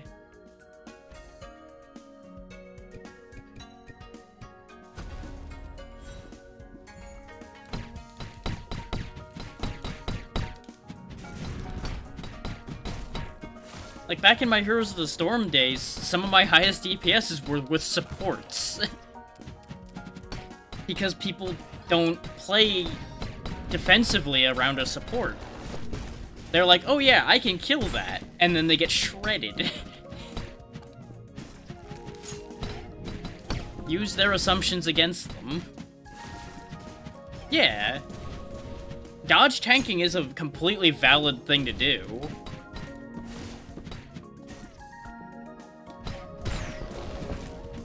I can't say I've done it, but I could absolutely see it working. Mostly because I was typically using one mage, one healer, while my counterpart was using one tank, one physical DPS, usually, was what our setup was. Since I was playing with one other person. Do I want this? Yeah, I don't need the 25 max health anymore. We can go and get rid of that.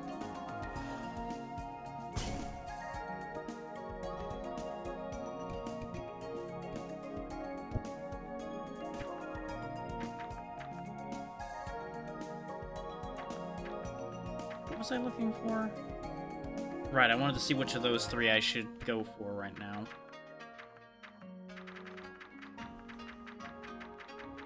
I'm also kind of taking my time a little bit more on this run since I already had pointed out this is last run.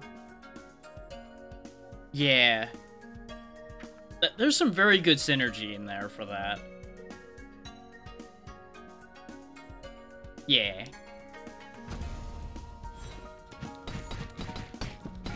Though I am going to be rusty as hell with that game, because it has been a bit.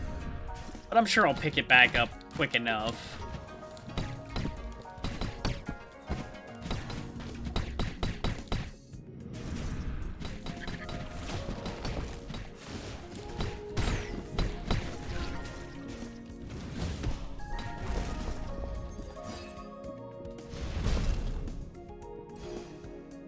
Because for all that there are some wild things you can do with that game, it's not that complicated a game.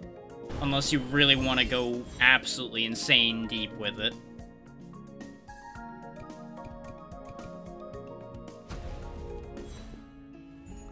That would make sense, yeah, because you had said that you played primarily with that one other person and you hadn't seen them in a while.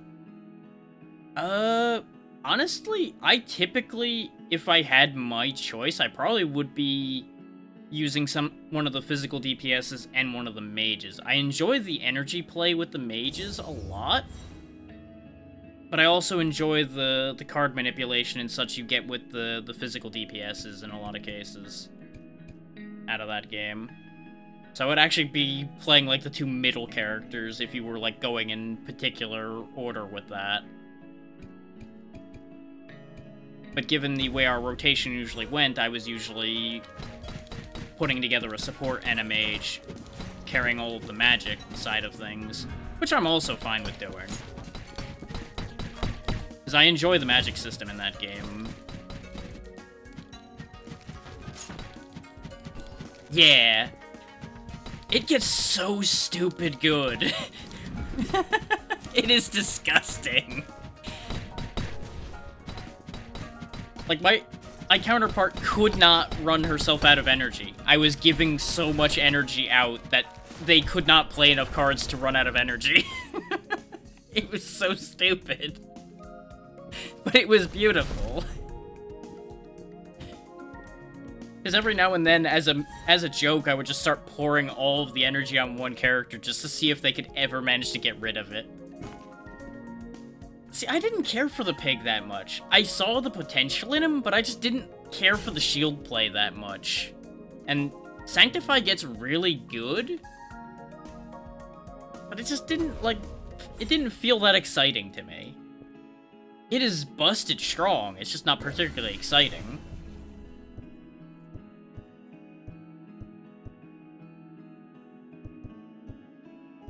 I wanted to make the Voodoo Lady work, but I was having some troubles with that one, and I didn't play with the Illithid guy much, the last one you get.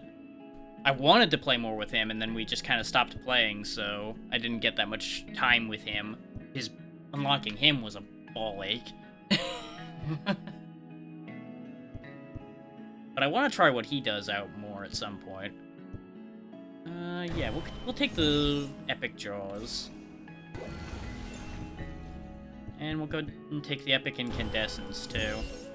Since I don't have any synergy options in there. We finally get to see Boss 2 again. Yes, yes, impressive. You're gonna stop me, oh boy.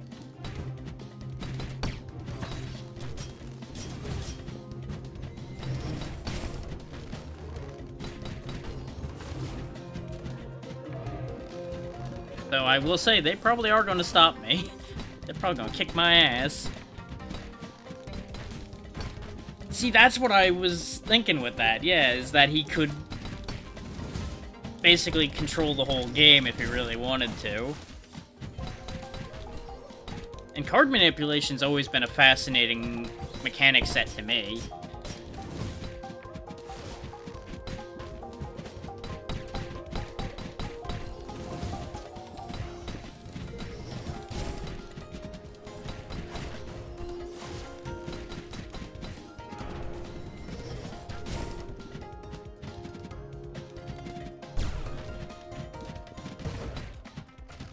Yeah. That would be the right choice for that, just because you need that stability that he provides with Sanctify and everything. Yeah. Because the damage on the higher madnesses really starts stacking up a lot, and your shield capacity on a main tank isn't gonna keep up that well. Unless you're pouring a lot of, like, extra energy into the tank. In which case, then you're having more trouble killing things. The balancing on it gets complicated. Also, I'm realizing I unintentionally went completely left to right almost with these masks. With this mask, you shall dominate the skies. I will be there wherever you go, watching from above. Yeah.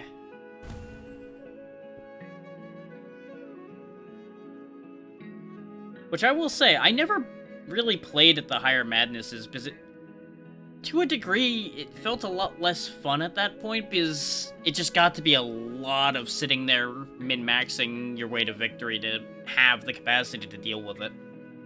When you slay enemies while in the air, refresh your air jumps and gain 30% damage for 7 seconds. So this is all about air battle. I'm gonna keep the green mask, but like I said, we are done for the day at this point. I'm gonna go find us a raid target and get ready to deal with some of the stuff I gotta do. Okay. I assume that ends up being kind of a sweet spot for how you play.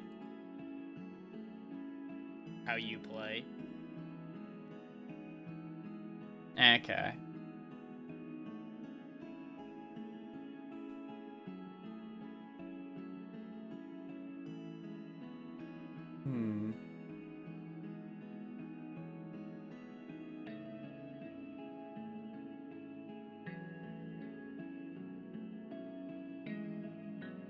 Got a couple good options here. Go ahead and tell me what we're doing here. I've basically narrowed it down to 2, as I tend to do. Oh, he's doing the July challenge already? Hang on, I might go over there in a second, depending on what the challenge is. Wait, yeah, he didn't even post about the July challenge yet. Sneaky, sneaky. I mean, he is the one running it, so it's only fair that he gets first shot at the challenges. But still. Shenanigans. Either way, Coin, tell me which of the 2 I'm going to. So I do not feel like making the decision right now. Okay, easily done. Crimson won the toss. Honestly, probably someone that'd be pretty good to introduce you to anyway. Because Crimson's good people. So, thank you all for taking the time to be here today. This was a lot of fun, and I'm definitely going to play more Spiritfall. I don't know how much more of it I will play on stream. We'll see how that plays out. I do have a couple things in mind, potentially for Monday, so we'll see how that ends up playing out. So I picked up a couple things other than Spiritfall today, but I'm going to keep those under my hat till I test them and decide if I actually want anything to do with them. And, of course, Humble Choice will be coming out on Tuesday. So don't be surprised if something from that ends up popping up on Tuesday's stream, if it's any good. Humble Choice has been a bit of a mixed bag lately, as anybody who's been using it knows. And, of course, there's always the chance that Game Pass will spit out something good that I will immediately show off. But I'm rambling at this point. I'm going to go ahead and get this timer started. Be good to Crimson, because as I said, she's good people. And I will see you all, hopefully, on Monday. If not, sometime, somewhere. Have a good one. Goodbye. Absolutely.